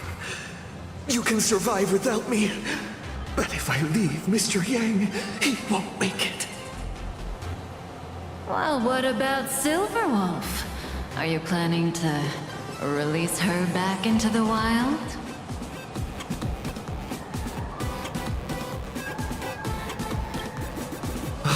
The folks here seriously don't hold back. Nothing's off limits to them. Buy one item, get a free novel! It's a venue-exclusive deal!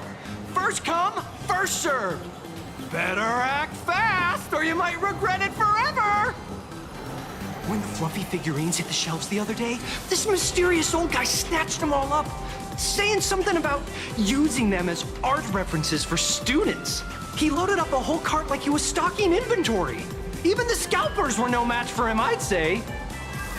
Not long after he left, A girl with bunny ears came to buy figurines too. She was clearly a collector, buying complete sets of everything. Then she discovered that in every collection she wanted, there was one Hemacat missing. That old man bought all the Hemacats! Oh, that's horrifying! I can't let this happen to me! I have to make the best use of my wallet while things are still in stock!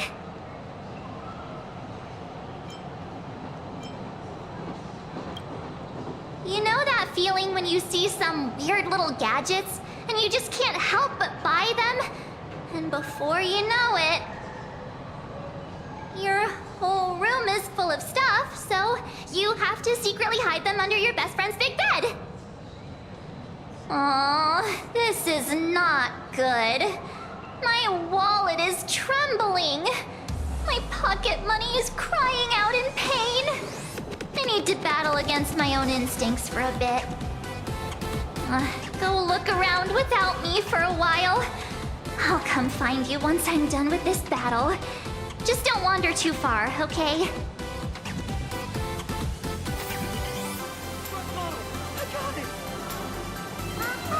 Hey, little raccoon. Over here? I'm right here. Nice to see you again, little raccoon. You're lucky you haven't been completely swarmed by fans yet. Here you are, the original inspiration for the Fluffy's main character, fresh as a daisy, yet no one recognizes you. Talk about irony. Don't tell me they think you're just some cosplayers. Oh, come to think of it, that's actually quite possible. Shh! Keep your voice down! I'm afraid of being swarmed by rabid fans. It's honestly heartbreaking that the organizers only gave me this dinky little booth. I was hoping for something more prominent, Like a spot on the main stage or something.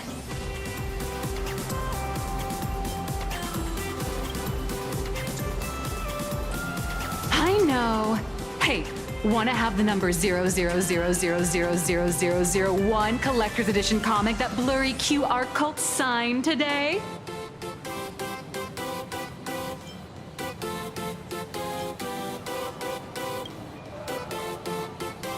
Ever heard of wishful thinking?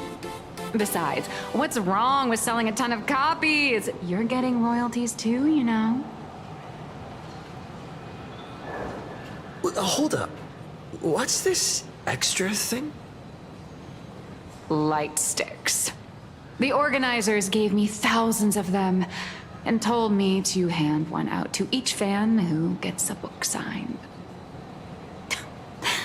They really know how to push someone around. I wanted to give them a piece of my mind. Am I not the world-renowned author of Fluffy Across the Blue, the great blurry QR cult? Who exactly do they think I am? Chopped liver? But you're right. This is Star Rail Fest. Today, I'm just a side character. Anyway, it's about time to head to the booth and meet up with the staff to start the signing session. I won't keep you from enjoying yourself any longer. Bye-bye.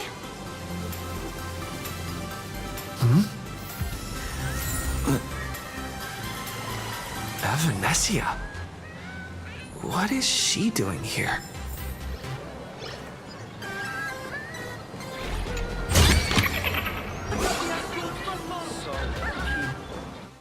Target confirmed. Mine's ready. Toast on face. Avanessia, rolling out!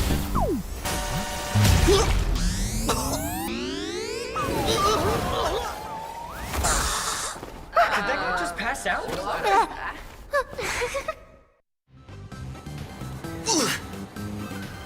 I'm so sorry.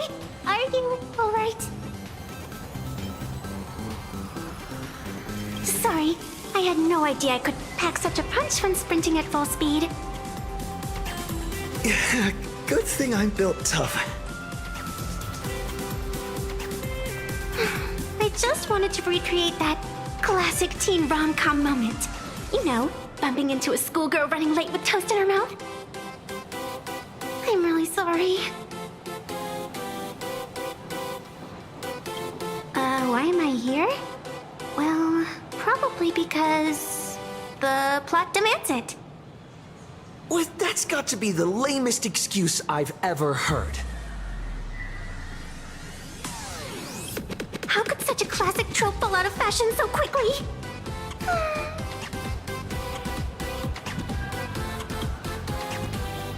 Hey, I helped you out during the Phantasmoon Games, didn't I? Is it really fair to glare at me like I'm some kind of villain?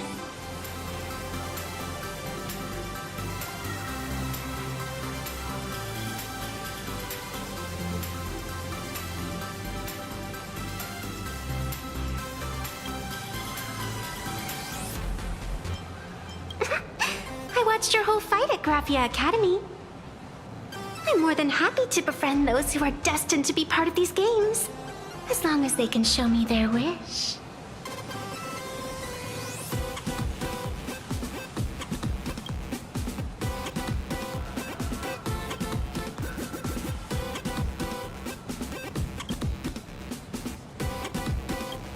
Of course not! That mask has already been imprinted with the shape of your soul. Even if I took it back, it wouldn't be of any use to me. An old friend of mine once taught me how to draw. And as it turns out, I'm a natural. If you call those lousy doodles you made when drawing the mask talent. I'd always wondered if something I imaginated could actually fool the Phantasmoon's eyes. See? This temporary ticket I gave you shows great promise. Proof that my artistic skills have leveled up. Speaking of which, shouldn't you show me some gratitude?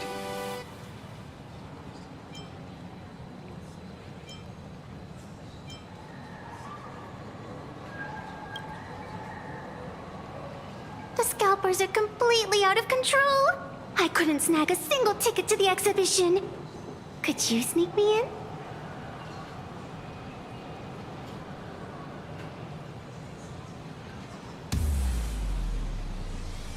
She did help us out before. But as a dignified nameless, how could I do something as helping someone sneak in without a ticket? After all she's done for us, you're gonna be stingy about a tiny favor? Besides, since when were we such paragons of virtue? I sure don't remember any of that.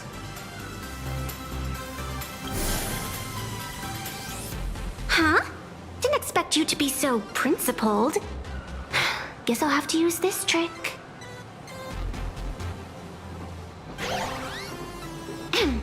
Little raccoon, I've actually been a huge fan of yours all along. From the very first page of The Fluffy, Volume 1, Chapter 1, I was already captivated by you. That afternoon, as I passed by the Graphia Academy building, I caught a glimpse of you by the window. Right then, I knew my heart had been stolen, and nothing else would ever make me feel so alive again. Getting to share a few happy moments with you at this exhibition, that's all I could ever ask for in this lifetime.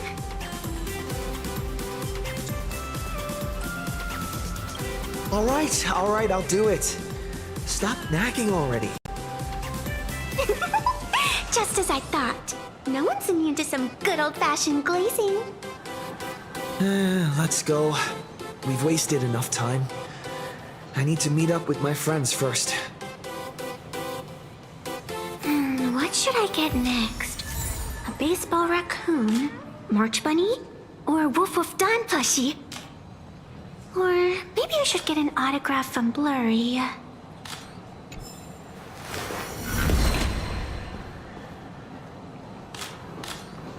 So many people.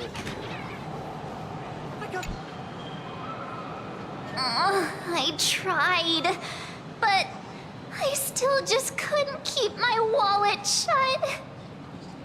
Wait, that girl behind you looks kind of familiar. Have we met somewhere before?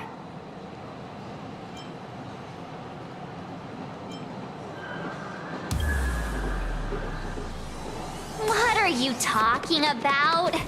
I've definitely seen her. I think it was at Graphia Academy? Whatever. It's not important. Wait a sec. Isn't this March Bunny from the Fluffy? Oh, the attention to detail is insane. Especially those ears. I'm a fox. A fox. Let me introduce myself. I'm Evanescia. Just a normal fan of the Fluffy. You must be the inspiration for March Bunny. You're way prettier in person than in the news. March Bunny, I've actually been a huge fan of yours all along. From the very first page of Volume 1, Chapter 1, I was already captivated by you. Getting to share a few happy moments with you at this exhibition, that's all I could ever ask for in this lifetime. But I can't even get a single ticket, so I can only stand here, gazing up at that world from afar.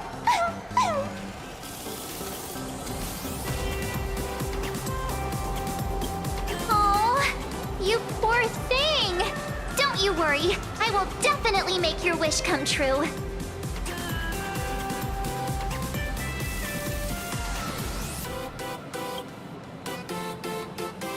It's like our souls just clicked on a cosmic level. You wouldn't get it. Such an adorable little fox girl could never have any bad intentions. It's not like she's another Fantilia, right? Besides, this place doesn't even have any Stellaron or Ambrosial Arbor. Don't worry, Nessia. Just leave it to me. That's great. Thank you so much, Miss March.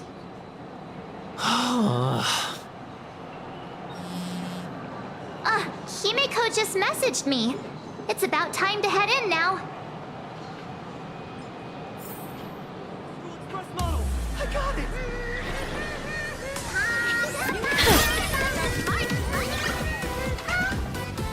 Wow, if it isn't Trailblazer and March 7th! Such incredible cosplay accuracy. Out of all the people trying to sneak in disguised as the Nameless, you two are definitely the most convincing. Have you considered the possibility that they might be the real deal? And how inappropriate it is to ask our distinguished guests for tickets! Hello there! We meet again! HQ arranged for me to wait here and welcome all of you. Miss Himeko has already entered the venue. Mr. Trailblazer, Miss March 7th, and this is... She's,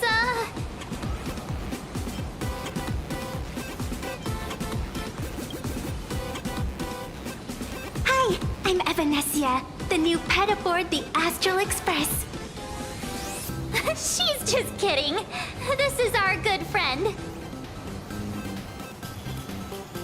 Since you're friends with our guests here, I guess it's all good. Come on in.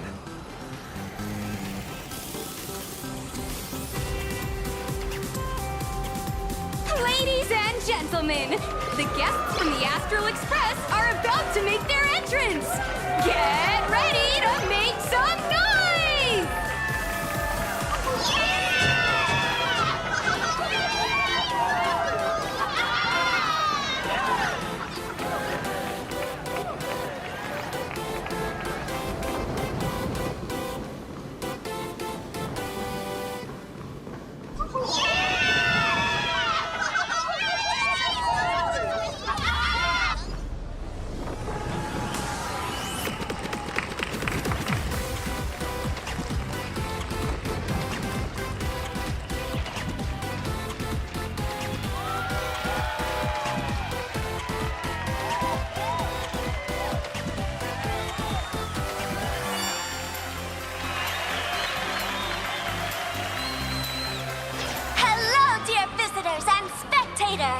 Before we officially kick off the Star Rail Fest exhibition, I'd like to thank our host, Pearluxe Entertainment, as well as extend our gratitude to Blue Industries, Turbogen Heavy Industries, and Full Wish TV for their collaborative support.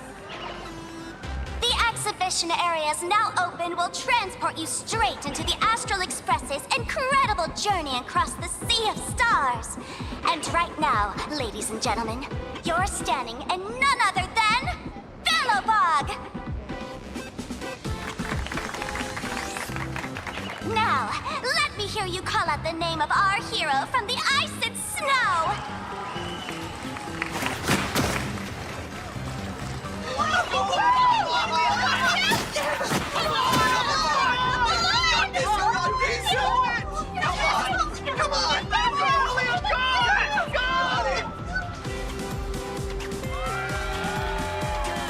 When I grow up, I want to be the Supreme Guardian and turn into a frost giant to fight those rampaging super ancient weapons.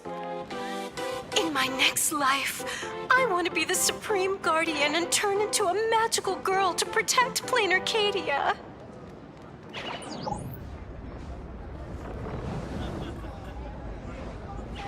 Wait, this isn't right. Why is everyone supporting Cocolia?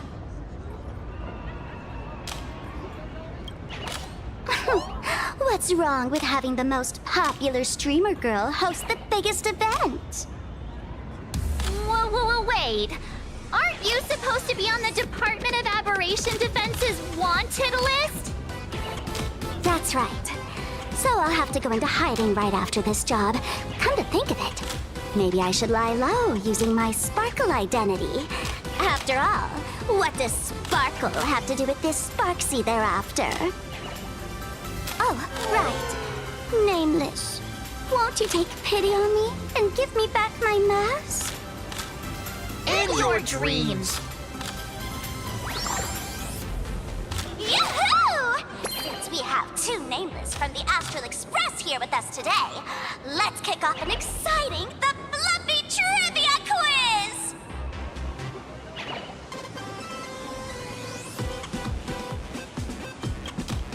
Here's your question. In the final chapter of the Fluffy's Bellobog arc, The Supreme Guardian's Bond, what did Cocolia summon to fight by her side? Oh, the Guardian wand that could transform her into an ice giant? Ding ding! That's correct! Well, looks like this young lady here is quite the devoted reader of the Fluffy, answering even faster than the Nameless.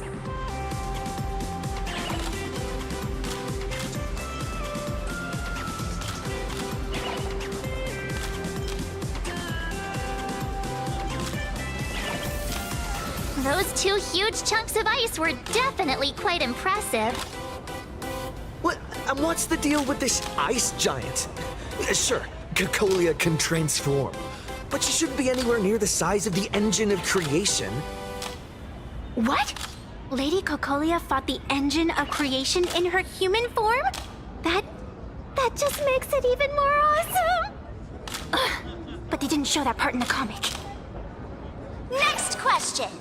Before Cocolia was frozen in ice, what did she give to Baseball Raccoon?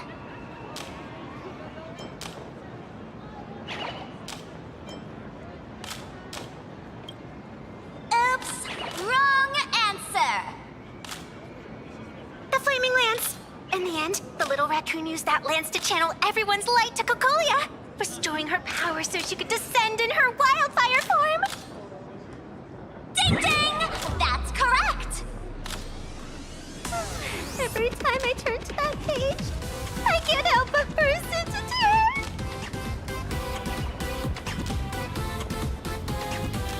tears! Actually, I inherited this flaming lance from the previous Supreme Guardians when I got stabbed right through the heart. What are you talking about? In Bellobog's final battle, wasn't it like this?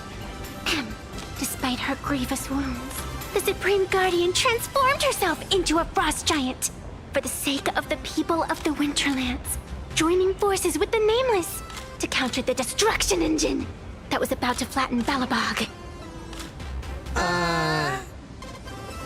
So the Fluffy storyline follows the official Bellobogian narrative? Wait, is that not how things went? Could you at least spill a little? Just a little. I see. If the truth about this were to be revealed to the people of Belobog, the hard-earned peace would crumble, wouldn't it? Nessia, please keep this a secret. Of course, my lips are sealed. But I have to say, I'm surprised that even the heroes of the Astral Express can tell lies.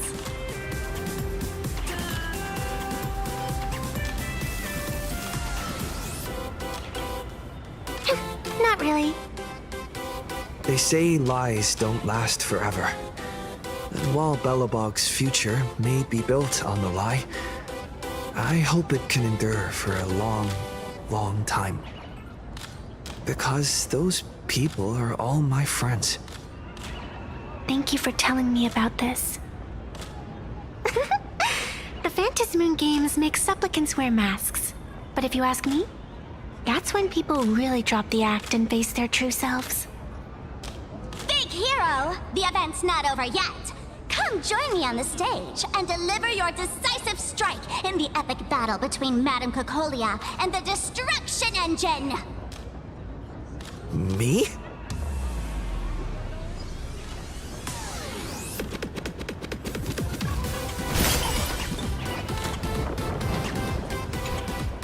Madame Cocolia is in crisis!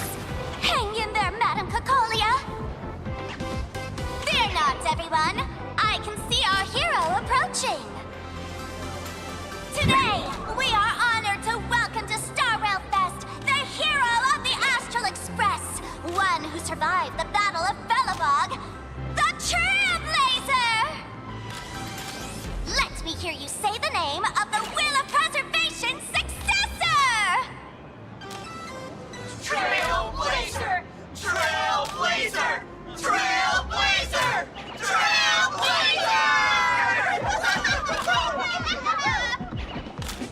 Come on, warrior from beyond the sky!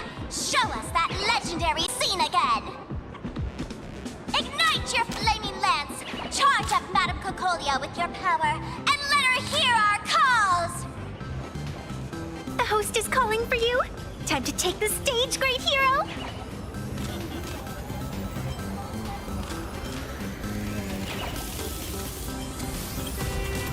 Oh, that's not fair! I don't use a flaming lance! Reenacting a legendary scene right here. Oh, good thing I'm not the one up there. Big hero. You're gonna shout that line when you ignite it, right?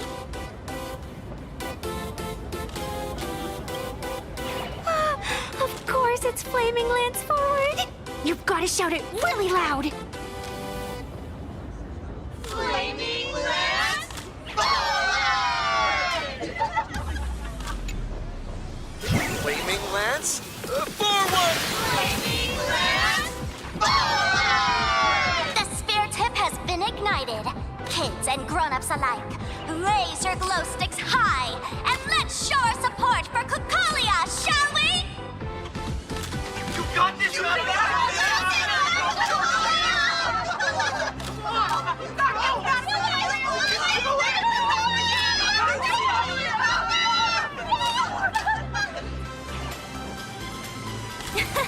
Seeing everyone so fired up makes me want to join in on the cheering too. You've got this, Madame Cocolia! Don't give up, Madame Cocolia!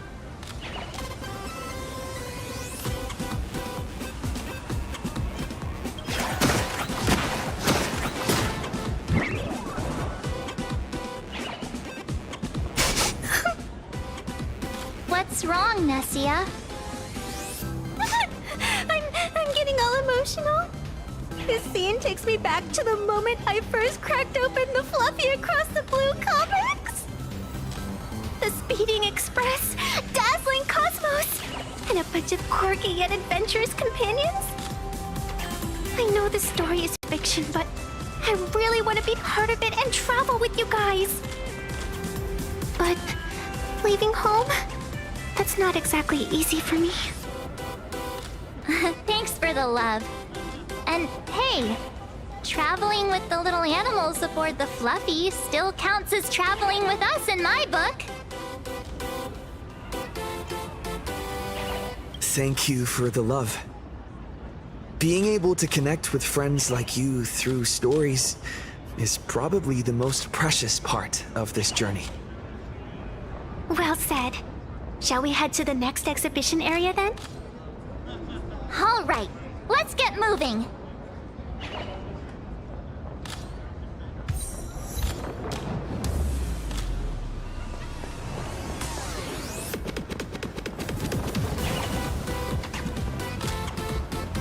Welcome aboard the Fluffy Shuttle Express! Together we'll trailblaze into the future!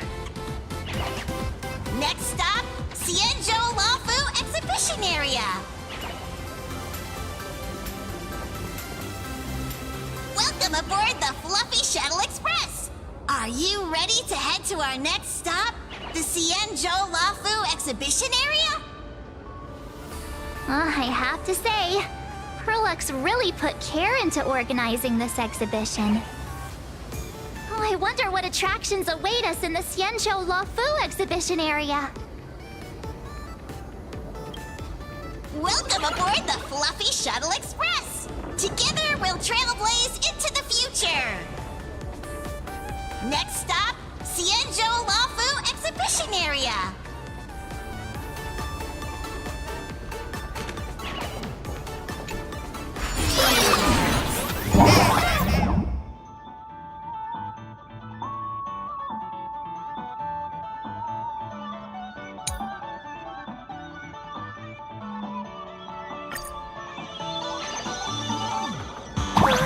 The audience is brimming. Welcome aboard, passengers! The Fluffy Shuttle Express is about to depart. Next stop, Xianzhou Lafu Exhibition Area.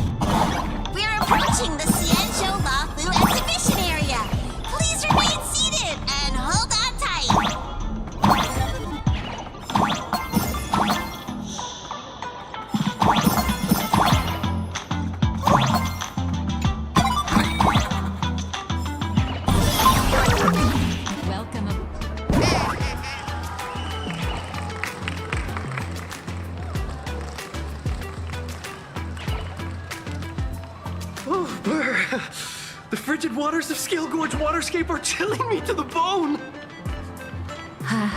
Why is there so much water in the exhibition area? Did a pipe burst or something?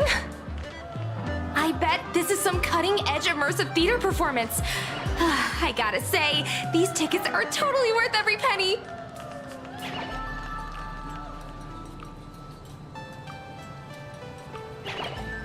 Based on what we saw in the Bellabog area, the Fluffy's adventure on the Xianzhou should be... Ah, I got it!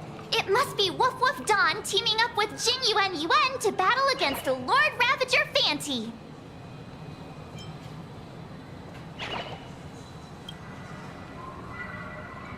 I'm so jealous that you guys still get to experience the joy of seeing the Fluffy for the first time. Well, it's fine, because this means I get to show off all my knowledge about the Fluffy. When people talk about the Astral Express's most memorable moments in the Xianzhou War, it can only be the epic fight, the triumphant return of the High Cloud Squadron!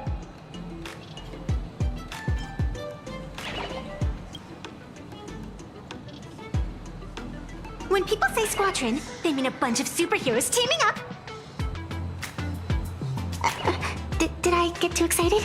Sorry. I really got carried away. Not at all. I'm guessing this High Cloud Squadron must be referring to the Xianzhou's High Cloud Quintet, right? Did a memo snatcher steal my memories? When we fought Fantilia, did we really have that many people helping us? 5 at once?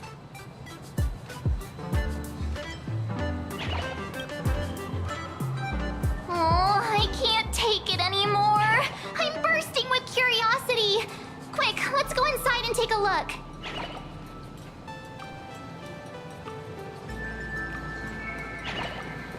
The Express family living the best life? Why do all the reporters from Boba Weekly look so... What an exquisite Xianzhou outfit!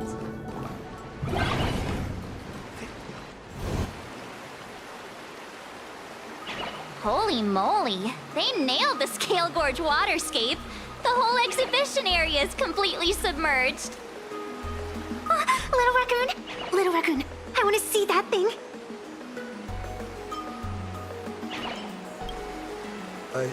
Rending my form setting free, a thunderous roar, a symphony.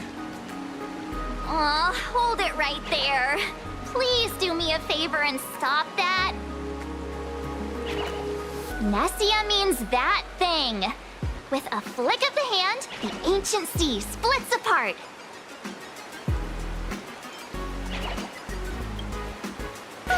Wolf of Dawn, I've actually been a huge fan of yours all along. From the very first page of Volume 1, Chapter 1, I was already captivated by you.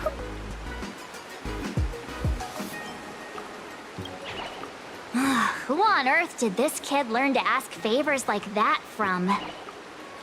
From March Bunny in the comic, if you must know. What? This is absolutely the biggest personal attack on me ever! Never mind. I'll go ask someone about what's going on.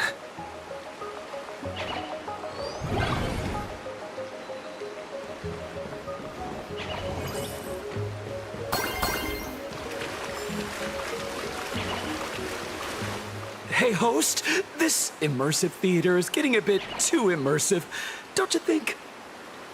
Ugh, it's been almost 20 minutes. Where's the actor who's gonna split the sea? That's right. The script for this exhibition stage play was written under the guidance of the Xianzhou's legendary literary master, Mr. Cien.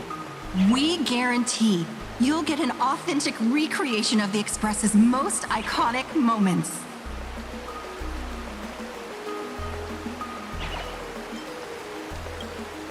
Oh, it's you! Trailblazer! I don't know what happened, but water just started gushing out everywhere. Please, save this exhibition area like you saved Scale Gorge Waterscape before.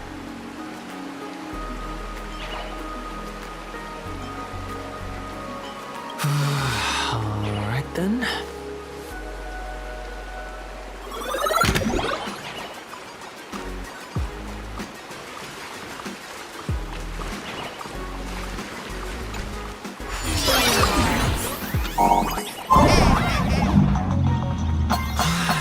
I come to sightsee. I do hard labor. I fix these pipes. All for the audience.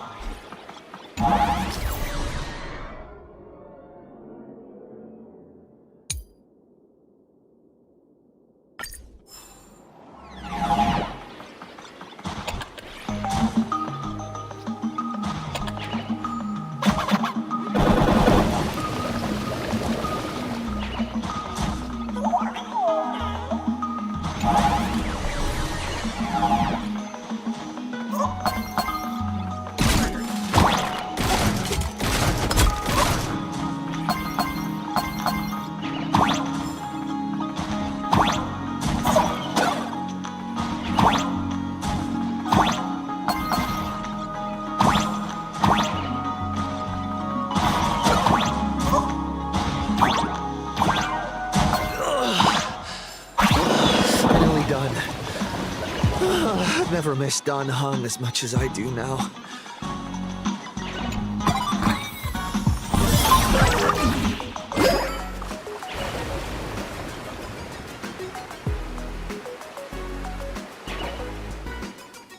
Welcome, dear visitors and spectators. At this moment, you've arrived along with the Astral Express at the ancient and mysterious Xianzhou! It's the Xianzhou Luofu! Oh, that's right.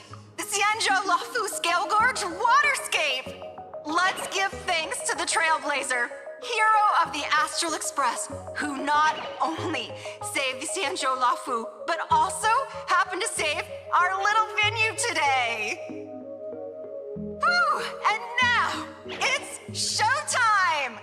Adapted from the true adventures of the Astral Express, we present Battle at Scale Gorge Waterscape! High Cloud Squadron, assembles! Thanks to the support of Full Wish TV, we invited the 4 main stars of the action hero series, Daybreak Squadron, to perform in this show! And now, Trailblazer, please come up on stage and reenact that heart-stopping battle where you drove away the Lord Ravager!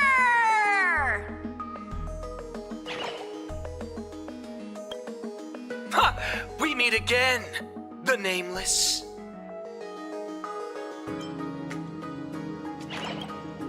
I don't think that's necessary. Aren't we supposed to be the heroes of the Xianzhou? Why do the Xianzhou's heroes need to rely on others to save their land? Same as us. Shouldn't the heroes of this world be able to protect our own people? Can't we be the ones to bring happy smiles to their faces? Hey! What nonsense are you all babbling about? Is any of this actually in the script?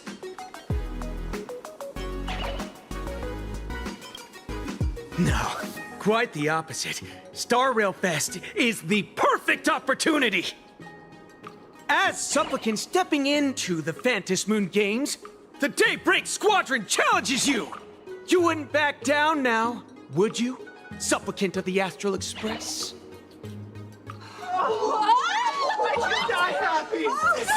This is amazing! Squadron is even better in person! What? This is way too sudden. These people, something's not right about them. I feel like they're way too hyped up. Even characters in action comics don't talk like this. Yeah, in comics, a challenge like this is always a cover for some massive conspiracy. I've gotta fight alongside him. March, you need to have faith in his abilities. Rather than rushing into battle, what you should be doing now is getting in touch with your companions.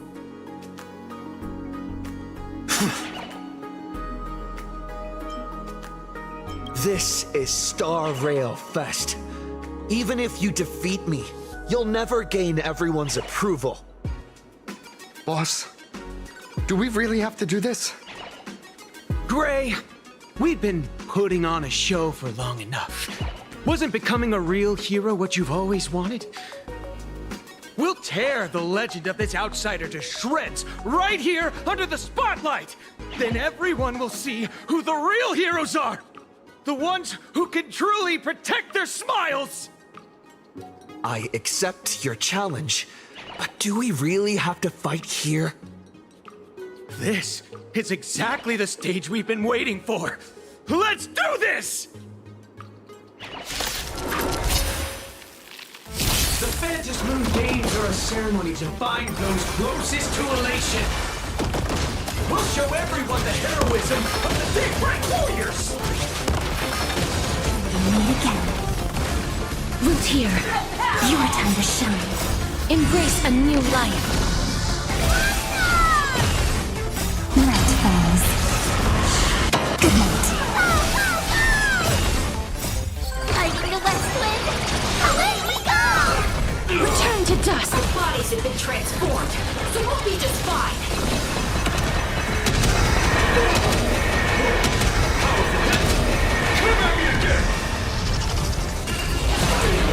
You don't stand a chance against me. Dispel the gloom! Restore the skies!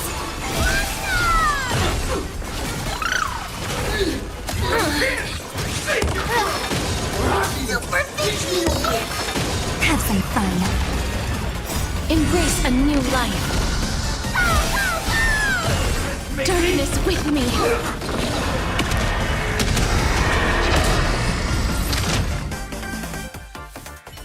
Have you calmed down now?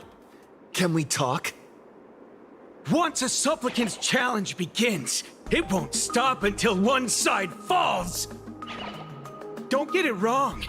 This is just a prelude to the real showdown, witnessed by the Phantasm Moon!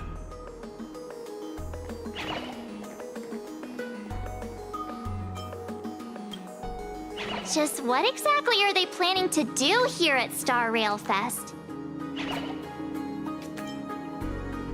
Is this the supplicant lurking beneath the surface that Pearl theorized about? But which of the 4 Daybreak warriors is the supplicant? Well, judging from their strength, I think it might be the red one. Forget it. We should go check out what's happening outside the exhibition area.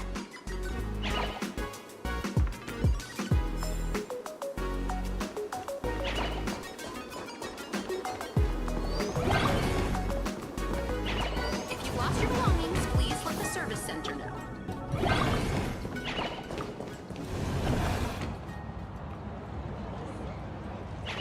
Interrupting a show for no reason. But to be honest, I wasn't dying to watch that High Cloud Squadron Assembles play anyway. So, don't tell me this whole Xianzhou story is also something Blurry made up? Funny. Can't say I'm surprised at all. I wouldn't dare take credit for what I didn't do, since it was in fact General Jing Yuan and Dan Heng who teamed up to defeat Fantilia. As for the High Cloud Quintet, it's been over 700 years since those 5 made their mark. I know it may sound wild, but Xianzhou folks generally live really long lives. You've read the Fluffy comics, haven't you? Pretty sure they covered all that lore in there. Yeah, immortality. Some see it as a curse. But personally, I don't think the abundance is as terrifying as their reputation suggests.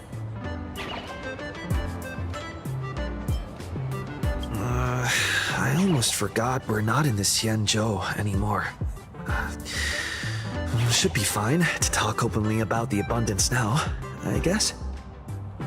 Yeah, that's not an issue. But the Xianzhou's attitude towards the abundance isn't totally baseless.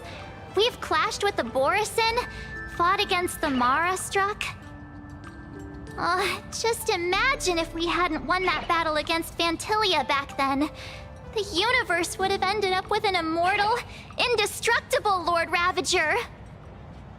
Actually, I think the abundance and elation make quite a good match. After all, only with infinite life can one pursue infinite joy. In my opinion, those who are alive have the right to choose death, but they also have the right to choose to live on. After all, there's always something out there that makes tomorrow worth waking up to. Wow. Getting all philosophical on me now. When this kid gets serious like that, I swear you can practically see the wrinkles forming. Since we're talking about waking up, shouldn't we head over to the Penacony exhibition area next? Huh. You want to keep exploring? We need to be a bit more careful now, don't you think? I mean, the Daybreak Squadron already came gunning for us. Who knows if there are other supplicants lurking around, just waiting to make their move. Oh, come on, March. Don't be such a worrywart. Didn't our little raccoon take out those guys in no time at all? much for your reassuring words. Little Raccoon, I've actually been a huge fan of yours all along. All right. Don't push it. Here we come, Penacony! Exhibition area!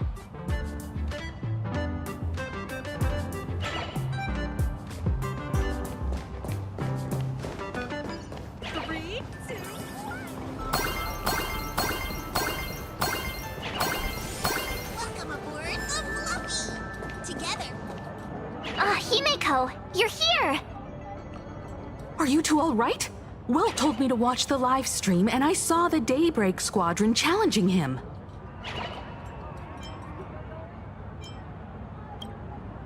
You did well.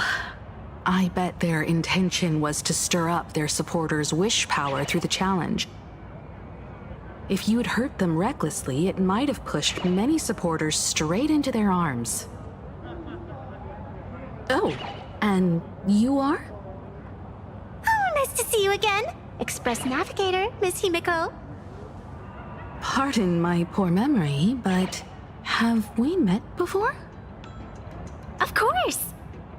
I've seen you in the news more than once. It's such an honor to meet you. This is Evanescia. I think she's a student from Graphia Academy. We ran into her at this expo, and she's a huge fan of both the Fluffy and the Express. Huh? So that girl you saw in the Phantasmoon courtyard, it was her? Wait a second. She made you a mask? So you're telling me Nessia isn't just a normal girl? Who exactly is she?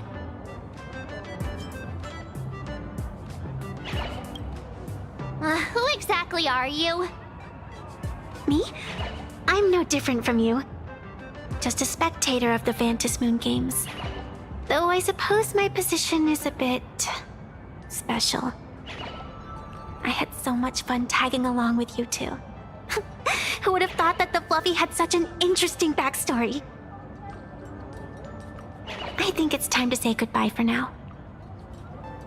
Are you leaving, Miss Evanescia?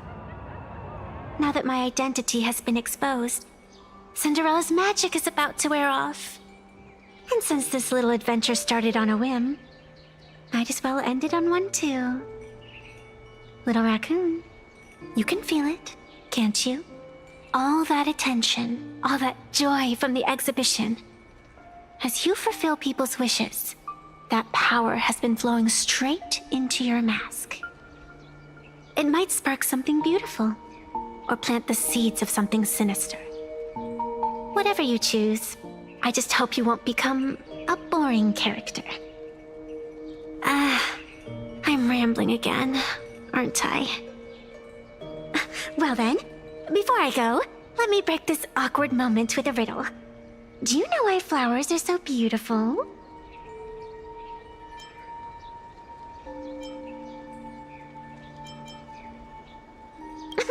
What's wrong? Can a pretty girl have her own special effects? I know you're never serious about anything. So I guess I'll just have to answer my own question. Because flowers are always so fleeting. You left your own special effects behind. She's gone. Unexpected people and unexpected things always make an appearance in the Phantasmoon games. Although, Miss Evanescia claims to be just a spectator. As someone who can create masks and allow others to become supplicants, there's no way she's just some ordinary girl. I just don't know what to make of everything happening to you.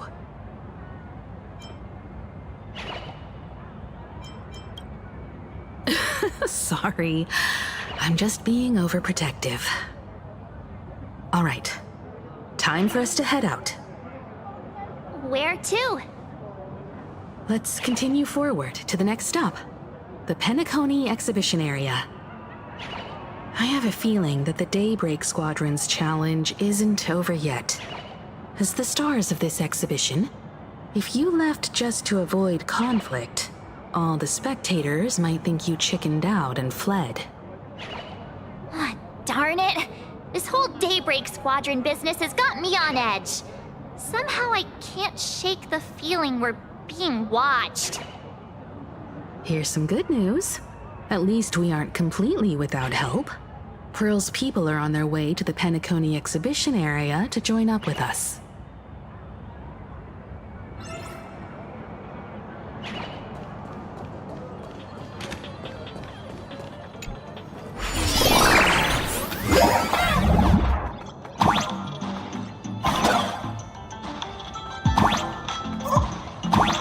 Welcome aboard, passengers! The Fluffy Shuttle Express is about to depart! Next up, Penacony Exhibition Area!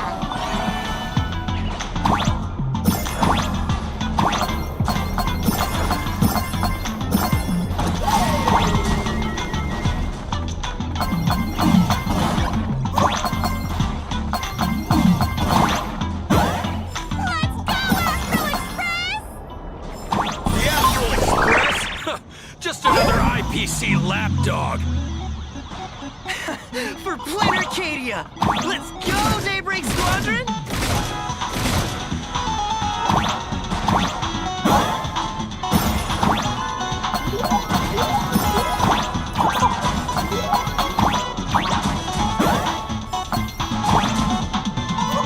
We're approaching the Penacony Exhibition Area! Please remain seated and hold on tight!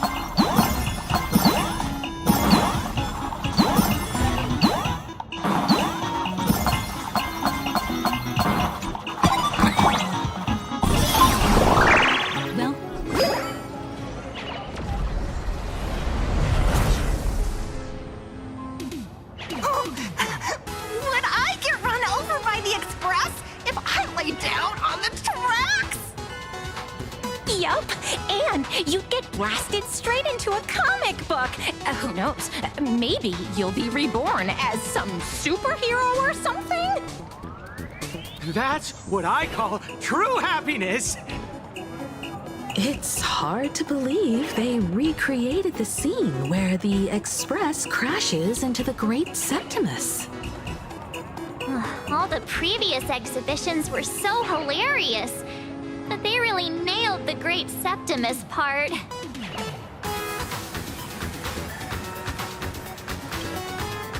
That's just mean. So where's the person Pearl sent? Huh? Who's calling? Yoo-hoo! How you doing, gray hair?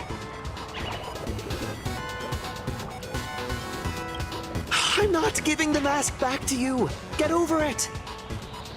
I heard about your big fight with the superheroes, and since I actually respect you as a rival, I thought I'd give you a heads up.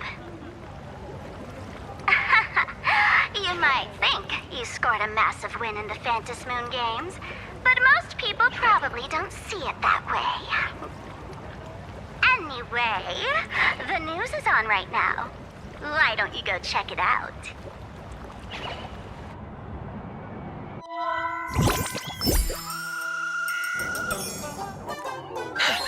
Just moments ago, an extremely violent incident broke out at the ongoing Star Railfest exhibition venue. The Astral Express supplicant Trailblazer brazenly launched a brutal attack on the beloved local heroes, the Daybreak Squadron. The scene descended into total chaos. Oh my! This is terrifying! Didn't this nameless just defeat Sparxie and save Graphia Academy? Was that victory still not enough? Could he, like the defeated Sparxie, now be a threat to everyone's safety? How chilling! In the video footage from the scene, the Trailblazer claimed his act was to demonstrate the so-called trailblazing spirit of the Astral Express to this world.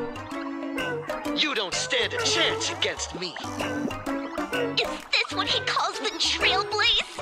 Using brute force and violence to strike down the guardians of this Arcadia and trample over our own heroes? Was it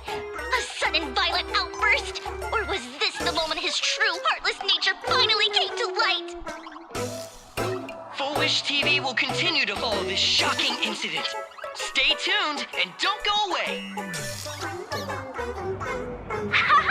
It's all over the internet now. Some say you're a violent maniac. Others think you're behind the bloodbath in Dovebrook, that you're the second herald of death. Oopsie. How are you feeling right about now?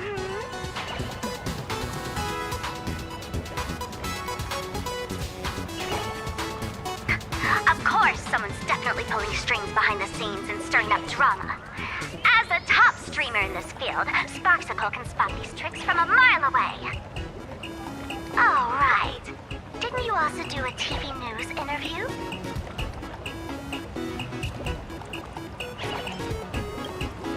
Yoo-hoo! You bet! Here, let me send you the interview video. I won't go any further, but since you managed to defeat Miss Sparkle... No, I mean Miss Sparxie, I don't want to see you embarrass yourself in front of those clowns. Good luck. See you around! Hi! Trailblazer. Sorry to bother you. We're with Full Wish TV. It's our lucky day running into you here. Do you have a moment? Keep it brief. I've got plans later. First question. Seeing as Planarcadia was the starting point of the Express's new voyage, how would you describe your impressions of this place? Planarcadia? Everyone's chasing the latest trends, looking for fun. Interesting! Throughout the history of the Phantasmoon games, it's been extremely rare to have such a renowned cosmic figure as yourself participating. As the Astral Express's supplicant, what kind of changes do you hope to bring to this world in these games? Show everyone the strength of the Trailblaze to change this world. That's an impressive answer. Speaking of which, after joining the games, you immediately went to defeat Miss Sparxie, who represented the Masked Fools. What are your thoughts on potentially facing native supplicants in the future? The other native supplicants, way too dangerous. I'd rather defeat them through violence. Speaking of local supplicants, we've noticed that Star Rail Fest is Pearluxe Corp's way of rolling out the red carpet for the Express. There are rumors that the IPC is also sponsoring the Express. So, I have to ask, are you representing the Express or the IPC in these games? At the end of the day, this is a festival for the IPC's interests. Madame Pearl and Pearluxe extended such a warm invitation. I'm not one of the guests. I'm the master of this place. Wait, what? This is totally a malicious edit to frame him! How shameless.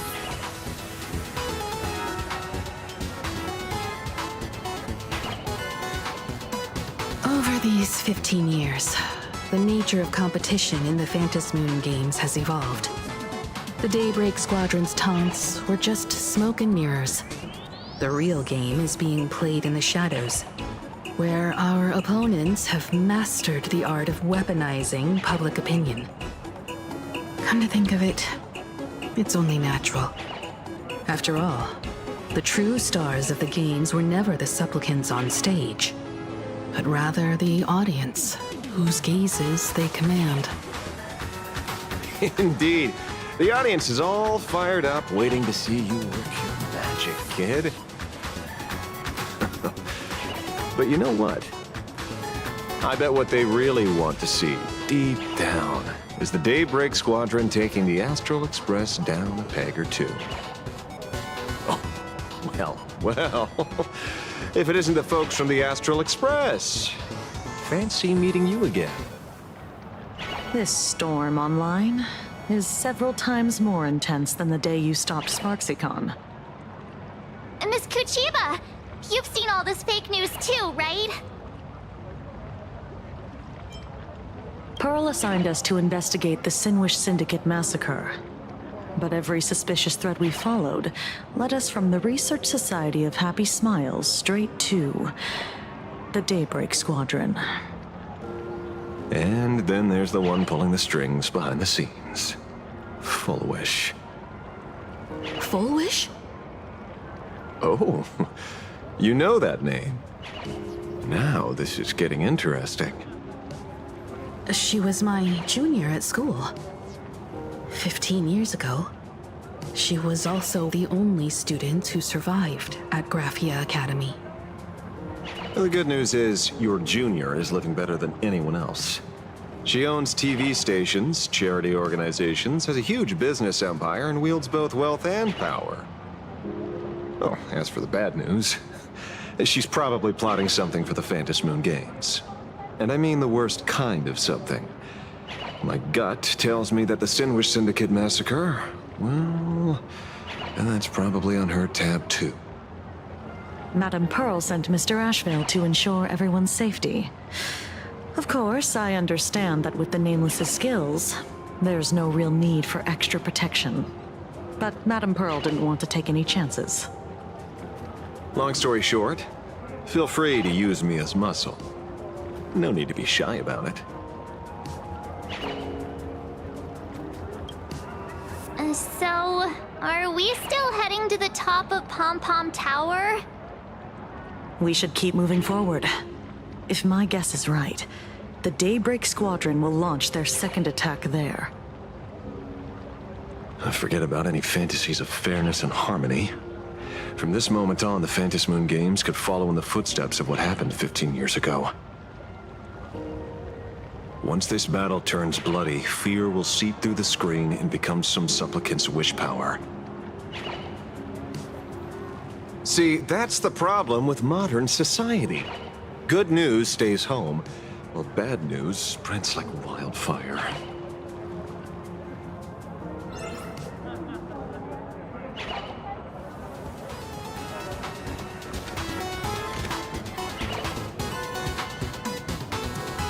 To move forward, we'll need to fuel up the Shuttle Express first.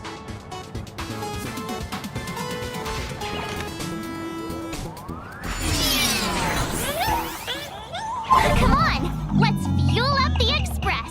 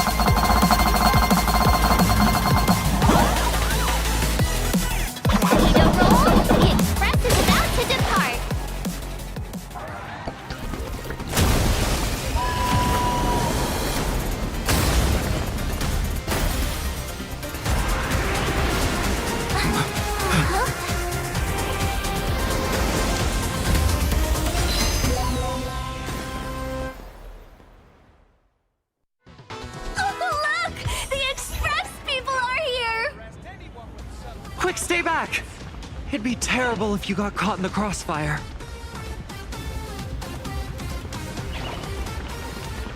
Astral Express! We've been waiting for you for quite a while.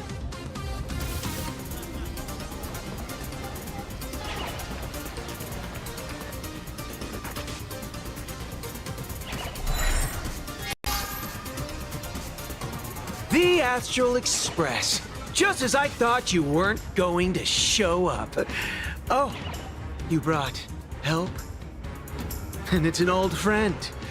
Been a while, old man.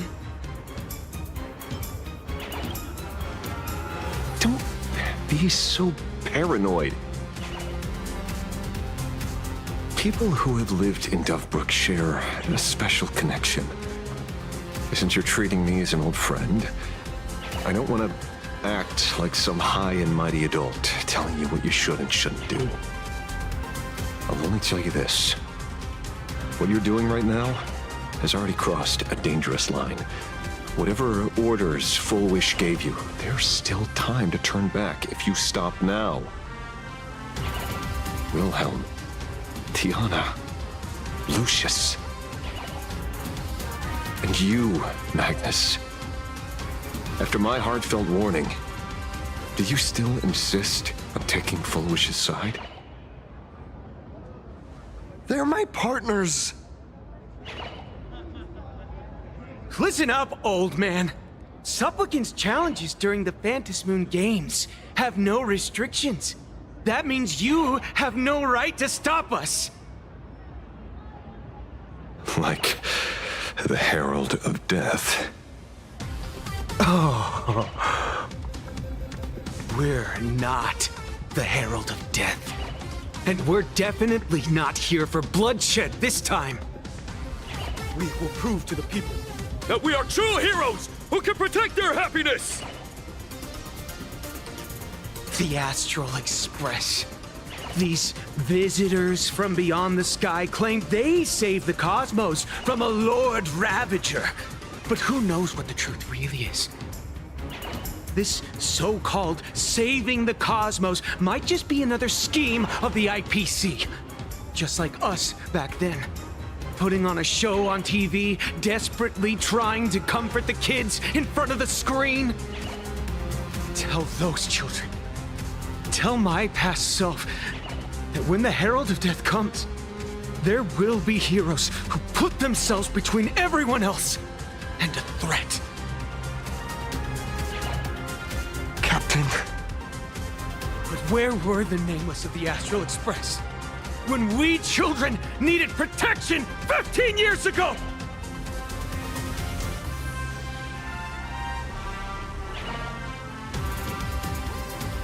Gray, don't be fooled by these flashy, cosmic heroes. The Astral Express doesn't care about our happiness at all. They come and go like all tourists. No, they're even more heartless than tourists. Because they're here to trample on the elation ceremony and steal the Arcadian people's attention!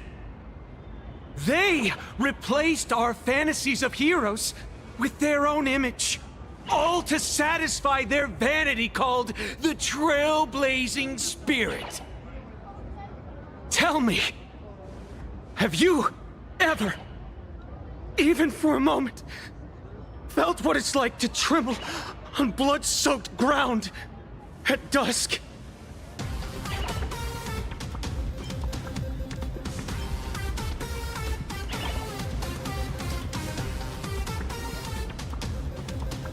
It's not the Astral Express you hate.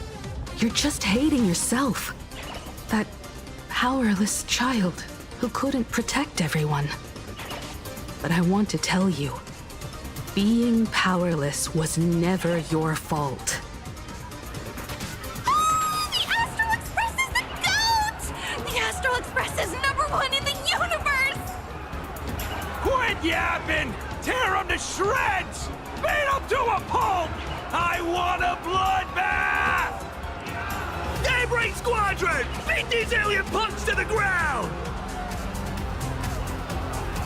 Shut up! All of you, shut up!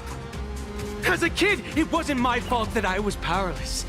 But we, the orphans of the Bloodstained Games, won't remain that way forever. We've undergone the happiness surgery transformation. We've overcome our weak former selves and become Daybreak Warriors. We've grown stronger. Strange. Even though our suffering was erased, why was I so scared just now? And why were there tears? Brother, that's only because... this pain has been here all along. It's time to overcome it! It's time to use the power of happiness to defeat it once and for all! Well said. Then let's finish what needs to be done. Let's reclaim from these outsiders the image of heroes that the people of Ahatopia hold dear. What about you, Magnus? Sorry, Mr. Ashvale, but a hero never betrays his companions. We are the Daybreak Squadron, 4 warriors of one heart, united to protect the world. I won't let down my companions, or those who believe in us. We are the true heroes. Look at the statue of the conductor. It's just an empty shell. Even Pearluxe Corp, with countless resources at their disposal, can't breathe life into it. But we can. Let me prove it to you.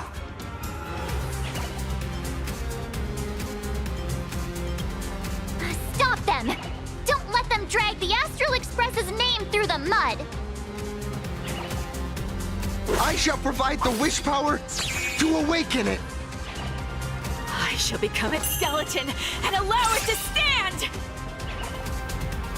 I shall turn into the fuel that drives it forward!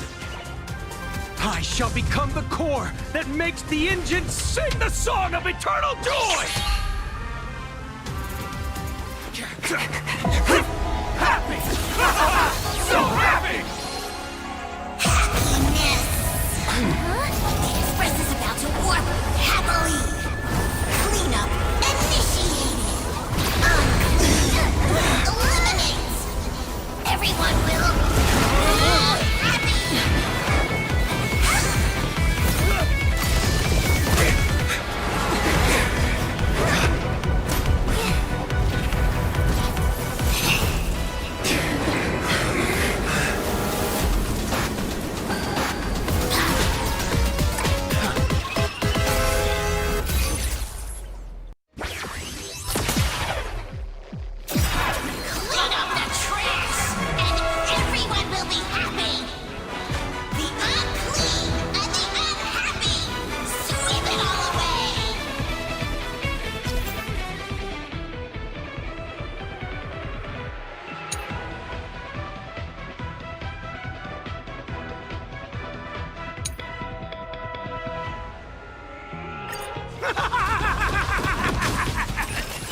It's really moving!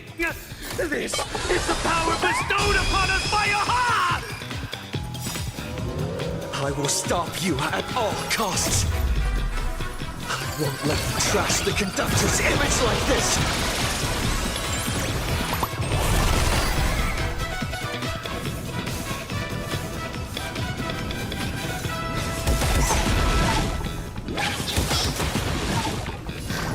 They completely lost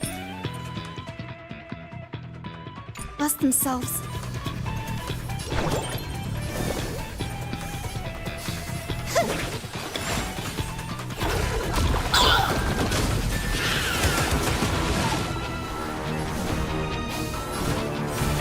I grant you this, as you wish. Be good now. It's your time to shine. Rise and shine. Time to wake up.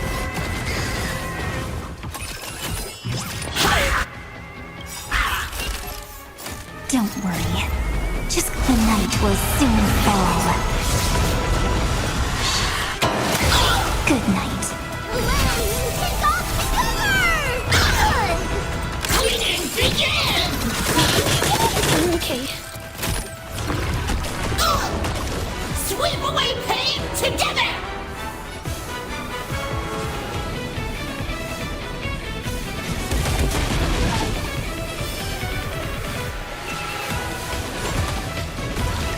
Underestimating us will cost you huge news!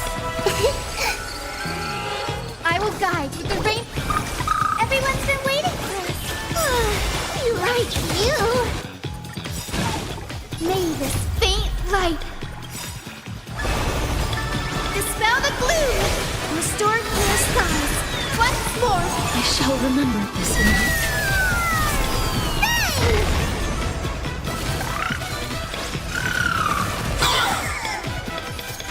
Embrace new life, Pollux.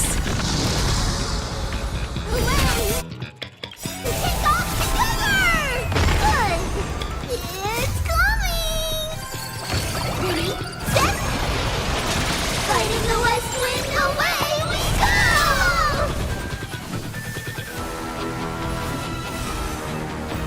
Dead souls, return to dust!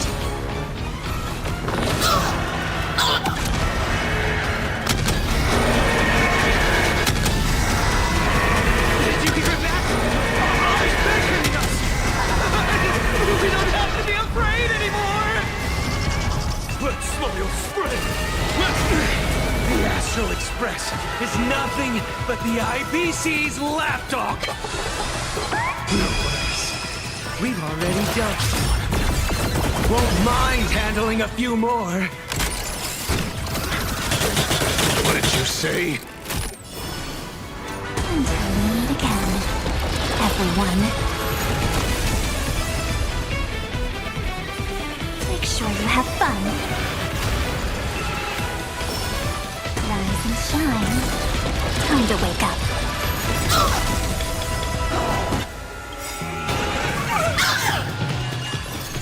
Embrace new life, Pollux.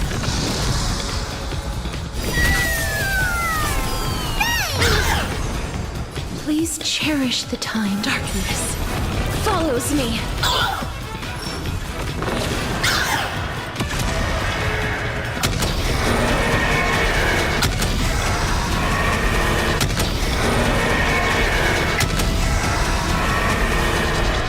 I only wish that death may protect us. Insufficient cleaning power! We do need some sunshine. I shall remember this warmth.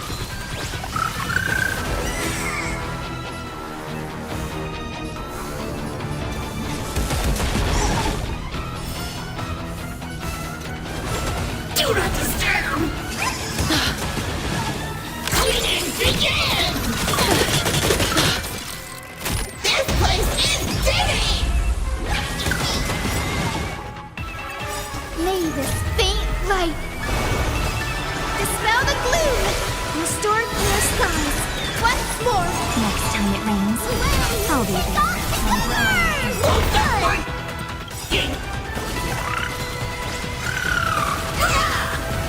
It's coming! Ready, set! Fighting the west wind, away we go! The future will be bright. Everyone's been waiting for us. I shall remember this warmth. Won't stop working! Embrace new life, Pollux.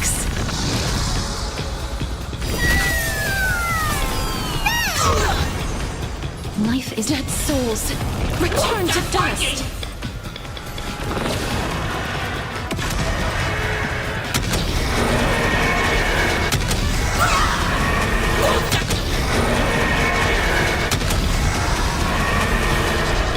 I only wish that death may protect us. Watch my moves closely. Huge news! Go on, treat our guests nicely. Don't worry. Just close your eyes. The night will soon fall. Good night. We promise to protect the Arcadia! Filth, pain, so much! Eliminate pain! Everyone smile!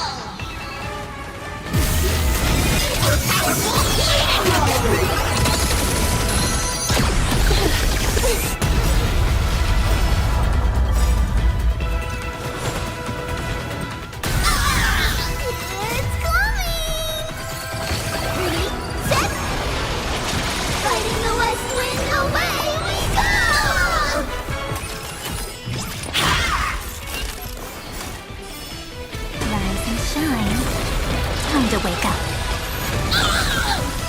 Sweep away pain together! Embrace new life, Pearluxe.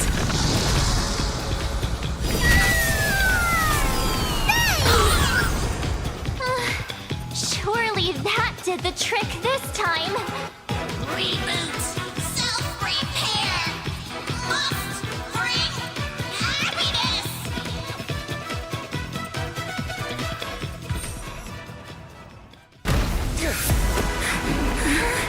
With everyone, we'll be happy.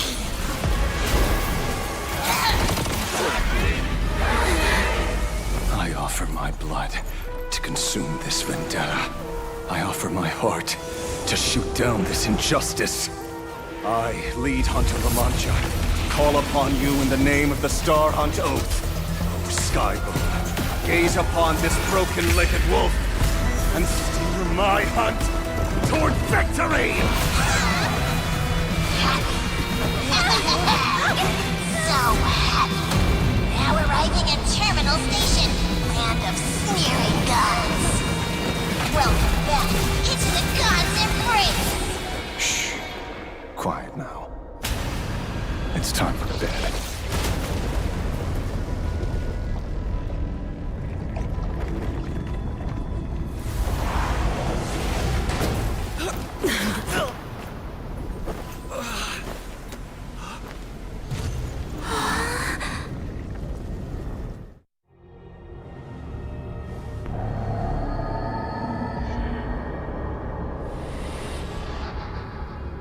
Are we still alive?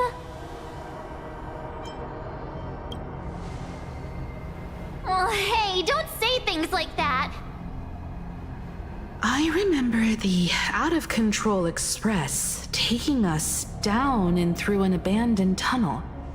Theoretically speaking, this should be a station deep underground. But what's with all these ruined buildings? And that weird space in the distance? Is this really an underground station? A place this big exists beneath Planarcadia? Perhaps we're no longer in reality. We may have landed somewhere within the world in canvas for unknown reasons. Then, can we still make it back? We need to find everyone and get out of here as soon as possible. Where's Mr. Ashvale and the others?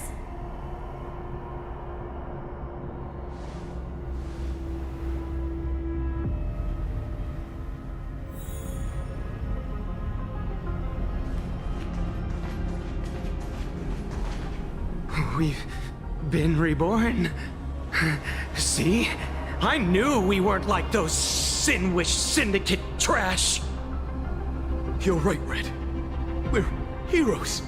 We are justice. We are the undying happiness. If you are justice, then forgive me for playing the necessary evil. Everyone, please! This has to stop! If this goes on, you'll all... Just smile. Embrace the everlasting bliss and true happiness. I beg you, please, listen to me.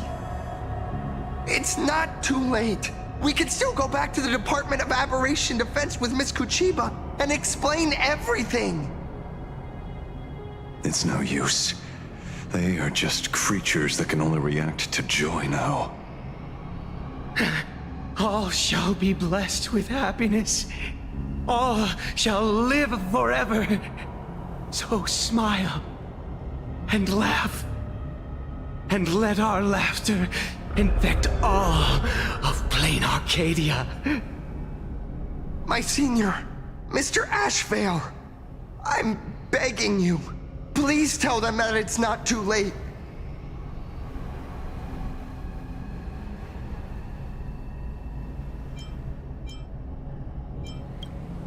Move aside, Magnus. Please, just give me another minute. You know they're good people. It's best if you just move aside. A true hero never abandons his friends. If I try to kill them now, will you stop me? Or will you turn a blind eye? I get where you're coming from, but they've made their choices, and so have I. After all, are they really better off like this?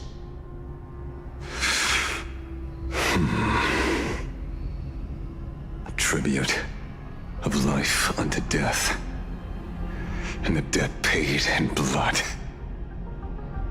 The Sinwish Syndicate, a gang that once ruled the streets of Daybreak. They sparked massive turf wars that left many with grievous injuries, and racked up charges for robbery, extortion, and a whole laundry list of other crimes. Pullwave and Koss died. They were far from saints. Any good deeds they did in their lifetimes were just like a few pretty soap bubbles floating up from a stagnant pool of filth. That's why we brought them down. They and this whole world have now become happier. Yes, they may have had sins to atone for, but that doesn't justify your murdering them as if they were just toys. Thank you for your aid. I am the Blaze Weaver Warrior, captain of the Daybreak Squadron!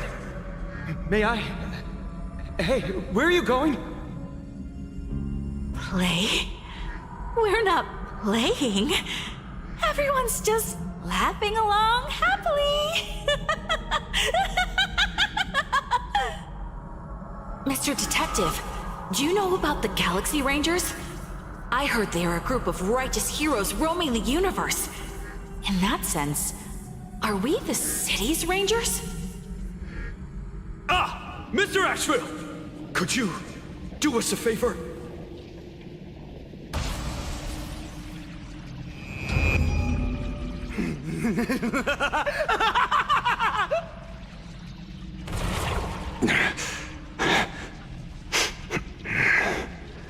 This familiar scent.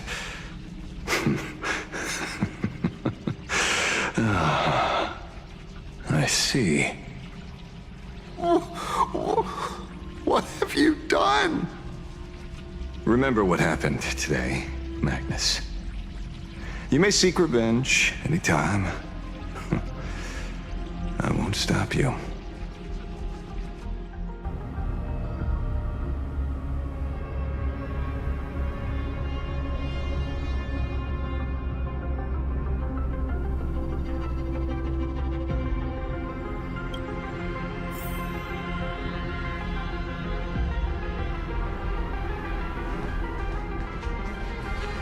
And so concludes the new Herald of Death case. But without evidence or testimony, how am I going to write the closing statement for this report? No one but Asheville will ever know. But I choose to believe him. His shadow only bears its fangs at those drenched in sin. I don't know how he came upon such power, but it did help the Department of Aberration Defense crack several hard cases.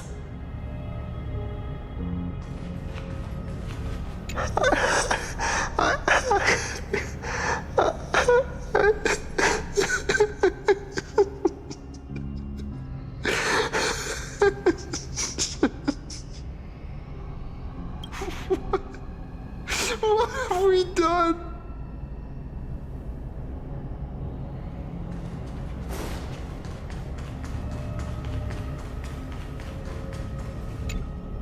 Glad to see that you're all made of tough stuff.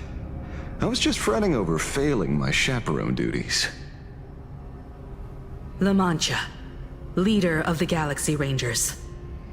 I've heard about you, but only in legends past. Then you're well informed, Nameless.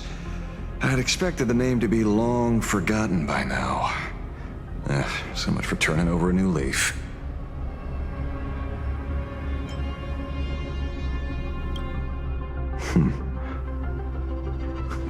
But you mean the esteemed Silver Gun Shura and dazzling ninja hero? Of course not. I retired a long time ago. Out of the Rangers I know who are still alive, one sees me as a traitor. The other is prey. And just so we're clear, I want you all to forget the name you just heard. Right here and now, in this world called Planarcadia, I am just Detective Ashvale. Instead of obsessing over my identity, or pitying the 3 dead criminals, I advise you to work on a way out of this place first. I've long heard rumors about unsavory things hidden deep beneath the Arcadia. It's strange how the people here can sleep so soundly. The train broadcast called this place the Land of Sneering Gods. I don't think I've ever seen this station on a map. Are we going to be trapped here forever? Mr. Ashvale, despite being at such a bizarre location, you've been oddly confident and unconcerned over your safety since the very beginning. Do you truly know nothing about this place? I'm afraid that's classified information. Besides, well, I'm simply doing what any professional private investigator would do. Trust my employer. It's time to show us the trinket Pearl gave you, kid. Oh, come on. Didn't Pearl give you a chip?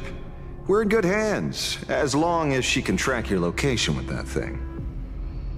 A tracking device? Again? Akavili.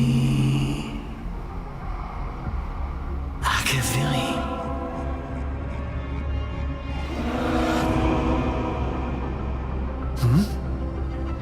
Come this way. Come slowly. Yes, at the end of this path. Come. I beckon you. There's someone calling for me from someplace deeper.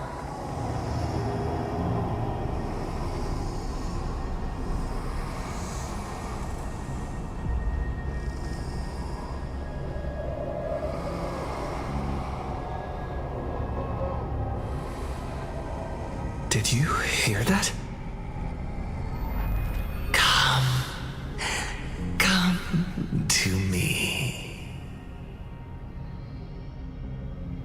Where did everyone go? There's someone calling for me from someplace deeper.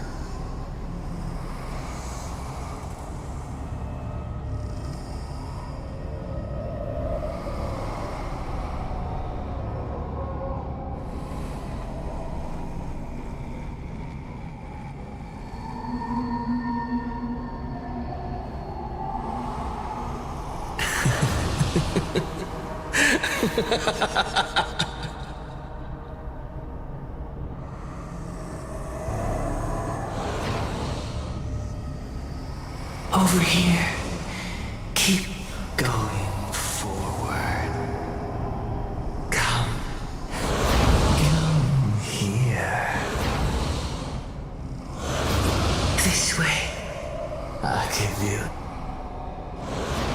Come. Embrace this wondrous world. Come to my side. You want to go further, deeper, become one with me. The joy, the positive feedback, sweet synaptic flickers on your cortex. Gentle, wonderful. Listen, it's breathing. Slumbering, whimpering, and grinning.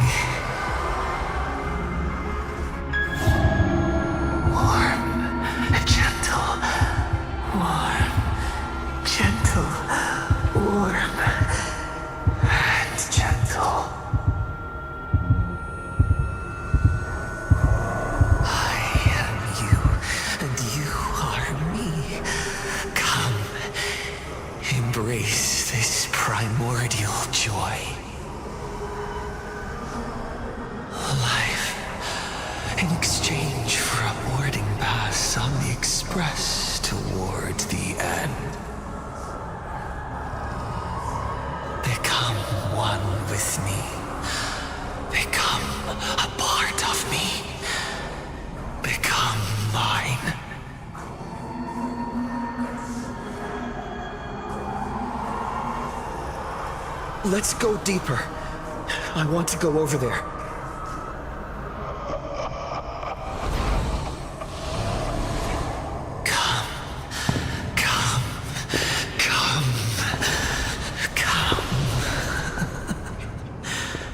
Just like that. Step forward.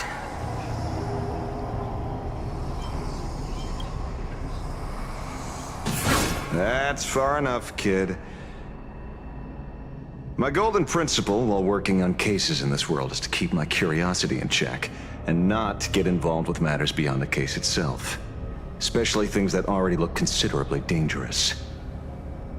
However, the thing that slumbers in the deep here does look awfully familiar.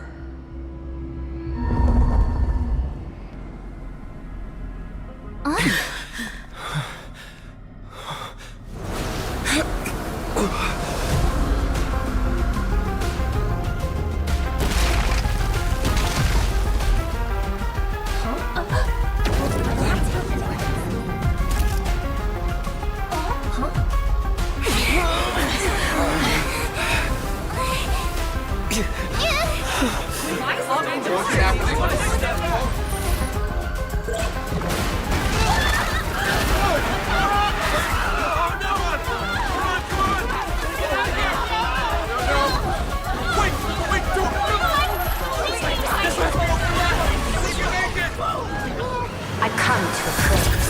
I come to analyze. I come to render. I weave the cosmos into brocade, breathe soul into painted stones. Let the jewels of heaven rise as they will. All for the Amber Lord.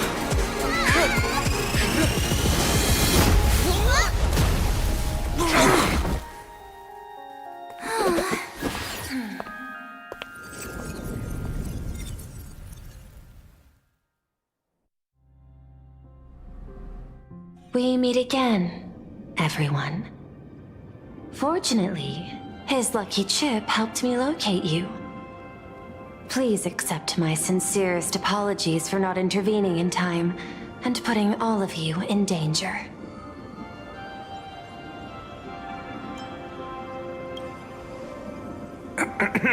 Actually, she put one in my pocket too, but I auctioned it online as a souvenir. Thank goodness you kept yours. Otherwise we'd be done for. Madame Pearl, where exactly were we just now? The place where you fell is called the Torn Scroll. It is a space that peeled from the scroll painting during Planarcadia's return to reality. These splintered spaces continuously rip at both reality and the world in canvas. The Department of Aberration Defense originally thought this kind of phenomenon had stabilized, but based on observation, during your encounter with the Daybreak Squadron, there was a sudden spike of disturbances from the Torn Scroll. Unfortunately, the cause, unclear. Therefore, I had to use the power of the Cornerstone to analyze the space, then mend the fissure with Imagenesis in order to bring you out. The Department of Aberration Defense has initiated emergency protocols to reassure the public and handle the aftermath. However, I wasn't able to directly observe your situation after you'd fallen into the Torn Scroll. Would you be so kind as to share what happened there? We can close the new Herald of Death case. My shadow has devoured the guilty three and tasted their sins. They were responsible for the Sinwish Syndicate massacre. Of that, I'm certain. Was Full Wish the mastermind? I couldn't find any solid proof of it, but it hardly matters now that the culprits have been executed. Worry not. Based on the intel provided by you and Miss Kuchiba, I have deduced the following. As a survivor of the tragedy of the Blood-Stained Games, Full Wish founded the Research Society of Happy Smiles, charity organization. The organization has since been providing an unapproved medical treatment named happiness surgery to its members, which neutralizes their physiological capacity to feel pain. The procedure drew many more followers as a result. And the Daybreak Squadron, members of the Smile Society, imitated the Herald of Death's modus operandi for their crimes, and challenged the Astral Express during the exhibition. From the aforementioned facts, the predicted probability of Full Wish being the mastermind is 92%. If I may, Madam Pearl. Management in Planarcadia should be dictated by the chain of evidence rather than extrapolated probability. I understand. I will observe the human laws and customs. In any case, we have achieved our goal through Star Rail Fest, luring the Supplicant with ill intent out of hiding.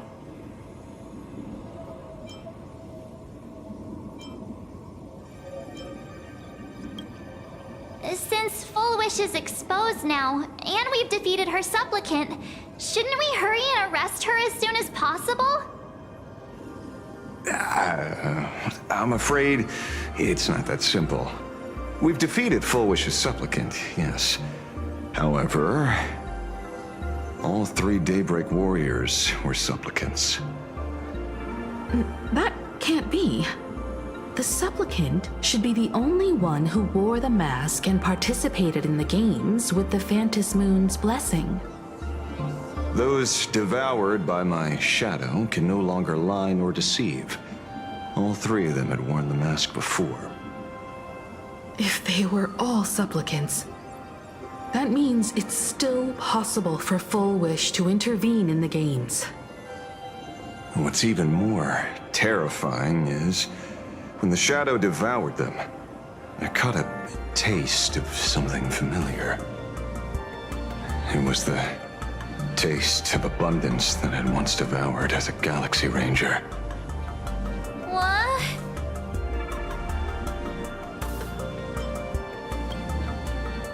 That's something that happened a long time ago. Living in seclusion dulls one's senses. I should have realized it earlier. Darn it. There is no point in beating yourself up over it. Therefore, the conclusion must be corrected. The Research Society's happiness surgery is a medical technology related to the abundance, and not simply about relieving pain. Assessing the risk involved in this procedure... unable to extrapolate. General Yao Guang told us that she foresaw a great calamity upon Planarcadia. According to her divinations, Blade, the Stellaron Hunter, could be its catalyst. So that's why she asked me for the authority to extradite Blade. Regardless, none of us had anticipated this. Planarcadia's calamity had already taken root, long before the arrival of the Stellaron Hunter.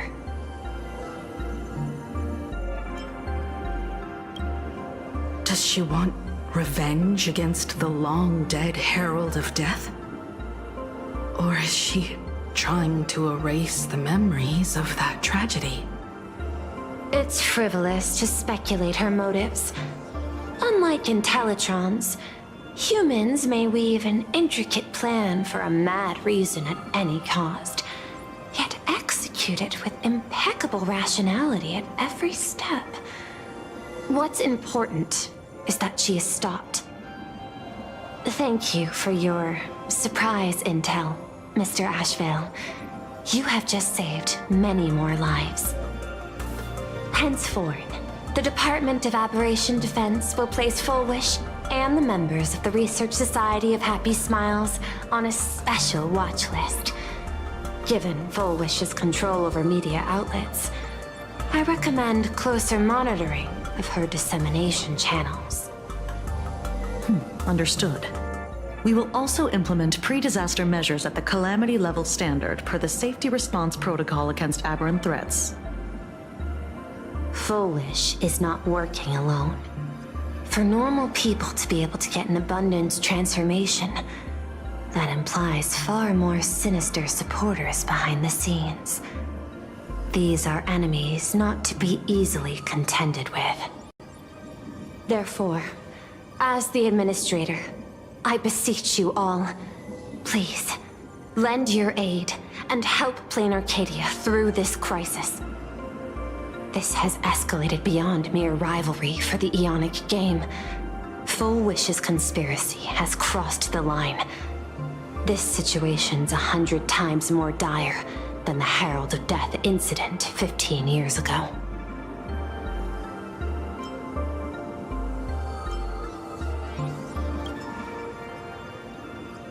Please, Madam Pearl. This is my homeworld, and I won't allow the tragedy to repeat itself. Besides, there may be an even greater conspiracy behind all this. As a Nameless, it is my duty to see it through to the end. Indeed, there are old scars and fresh wounds to settle. For the way she toys with life, and the taste of that flesh, Full Wish must be held accountable once and for all. You have my eternal gratitude. I won't forget this bond from our shared trials. Now then, I shall prepare an action plan, as well as share relevant information with General Yao Guang. The seed of abundance planted by Full Wish must be uprooted and eradicated as soon as possible.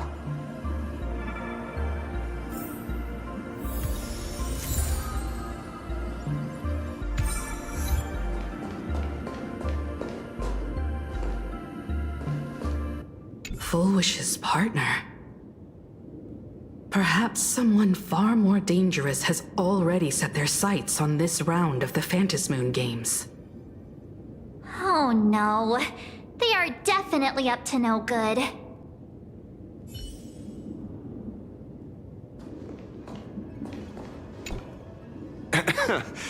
Terribly sorry, Nameless. It was your exhibition and your enemies.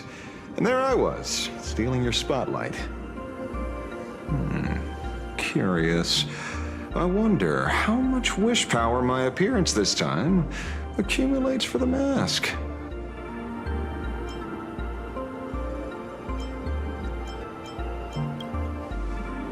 Oh, don't be like that. You can tell them that I'm Welt. We already look similar enough. Who knows? Maybe that'll redirect some wish power toward your account instead?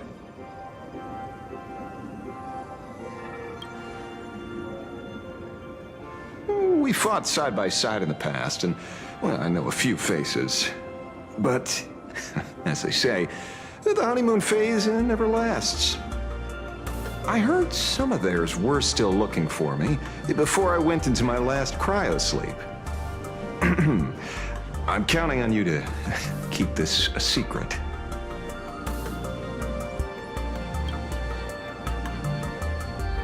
Some people want the head on my shoulders, while others want the shadow in my arm. I'm old, and I just want some peace and quiet. That's all there is to it.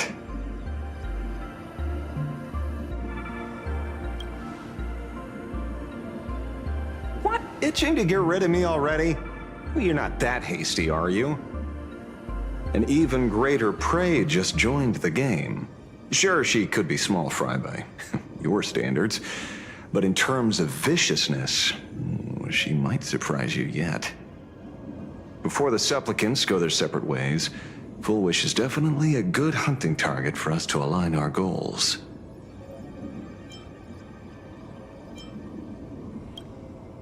Such confidence. Can't help but smile at that. And for some reason, you really remind me of a young man named Tiernan. You nameless bunch just love jumping headfirst into fire pits, don't you? Well, given your skills, would you be interested in joining the Galaxy Rangers? If you're still alive by the time the Phantasmoon Games conclude?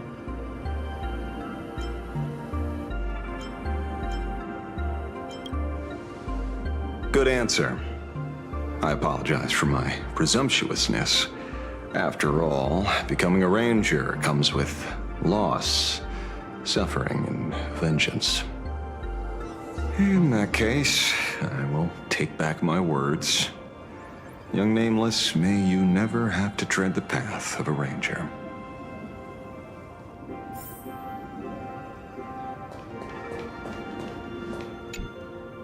So it's true. The captain and the rest really did kill all those people from the Sinwish Syndicate. And this Fullwish is also plotting something terrible. This is absurd. It's been 15 years since my life turned into a montage of nightmarish amalgams. And it's still going.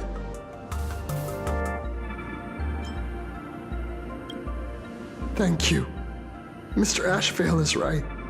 This is not the same as playing the hero on a stage. In the end, I'm just an actor.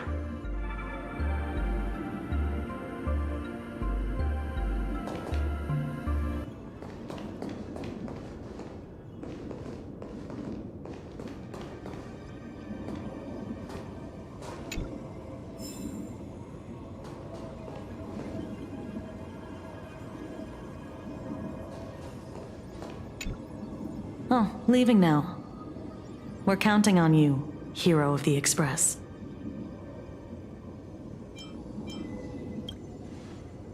Because it's just another Phantasmoon Games for me. Check the records in the Ministry, and you'll see. Save the mythological times. They always end up in a huge mess, without fail. Maybe that's precisely why AHA designed it this way, so they can watch humanity stumble over arbitrary obstacles we impose on ourselves and others.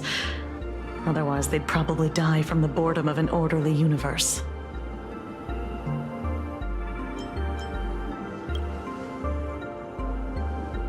Maybe interrogate him for a few days. Get a strong light, render him unable to eat or sleep well, and he will probably spill everything he knows about the Smile Society. And once we've picked his brain, we'll let him go. It's almost time. I should get back to work too.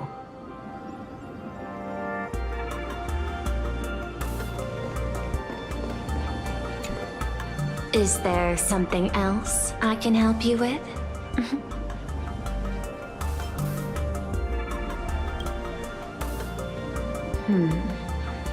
I had put them on a temporary watch list before, due to significant decreases in crime rates in certain regions. But now, we finally know how they achieved such a miracle. Personally speaking, I cannot fault the citizens who joined the society, nor do I wish to fixate on the accountability of those who governed at the time. After all, for the corporation, the Smile Society is a tool for maintaining stability, and the members are simply following the human instinct to avoid suffering. You've been to Penacony. You should know. There, the family's members lull guests to sleep with power of the harmony and soothe their pain. From a human ethics point of view, it is well within people's rights to avert pain in moderation.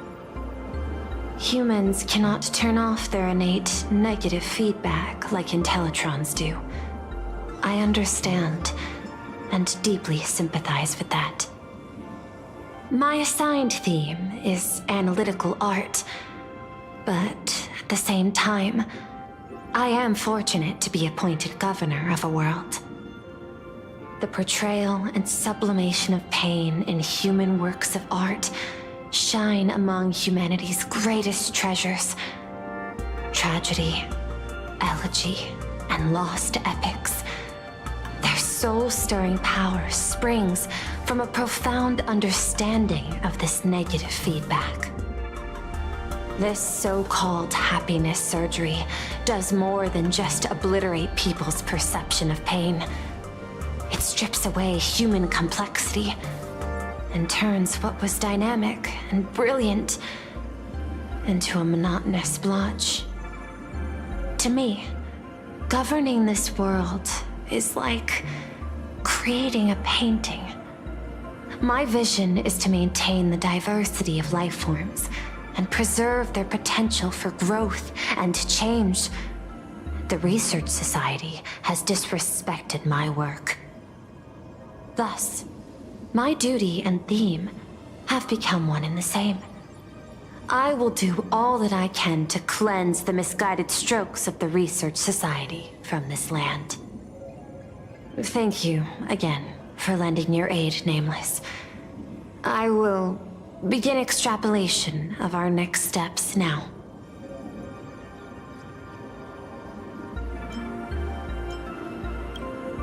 Please, be my guest. I hope you all get some proper rest before moving out again.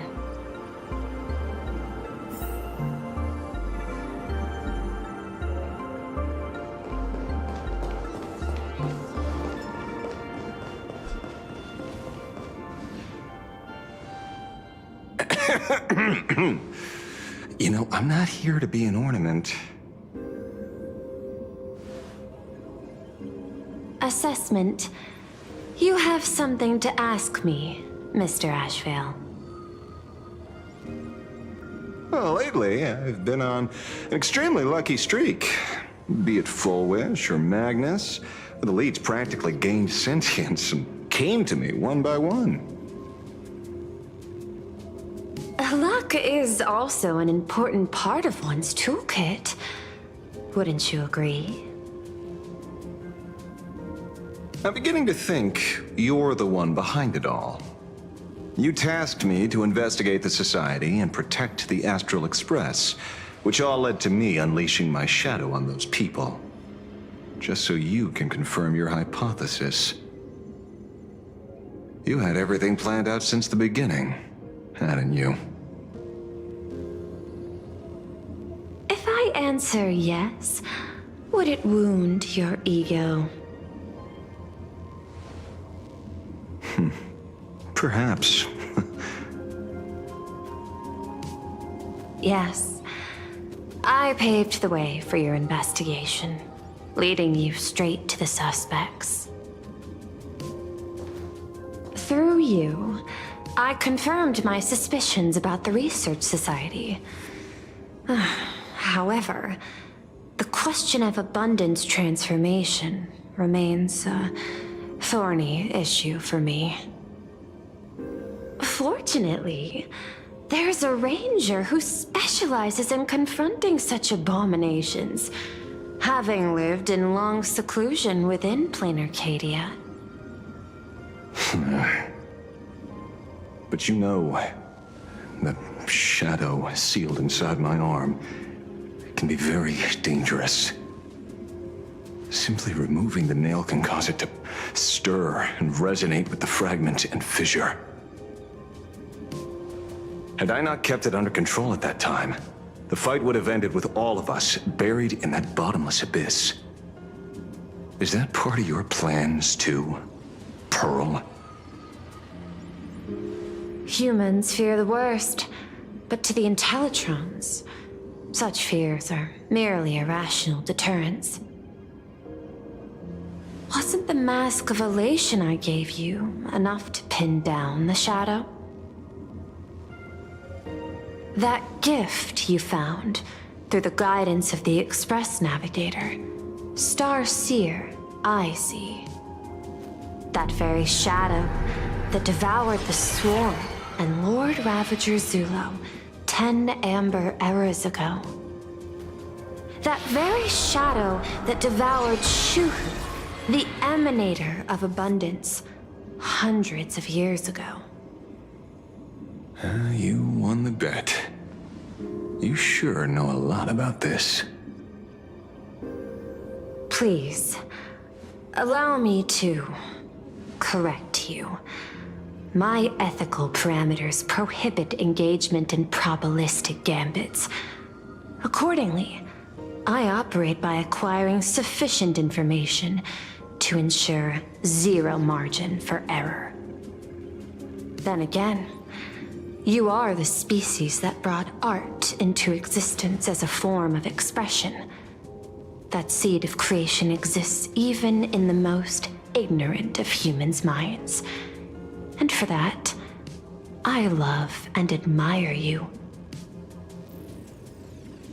Whether you believe it or not, I will honor our initial agreement, Mr. La Mancha. At the moment of victory in the Phantasmoon Games, I will free you from all sufferings and fulfill your wish. To let a Galaxy Ranger die peacefully in his bed.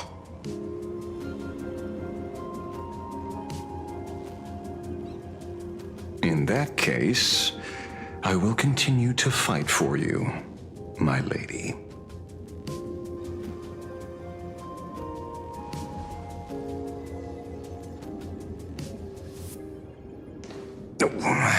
Right. You mentioned several times wanting to replicate the works of Graphia. I don't know much about art. But I was considering that, despite the lack of artistic quality in your strokes when sealing those fissures today, to the people of this world, your creation is just as important as the works of Graphia. Not a single innocent soul was lost on this day because of your protection. Looking back to the ancestral painter of the Cinderth Age, do you truly think she cared about the artistic value of each stroke when she created world and canvas?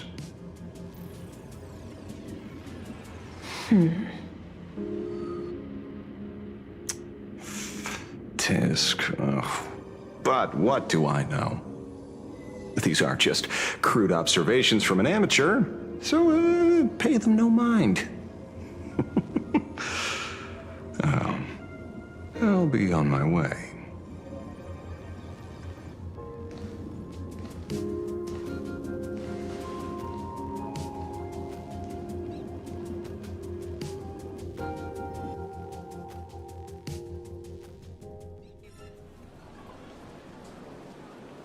We meet again, Ashen Detective.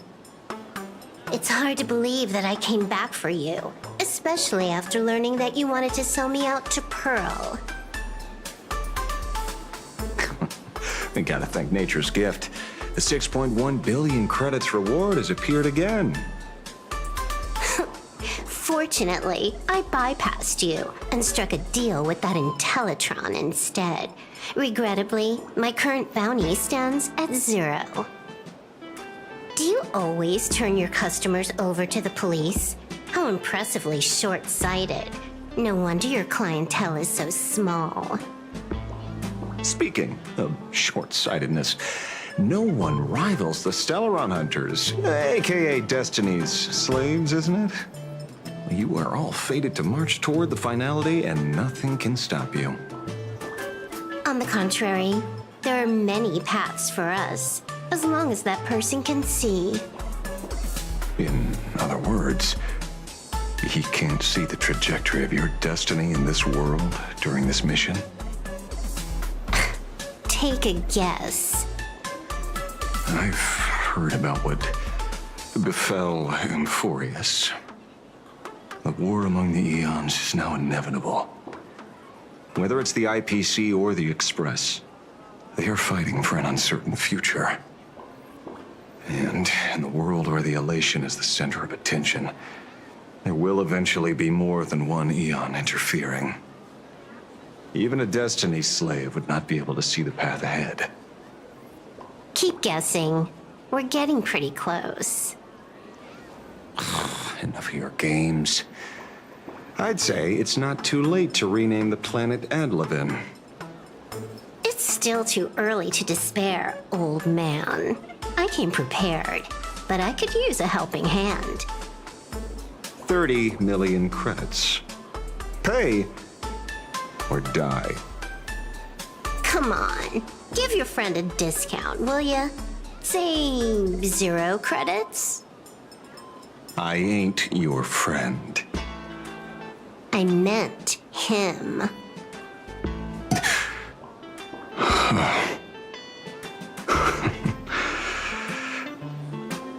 It's been a while, Yingxing. It's been too long, Mr. La Mancha.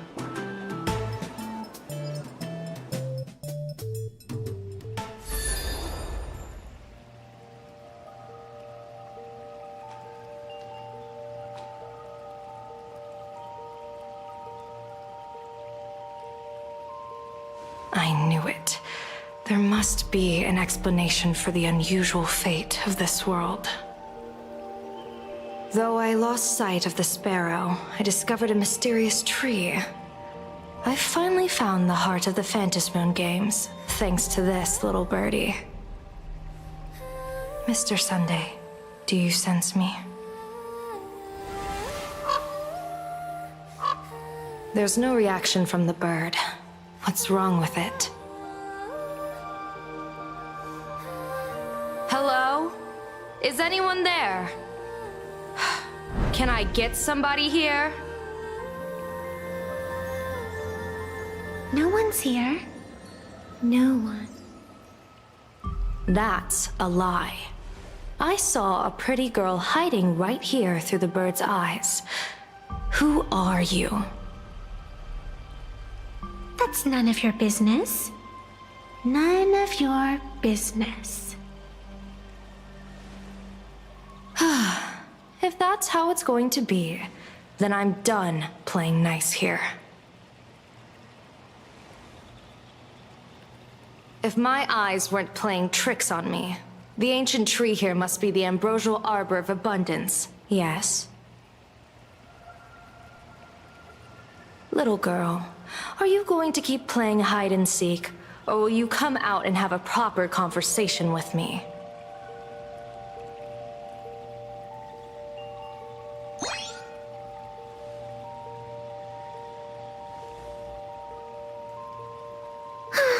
The Department of Aberration Defense often comes here to record game progress.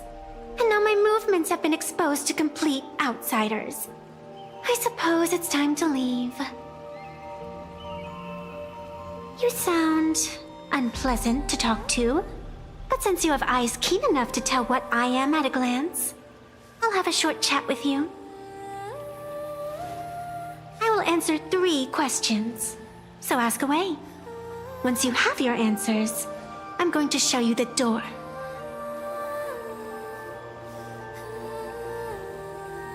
I wanted to question why the Joy Seeker would permit the Ambrosial Arbor of Abundance to take root in a world they had blessed. But given their carefree nature, there was probably never any restriction to begin with. On my second question, are you a Fey kind native to Ahatopia, or are you one of the long-life species shaped by the Ambrosial Arbor? Aren't you good at divination? Can you help me take a look whether the slip on my head says wheel or woe?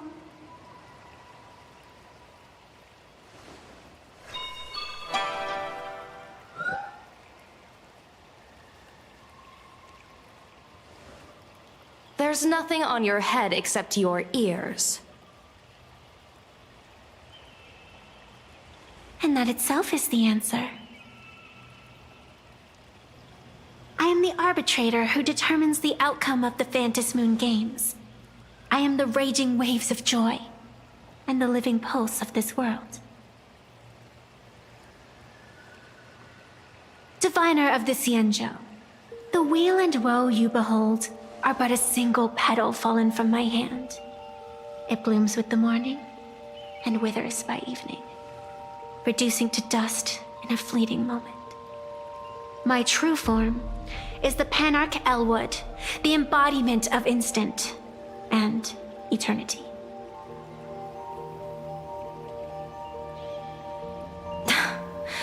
Interesting. Took you quite some time to come up with those words, huh? Though one who created me did say most people wouldn't believe me. Turns out they were right. I believe you. I feel the same way. For many do not trust the words of a diviner. Besides, no weal or woe has befallen you, which means your fate cannot be determined like that of ordinary mortals. You're not the first one I've met with this condition since my arrival here. You're left with one question. Since you admit to being an abomination of abundance, shouldn't you explain the fate of this world's residents? Unless they are your doing? If your answer fails to convince me, it may be too late by the time I summon the Lux arrow from the sky with the rainbow. Chill out! You shouldn't make jokes like this. I'm not as skilled at divination as you are. When you suddenly speak of the great weal or woe and interrogate me, I get confused too. After all, isn't every rule and every variable of the Phantasmoon games dictated by the impulse of some god? As for the brewing storm, let's settle down and discuss whether the turmoil once again is the result of the laughter's mischief.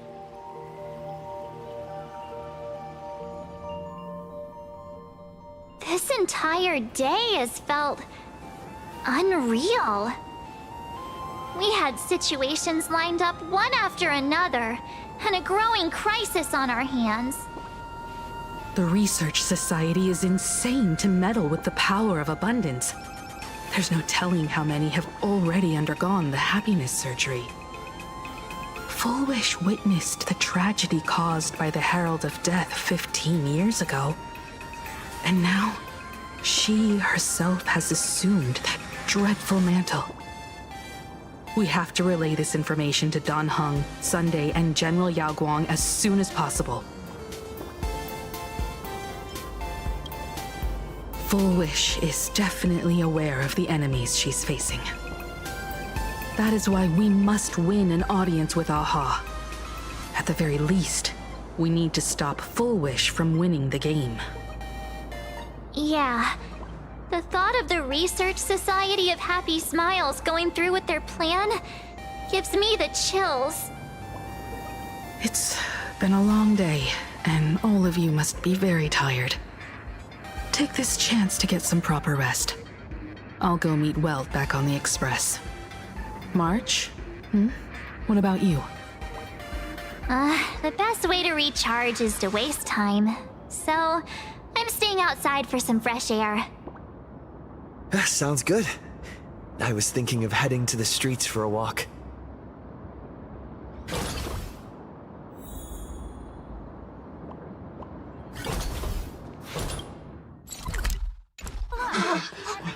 What was that? Did you hear that? I know.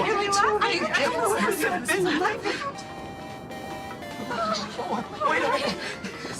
This can't be!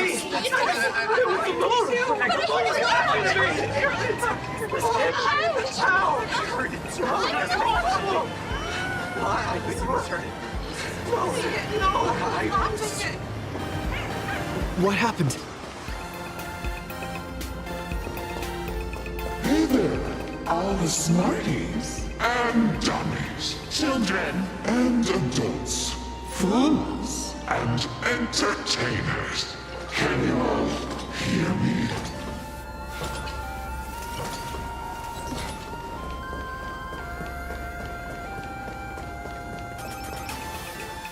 Now that everyone has made their appearance, no need to keep further secrets what began as a spark must grow into wildfire as an extra one of these Phantasmoon games shall receive all of my authority more than a few minutes to become the true permanent demon of elation. As such, it's time to revel on a greater joy.